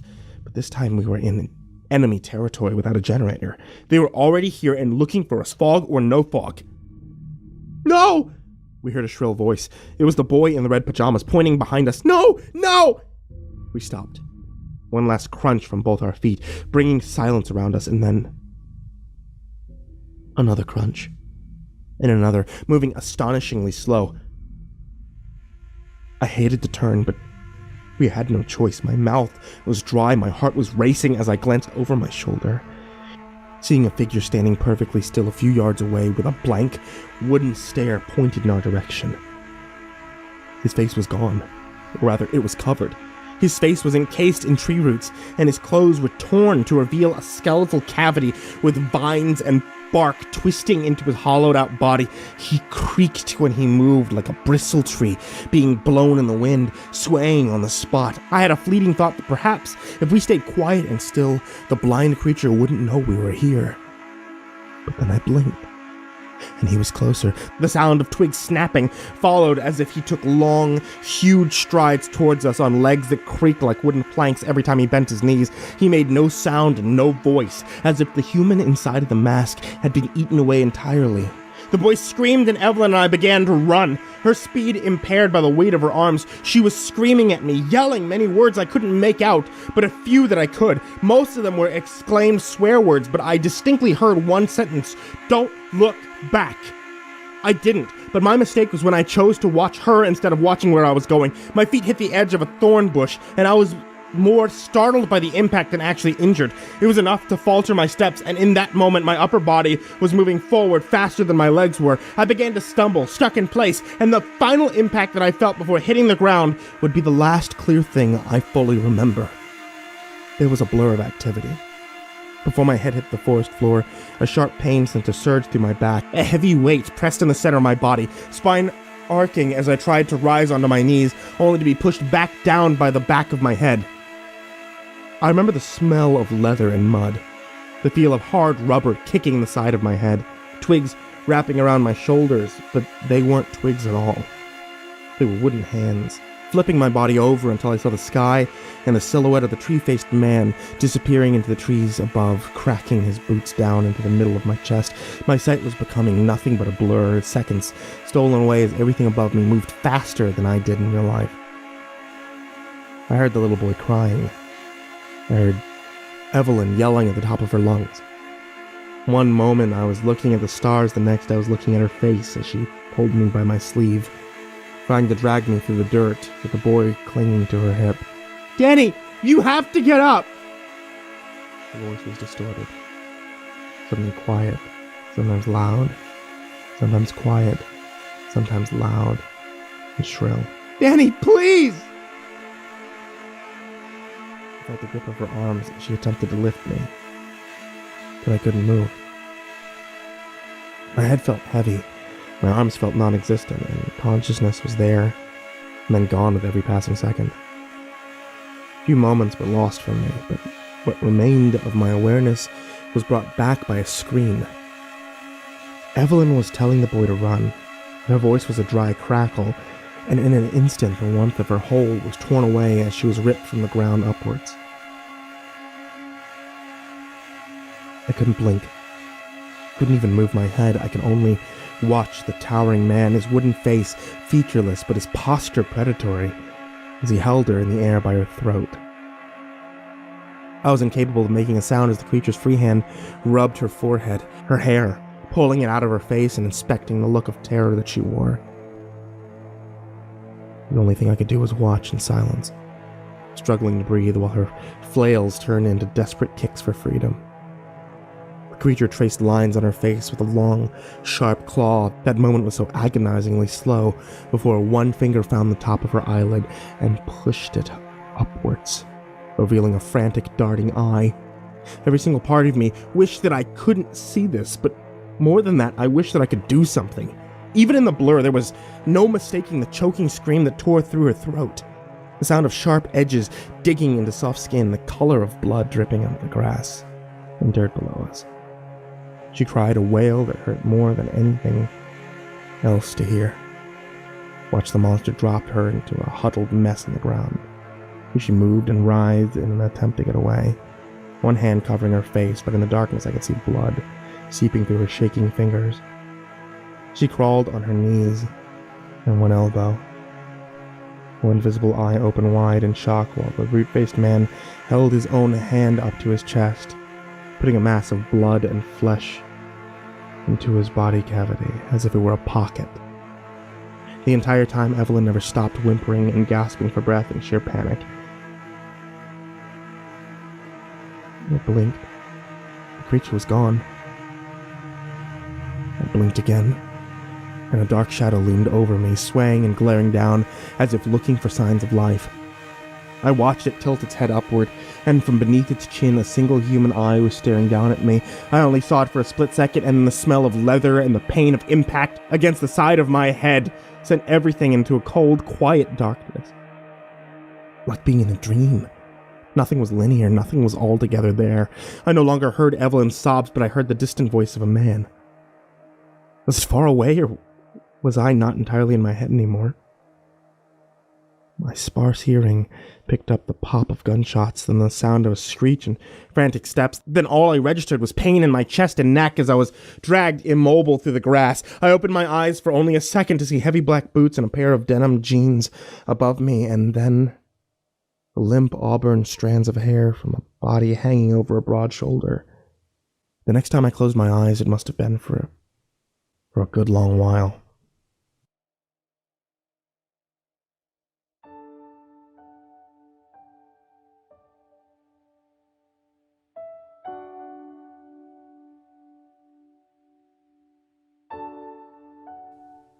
I didn't wake up until 2 days later.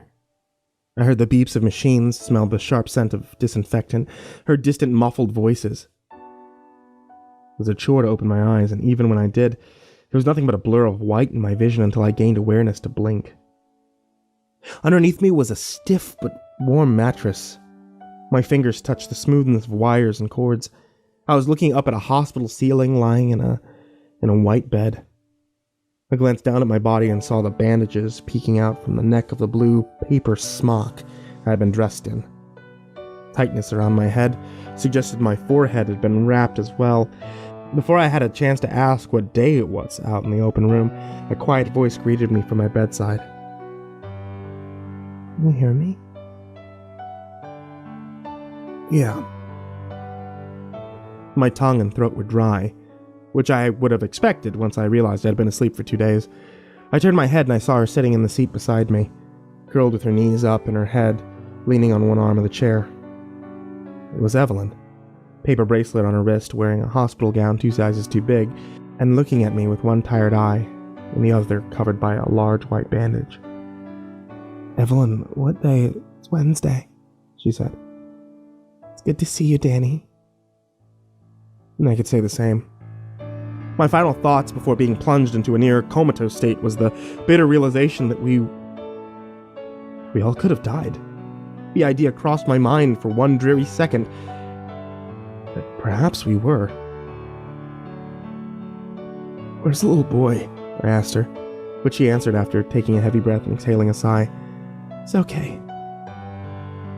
Her words washed over me with relief. It's okay. Finn found us, chased the thing away, and called the police, but the boy wasn't hurt. He's home with his family now. I was suddenly caught by the impulse to reach out my hand, and did it before even thinking it over. Evelyn looked at my open palm for a moment before resting her head on one hand and holding mine with the other, our arms creating a chain between us. Can they fix it? I asked her. Your eye? It was a stupid question, but she didn't tell me that. She just shook her head and spoke in a hoarse croak, frown pulling at her lips. Took it? The whole thing? Fuck. I looked for the right words, but there weren't any. Evelyn, I'm so sorry.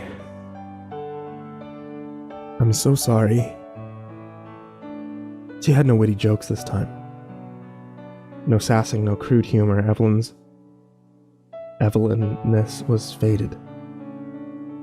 As we looked at one another across the way with our heads both flat to the side, I was remembering this moment as it happened before. She was lying next to me on the floor of the radio station. My ears were stinging. Her voice was far away. It was my first day on the job when I saw her mouth the words, "Want to sleep on an actual mattress?" This time I was the one to say it. I watched her stone-cold expression change as a stiff lip grew into a quiver, and after a moment of silent hesitation, she nodded her head. Our hands slipped away from one another as she pushed herself out of the chair, where I saw for the first time how many bruises littered her shoulders and neck.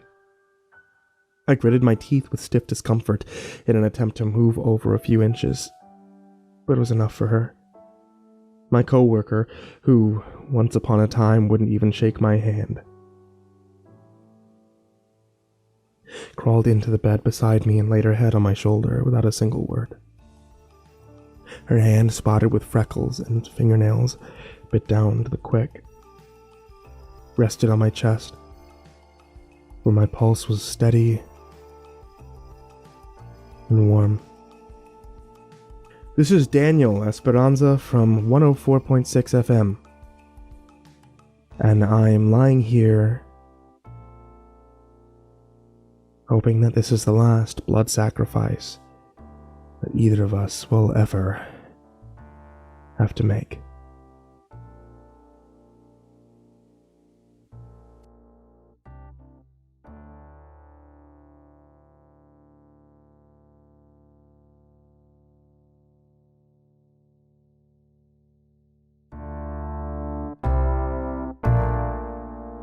I spent a good 2 days in the hospital, just learning how to navigate around the world with only one eye. In case you weren't aware, getting used to lowered perception of depth is absolute, unadulterated bullshit. Yeah, this is Evelyn, and I'll be honest with you, for a bit of time there, I actually considered giving up trying to tell my story. Then I remembered that Daniel could have quit the day he lost his hearing, and he still showed up to work a day earlier than expected. Call me stubborn, but I'm not gonna let that nerd show me up, since I'm pretty sure I'd never hear the end of it. So here I am, back at the radio station and with more of a tale to tell. I may have lost an actual part of my body, but I'd argue that Daniel got the worst of it. He was unconscious for 2 entire days after the ordeal in the woods, and when I was well enough to get out of my own room and visit him, they told me that he was lucky that his spine hadn't been cracked. He had fractured ribs, a ton of bruising, a pretty serious concussion, and he definitely needed stitches on the side of his head. As for me, the lost eye was the worst of it, and the rest of the bruises around my neck just made it look like I was into some serious kinky shit. You know, nothing major. Morning we were both free to go. We took a quiet, awkward taxi cab back to the radio tower. The drive was long and dreadful, seeing the mountains and trees come into view especially.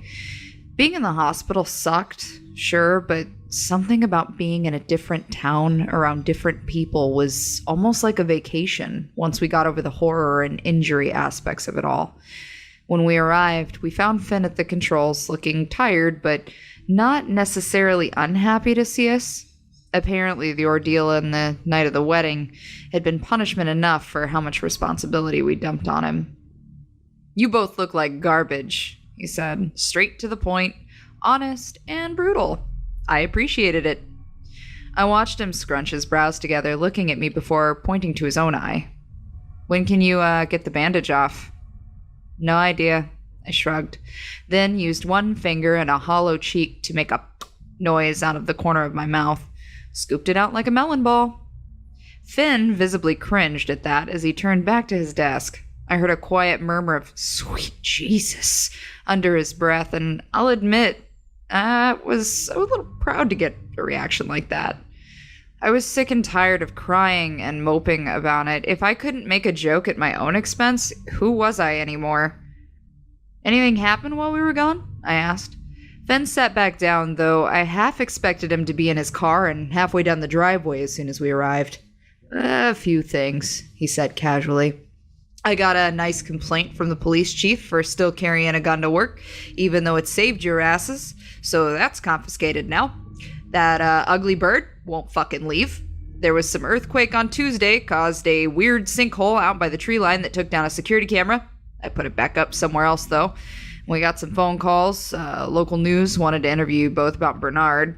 Police intercepted the plans and said no to that idea, though, and left it as a write-up in the paper about a bear attack, or, who the hell is Bernard?" I interrupted. Fenn raised his brows, peering over one shoulder. "The 3-year-old you chased into the woods." I shook my head, slumping down into the second chair while Dan busied himself starting a pot of coffee. "I feel bad for that little guy." "Why?" Fenn asked. "He hardly had a scratch on him." "You did good, kiddo." "No, because his name is Bernard. Have you ever met a Bernard that wasn't like 55 and balding, or like who had fought in the goddamn Civil War? Like, let's ask this toddler if he remembers the Industrial Revolution, and don't call me kiddo." Finn pushed himself out of his seat with a chuckle, leaving me alone at the controls. "Good to have you back, kiddo." I scanned the screens in front of me. The security cameras were up and running, with nothing weird to see. All of the tabs on the screen were minimized in a perfect grid, and Finn had even mathematically timed a list of songs to fit each 30-minute block down to the goddamn second. This guy was better at my job than I was. "You going home already?" I saw him walk away, but instead of grabbing his things and heading out the door, he was just strolling towards the kitchen. "No, ma'am," he told me. "I'm getting overtime to relax and drink coffee while you do all the work this afternoon." Daniel appeared in the doorway then, 2 generic white cups in his hands. He passed one over to Finn with a grimace of apology. "The water's rusty. I put extra creamer in it, though." He handed me the second cup, and I looked at the oddly orange-tinted liquid with some hesitation before realizing that I had probably drank worse tasting and more harmful things. I gave it a sniff, and something about it made my stomach churn. "It, smells like iron?" I said, taking the smallest possible sip. Oh, it tastes like how biting your tongue feels. Ugh. Finn was avoiding ingesting even a drop from the cup at all costs, giving it a scrutinizing look instead. Sure, rusted pipes weren't pleasant, but I'd been here long enough not to be picky about that sort of thing. He apparently didn't agree. "I should, check the plumbing, probably." Daniel took Finn's chair when the latter of the two disappeared through the kitchen door. We were back to where we used to be. Just the two of us, sitting in front of these headache-inducing screens, headsets sitting next to us and waiting to be used. The last few days had dragged on for so long that it felt surreal to be back, almost like we'd been away for a few months. I didn't like this sense of newness that it brought, like sitting down behind the desk for the first time all over again. "We've got time to waste," Daniel said, setting his coffee cup to the side of his keyboard. It always made me nervous how closely he placed it to our delicate technology. "There's quite a lot of those cassette tapes to get through. Do you need a break from the creepy shit, or do you want to, have me put one in?" My gaze left my coworker's face and wandered to the corner of the room, underneath one edge of the lookout window. The cassette player was sitting there neatly, the tapes stacked around it. "We're never gonna get a break from the creepy shit," I told him, marching over to the pile of tapes and searching for the next one on the list. This recording was a relatively short one, but I still think it merits transcribing. Here's everything Eric, or number 7, had to say. December 5th, 2012. I've been told time and time again that we'll find the number 8 soon so I can get some time out of this broadcast tower. But it hasn't happened. Starting to think that I'll be waiting much longer, and then they make it sound. One of the officers from the police station stopped by today, giving some information on number 6. The executive decision we made was to never tell his family how he died. Instead, they told his wife and 2 sons that it was an animal attack. It's not entirely untrue, I suppose. And the condition of his body would make a swift cremation preferable. Thankfully, they agreed. No one ever had to see him or the parts they didn't recover, except those of us here. The conversation was interesting for other reasons, however. The officer, whose name escapes me, but started with an F, if I recall correctly, was curious about my time working in wildlife conservation. In turn, he told me an interesting fact about this location and what it was used for. At first glance, I could tell that it was supposed to be a fire watch or a ranger's outpost of some sort, as the building is much older than the radio mast that reaches above it. He's told me that it's been an outpost in this exact location for almost a century. Before the radio was built, this entire area was blocked off. About 2 decades ago, fences were placed all around the town to discourage people from going into the woods, though a few kids probably still tried. The watchtower itself was occupied by local law enforcement, but when the fences didn't keep people from snooping, they had to disguise the tower as something more simplistic, something they would trust. They'd never question what was happening up there. The radio station. According to the officer I spoke to, the first known solution to our unique problem was a tower that was built here before this building ever existed. Members of the town council would take turns watching in the towers and ring a bell to chase off anything that came out of the woods, seeing as they hated the sharp sound that it made.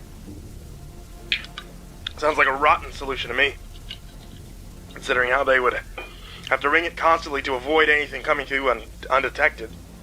I'm glad our technology is more sophisticated today than it was back then. Still, an interesting fact. It's another fog day. I'm prepared this time, thankfully, and I don't intend on ending up like my former coworker. The only thing distracting me is this bird sitting near the window, and it's the same bird from yesterday, sitting in almost the exact same spot. Something about its dark, beady eyes makes me feel uncomfortable. Maybe by tomorrow it'll be gone. Of all the recordings, this was probably the least traumatic of them all, but somehow the most useful. When it was over and the tape was left with nothing but empty space, I ejected it from the machine and set it aside, both elbows on the table, and a crinkle in my brow. "It makes sense," I remarked, eyes scanning the wall until they fell upon the red emergency button. "I guess that's why we still call it the bell?" At this point, I was just about to put my headset on and get ready for a news broadcast when a pair of heavy footsteps began stomping towards us from the kitchen. I recognized Finn's various walks. Sometimes he marched around like a herd of buffalo. Sometimes he was quieter than a shadow on the floor. This time, his feet raced quickly towards us with more urgency than anger. He grabbed both of our coffee cups, his own expression looking sick. I lifted one ear off my headset to hear him babbling on his way to the kitchen. "Water's not rusty. You don't want this." I took off my headphones fully. "What?" "I said you don't want this." I could hear him pouring the coffee down the sink. Both cups at once. Now I know I should have just assumed that our sink is always going to be fucking weird and left it at that, but curiosity tore me away from the comfort of my rolling chair and into the kitchen doorway, where the sight of the mess made my gut churn. The sink was bubbling again. Large bubbles of thick, red liquid popped and left splatters on the edges of the basin. Finn's hands were covered in it, leaving fingerprints on the coffee cups he had stolen away from us. He turned to me, a scowl of disgust on his face, and showed me the red stains on his fingers. "Smell the water," he demanded. "No?" "Smell it." "Okay, let me clarify this. Fuck no." Before Finn could further pressure me to inspect the scent of the dirty red sink, a large bubble popped and sprayed droplets across the side of his face, causing him to squint one eye and grimace as a shiver went down his spine. "Oh, it's not water," he told me, wiping his face. "It's blood, and it's warm. Have you ever seen your sink do this before?" I didn't answer him right away, too busy wishing somehow I could wipe the taste off my tongue. Oh my god, I drank that? I actually put that in my mouth, my own actual human mouth. Oh, I was busy trying not to gag, and all that Finn could ask was if this had happened before. Oh, strangely, the answer was yes. The fact made me want to rip the sink right out of the kitchen and chuck it into the woods. Yeah, it has. Once on the night I called you, while Elijah was here for the first time. Months earlier, when I spent my first few weeks here in the tower, I wondered how on earth a voice got into the pipes. Jennifer's voice, specifically. What I still assumed was some creepy parlor trick meant to scare us brought a new level of disgust to light when I thought about where the water in our taps came from. The ground beneath us. The soil we shared with the forest was as rotten as the roots that had squeezed the life out of my friend. Yeah, we're drinking bottled water from now on, I announced, my voice a quiet rattle in my discomfort. The cheap shit. I don't care. Was it ever a wonder why this place was making everyone sick? I never slept. I hardly wanted to eat. And now the forest had taken a piece of me for its own. I was positive that I wasn't the first person to feel like trash just from spending too much time here. And now there was blood coming up from the ground and into the water supply. God, this place was fucking unlivable. I was sick of this kitchen, turning my back just to get away from it. There wasn't any time to sit down, however, as a sound surprised both Finn and I. It was a knock on the door. Through the small glass window, just big enough to peek a face through, I could see someone on the other side, anxiously awaiting to be invited in. Elijah was back. Just when I thought we'd never see him again. Oh shit, it's him again, I whispered hoarsely to Finn, who was inspecting a partially bruised tangerine from the kitchen. He put it down on the counter to peer around and catch a glimpse of our visitor from behind the glass. Finn, stick around in case he tries any shit. Dan, don't get punched in the nose again. I watched Eliza lift his fist to knock on the door again, but I had grabbed the handle and forced it open before he could. Before I could even get a word out to say hello or what the hell do you want, he was inside the station and pacing back and forth with his hands dug deep into his pockets of his sweater. It was July. He didn't need a sweater. I had to come back. I can't stop thinking about it. He was speaking fast. One hand removed to gesticulate wildly as he spoke. He circled around the room, passing me and then passing the window. When he rounded the end of the table where Daniel sat, my coworker actively moved a few inches to keep out of his way. I can't fall asleep anymore. When I do, I see her every single time. As soon as I start to dream, I leave all the lights on, the television, the radio, anything to keep me awake. He stopped walking, having ended up next to the kitchen doorway. He leaned against the wall with his forehead pressed against it, one arm limp at his side. It doesn't work. I look out my window and I see the woods, the trees. Every photo of her doesn't look like her anymore. It fucking looks like... He was unwilling to say it, but I knew.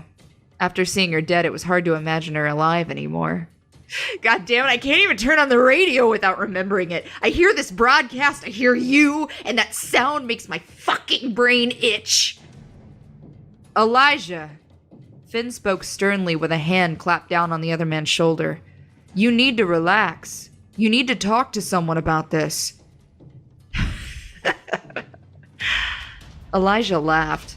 He laughed and he shook his head as he pulled away from Finn's grasp, resuming his quick stomp to the front room and out of reach.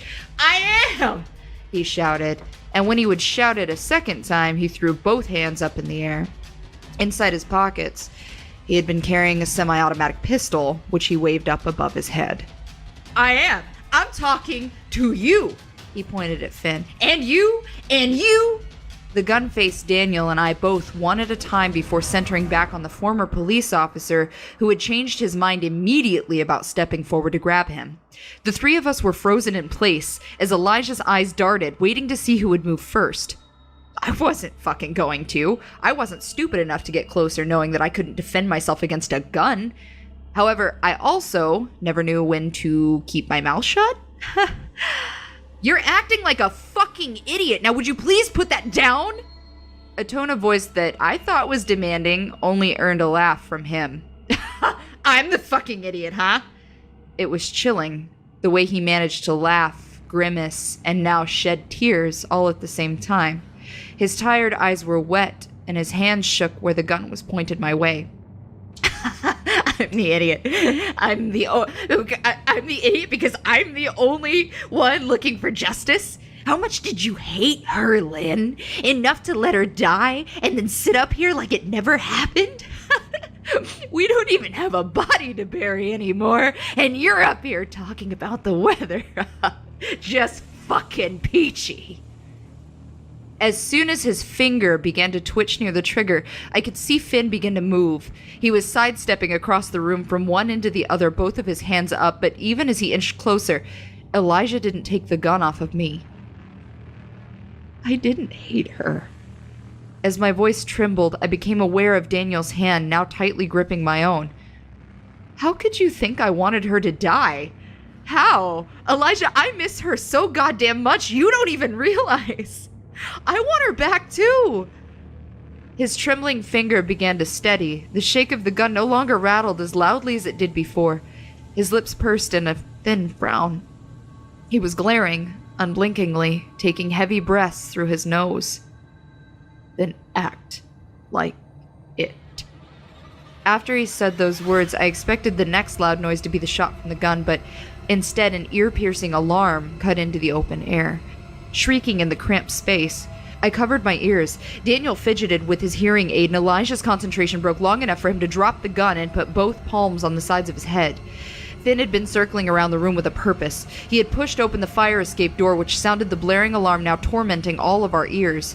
As the siren continued, I watched Daniel as he released my hand and raced across the room, kicking the handgun across the floor to sit at Finn's feet. He stooped to pick it up, releasing the magazine and now shoving the unloaded gun into his belt loop. With the same hand, he pulled out a ring of keys, using one of them to disable the alarm box next to the door. I was instantly pissed that Finn had a copy of those keys that, someone somehow never seemed to ever give me one. Get out, the former officer said, gesturing towards the fire escape. You're going to sit on the stair, both hands on the railing, and I'm going to watch you until the police get here. If you so much as move 2 feet, I'll have this thing loaded and aimed before you reach the first landing. Now, go. Without his weapon, Elijah's confidence seemed to drain. It was like watching dirt wash away under a water tap.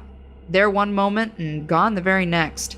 He had no words to speak, only a tremble in his breath as he followed Finn's orders and left the room, his anger turning into what looked like shame, embarrassment, and maybe disappointment. Wait.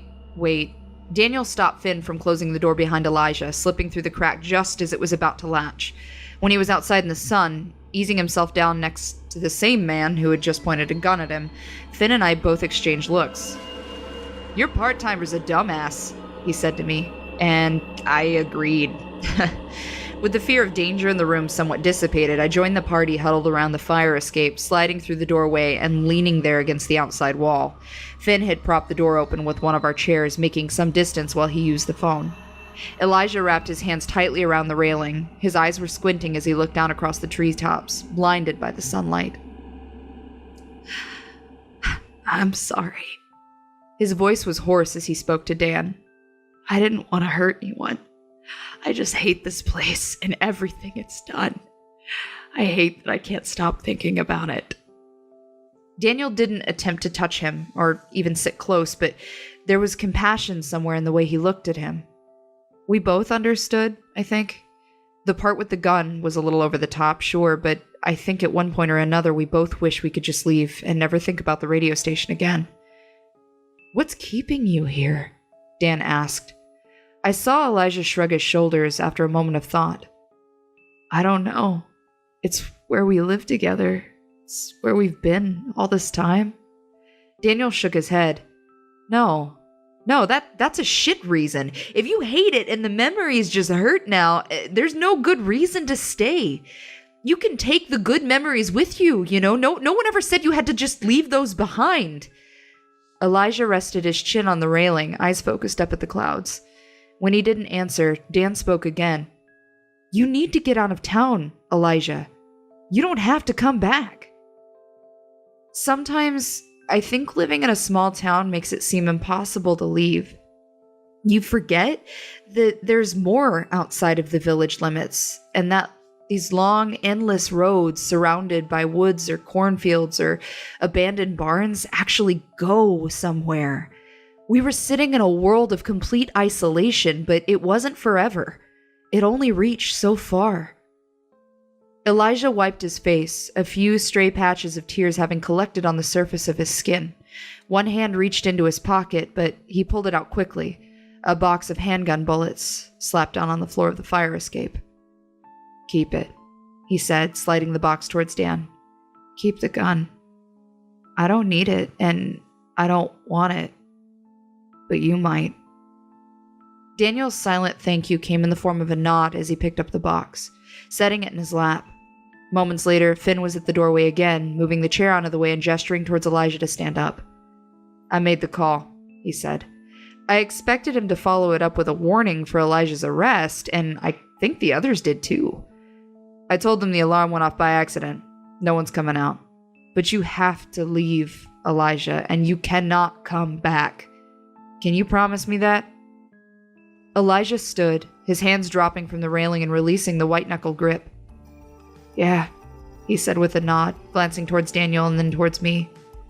I don't think I'll have a problem with that." The gun and bullets were stored safely on one of the desks between where Dan and I sat. Elijah left, getting in his car and disappearing down the gravel road. I stood outside to revel in the fresh air for just a few minutes, and realized something that felt strange to me. This was probably the last time I'd ever see Elijah again. I hope so, really. I hope he listens. I hope he finds something better. But I wish that he could have taken us with him. This is Evelyn at 104.6 FM, and the gun in the desk is giving me an idea.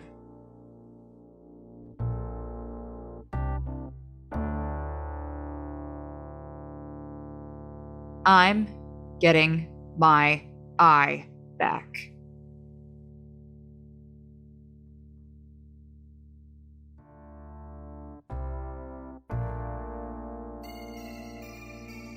We watched the sun go down through the broadcast room window, the sky painted with strokes of red and yellow that melted into deep purple. It would have been a picture of serenity if it didn't remind me of a wildfire rising up from the trees.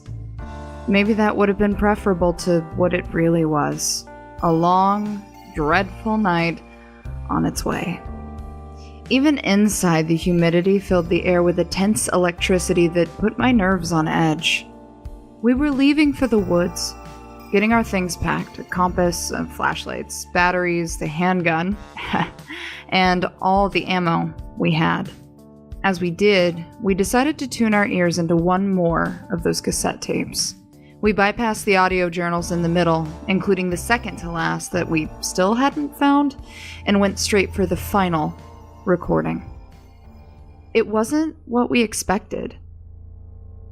It's February 10th, 2013. This voice was different. It was a lady's voice. This is number 8 from the emergency broadcast station. I've been here alone for 4 days since we lost number 7. We reached a record-breaking 3 months of service before his death. I regretted that I only knew him for a short while, and even more I regret having to be there when he was killed. I had been warned. They told me that the creatures in the woods like to take parts from their victims, but I couldn't believe how savagely they ripped him to shreds. The only thing left was his head in the end, but even then, the eyes were gone. Both of them, taken clean from the skull. I almost thought I saw a glimpse of them this afternoon, but it was just this strange-looking bird that's been hanging around in the broadcast room window, right where the tree line ends. I can't see him now, but I feel watched.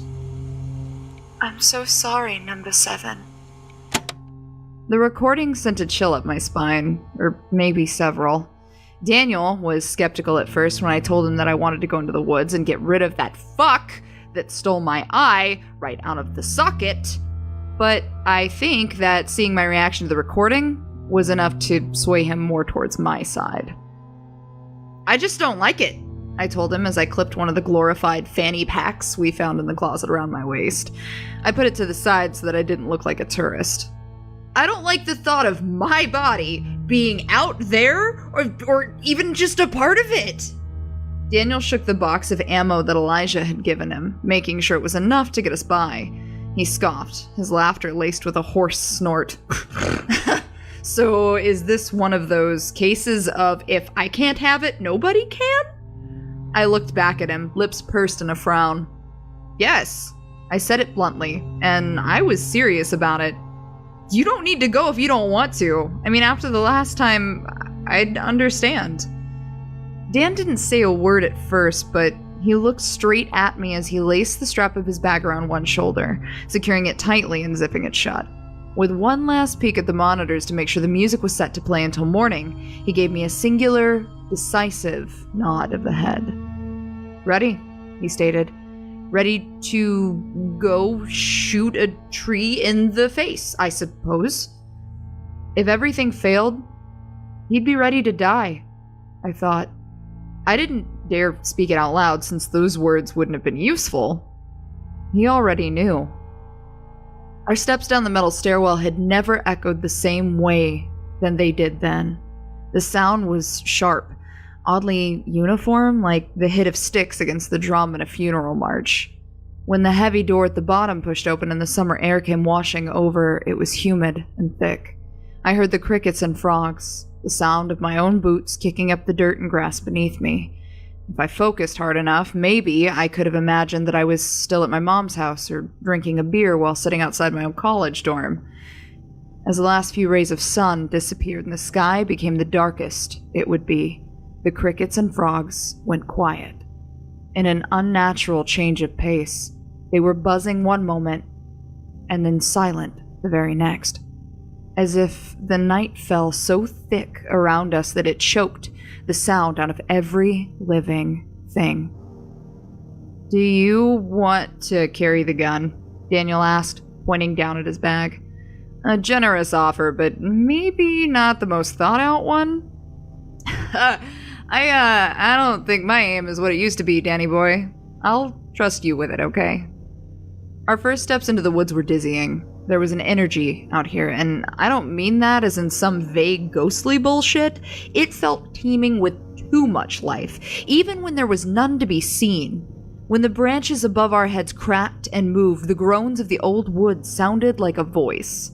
When small animals ran through the overgrowth or scaled the sides of the trees, I felt as if they were watching and whispering to one another. Even the mosquitoes, which were eating the hell out of Dan's neck right now from the start, they were active and agitated. This place was crowded and unhealthy. I stopped for a moment to listen, and Daniel did me the courtesy of standing still as well. There was a very distant sound, like a low bellow. It was far away, but the vocal moan was tired and unhappy. I thought of some old dragon being awoken from its slumber, and all at once hoped to God it wasn't as real or as big as it sounded. I hope the root man doesn't only show himself when there are kids around, I said to my companion, who was squinting his eyes to see my lips move. Daniel shrugged. He seemed content enough with you and your eye. I answered his sass with a sneer and scrunched eyebrows. The one above my right eye socket still hurt to move, but it was worth that pain.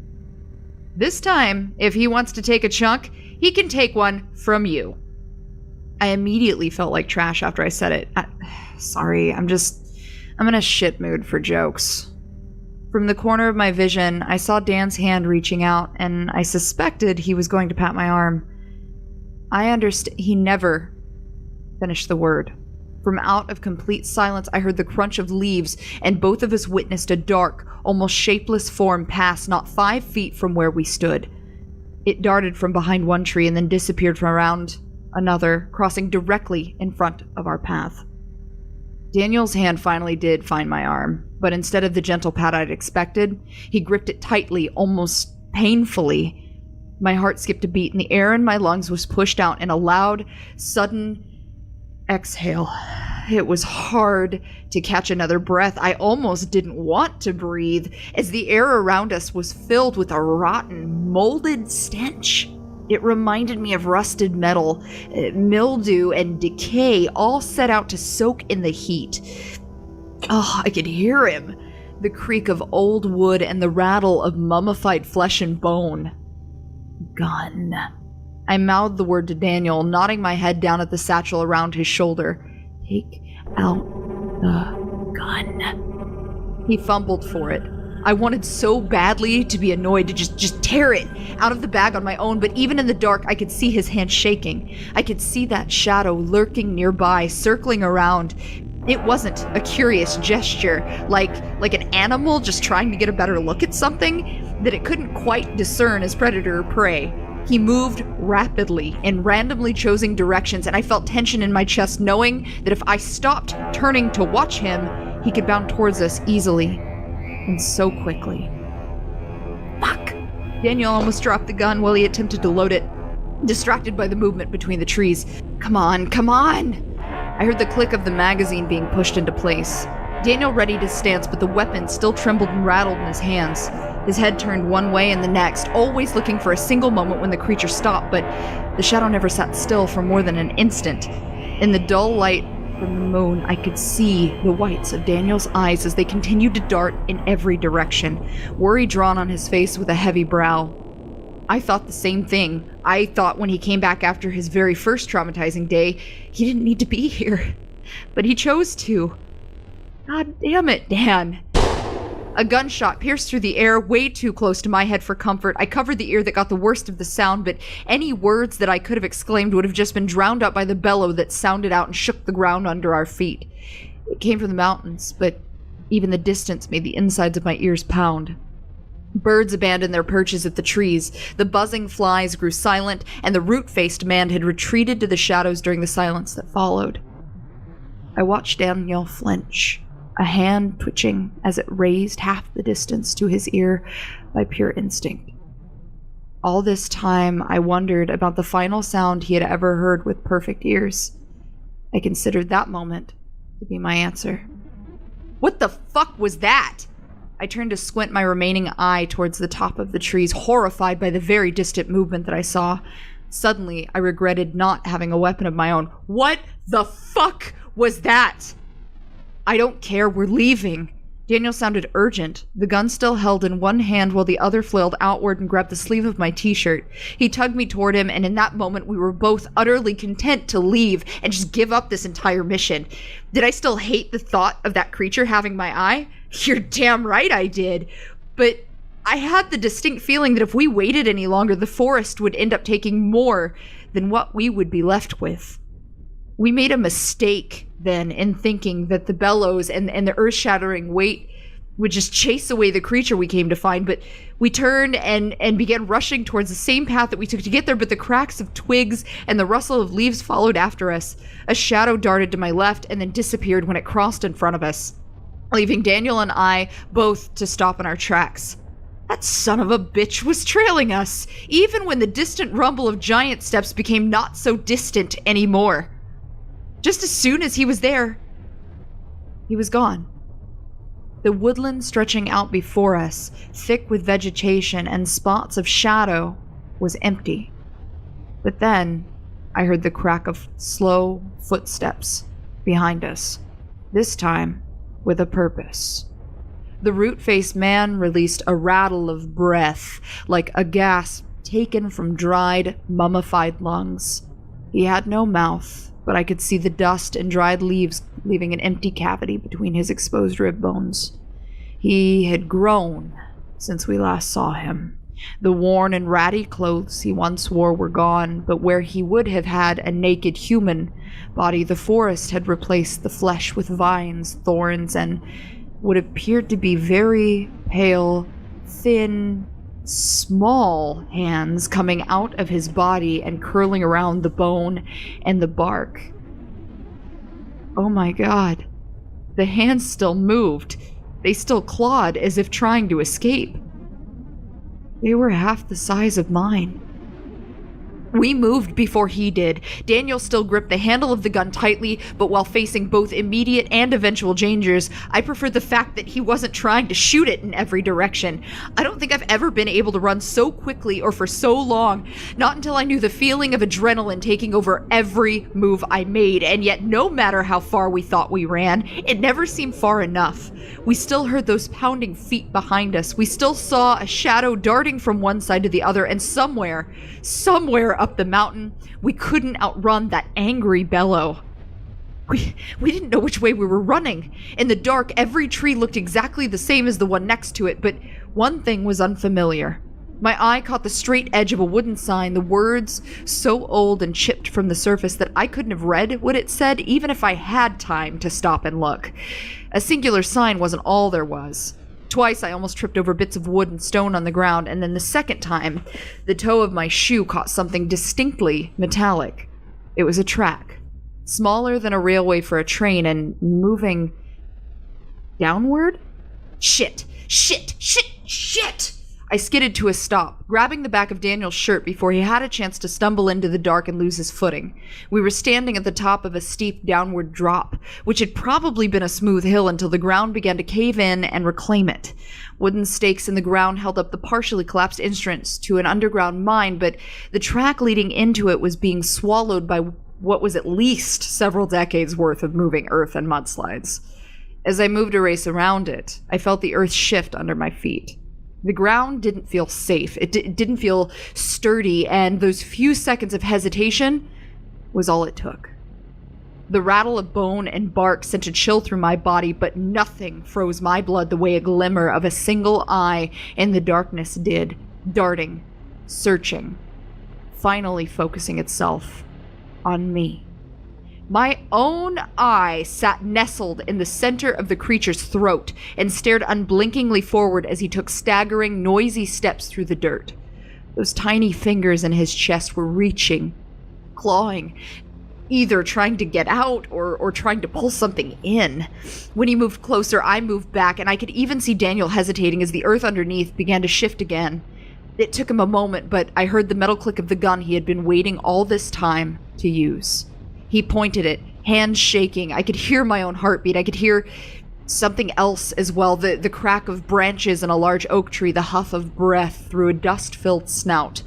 A single gunshot rang out, and I could see the scatter of wooden splinters in the air, but the screech that followed may not have been Daniel's doing at all. In a split second, a shadow bigger than anything I could have expected fell down from the trees, taking branches with it and snapping a thin birch in half as it landed. The amalgamate had changed. It always did.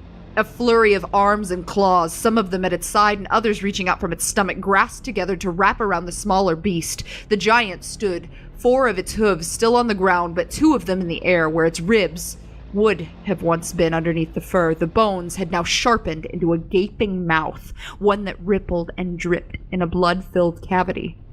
Antlers cracked against the tree limbs as it rose to its full height, lifting the root-faced man and holding his body immobile. God, the way it screamed.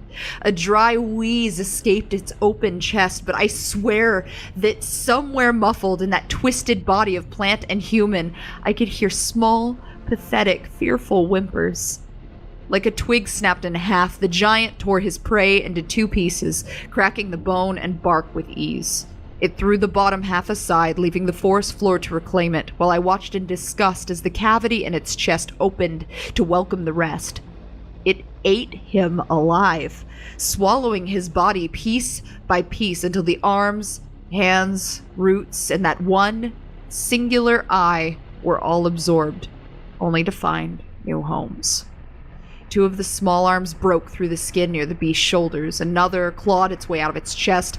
I became aware in that moment of just how many pieces had been taken. Bones, hooves, claws, teeth. I could see so many human parts just in one glance. I wasn't going to count them. I didn't want to.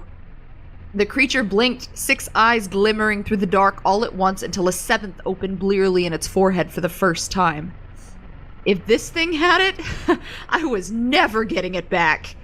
Oh, fuck this. Daniel pointed the gun just as the amalgamate fell back on its 6 legs and began slowly approaching us with the confidence of something that knew we couldn't outrun it. This time, Dan didn't hesitate. I heard one gunshot, then two, both of them aimed at the beast's head. The first shot grazed an antler, which agitated but didn't seem to injure it. But the second one, the bellow the beast made was ear-splitting. I felt as if my brain were melting inside of my skull, and both hands covered my ears to keep it from dripping out. Daniel had hit the mark the second time, a stream of dark blood falling onto the grass beneath the monster's front hooves. How Dan managed to hit a target in the center of that thing's head, I'll have no fucking clue as long as I live. The beast stomped, flailing its head in anger, blood pouring from the eye socket. It was a small injury in comparison to the thing's massive size, but goddamn if that didn't piss it off. Each step I took backwards, I felt the earth shake a bit more. The stomping hooves, the weight. He was gonna cave us all in. It's okay. Dan gripped my wrist with a white-knuckle hold and took a large step back. The dirt shifted again, this time crumbling down into the dark pits of the mine. I looked behind myself and couldn't even see the floor. Just take one more step back. 1, 2, on 3. Daniel didn't get to 3. The amalgamate flailed its antlers one last time and then began to charge towards us, but those first 2 steps were enough to crack through the ground and send the earth crumbling beneath our feet. The cold shock of falling backwards, never knowing how far you're going to fall or what you'll be falling onto, was a lot like falling into water. Cold, overflowing bathwater. I remembered something then. That split second before my head hit the ground, I could see the tile on the bathroom ceiling where I used to live. It was ugly, made up of all these random scratches and shapes. I stared at one for the longest time because it looked a little bit like a man's face. A man's face with a big beard. Well, when Jennifer slapped me awake, choking on cold bathwater, her stark white face covered the view of the ceiling. After that day, I couldn't see that face in the tile anymore. It's no matter, really, how long I stared. Except there was no water this time. But the stone poking into my back was painful and cold all the same. I opened my eye to the dim, jagged opening above my head, a silhouette blocking the moonlight. It wasn't Jennifer. Daniel was panting, out of breath, and the dust was still clearing around us. I was only out of my mind for a few seconds. "Shit, are you okay?" he asked, slipping a hand behind my shoulders to help me sit up straight. "Oh God, my back hurts like hell, but... oh yeah, I'm fine." I squinted my eye up above us, the dust and dirt clouding my vision and stinging something awful.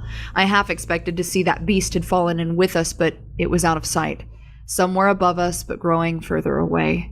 I could hear the heavy steps of its hooves along the forest path. "I didn't kill it," Daniel said, sitting down on the ground. In the pale sliver of moonlight we were offered, I could see his dirt-covered face, tan skin turned red with scratches and glistening with sweat down here in the hot human cavern. He wore a scowl. "Sorry I shot your eye." I wiped my face, smearing the dirt that was already on my cheeks. "It's fine, Danny boy. I didn't really have a use for it anyways." Painfully, I sat up on my knees and then forced my legs to stand. We should see how far this mine goes, I guess. You got a flashlight?" He was pulling his out of his bag at the same time I was, but the light illuminated only more unpleasant sights. I expected stone and coal down here, but at first glance, all I saw were roots. The roots of the trees above had taken over, fighting their way through the dirt. An old minecart was tipped on its side, cocooned in the roots of a tree that had overgrown it, as if trapping it against the dirt. We walked quietly, tiredly, and with purpose. Any desire I had to investigate was gone, but a shuffle of sound from my right made my heart skip a beat, my hand almost instinctively turning the light to see. The roots covered every inch of the walls, but somewhere in there I could see the movement of something half-formed trying to break through. There wasn't just one. If I looked up close and for long enough, I'd probably see plenty of animals from the forest trapped in those roots, all of them in various states of decay and all of them still moving. Some of the remains, both skeletal and fleshy, were draped in bits of rotten old cloth. I felt another wave of discomfort as I recognized an old firefighter's coat, almost like the one I used to steal from my dad and wear around the house, only older, much older. What do you think caused them all to come back like that? Daniel was flashing his light on the opposite wall. I wished I had an answer for him. Honestly, I'm not sure anyone knows. Maybe nature's just different here and no one thing made it that way. Daniel took in a deep breath through his nose, but in the dim light I could see him wince. It smelled awful down here. Oh, that was a terrible answer, he told me. I know. We followed the mine for about a mile, give or take. Maybe it just felt that long. We emerged, and a red glow in the sky signaled the very early hours of the morning, but the fresh air was the most welcoming thing. I took in a deep breath and coughed, tasting dirt and ash in my lungs. I looked like shit. I probably smelled like shit, but seeing the tree line behind us would have been worth 10 times as much dirt caked into my body. We followed the tree line back towards the long gravel drive that Daniel took to work every day, and the same drive where I had been dropped off on my first day of work. Back then, I had no idea what all of this would become, and when I saw the tower again, I thought I'd feel a heavy pit of regret in my stomach. I didn't, strangely. It's weird how a place like that can almost feel like home when everything around it is 100 times more dangerous. Finn was waiting at the top when we got there, looking like a disappointed dad who had been waiting up for us all night. We got an earful, as I'm sure you can imagine, but in the end, I think he was just glad to see that we had come back from it all. Hell, he even congratulated Dan on getting a single shot in, telling us that they could hear the beast screaming all the way from the main road.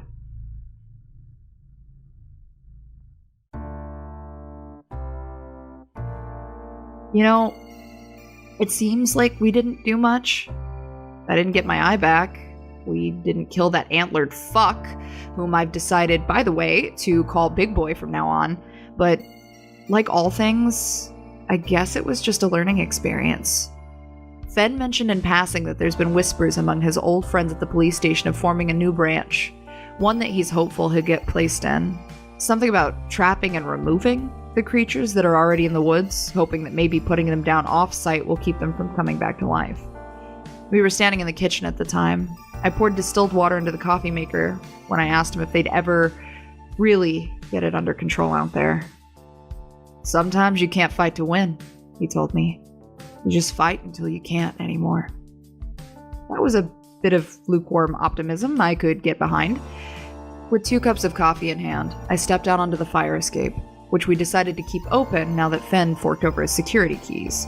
The morning was cool and breezy, even if the view was garbage. Here.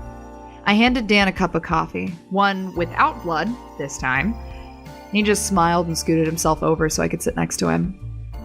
You know, he started, we've got our number 30 now. Yeah? I laughed. Yeah, we can go on that vacation we talked about. I leaned my chin against the railing for a second, but it wasn't that comfortable.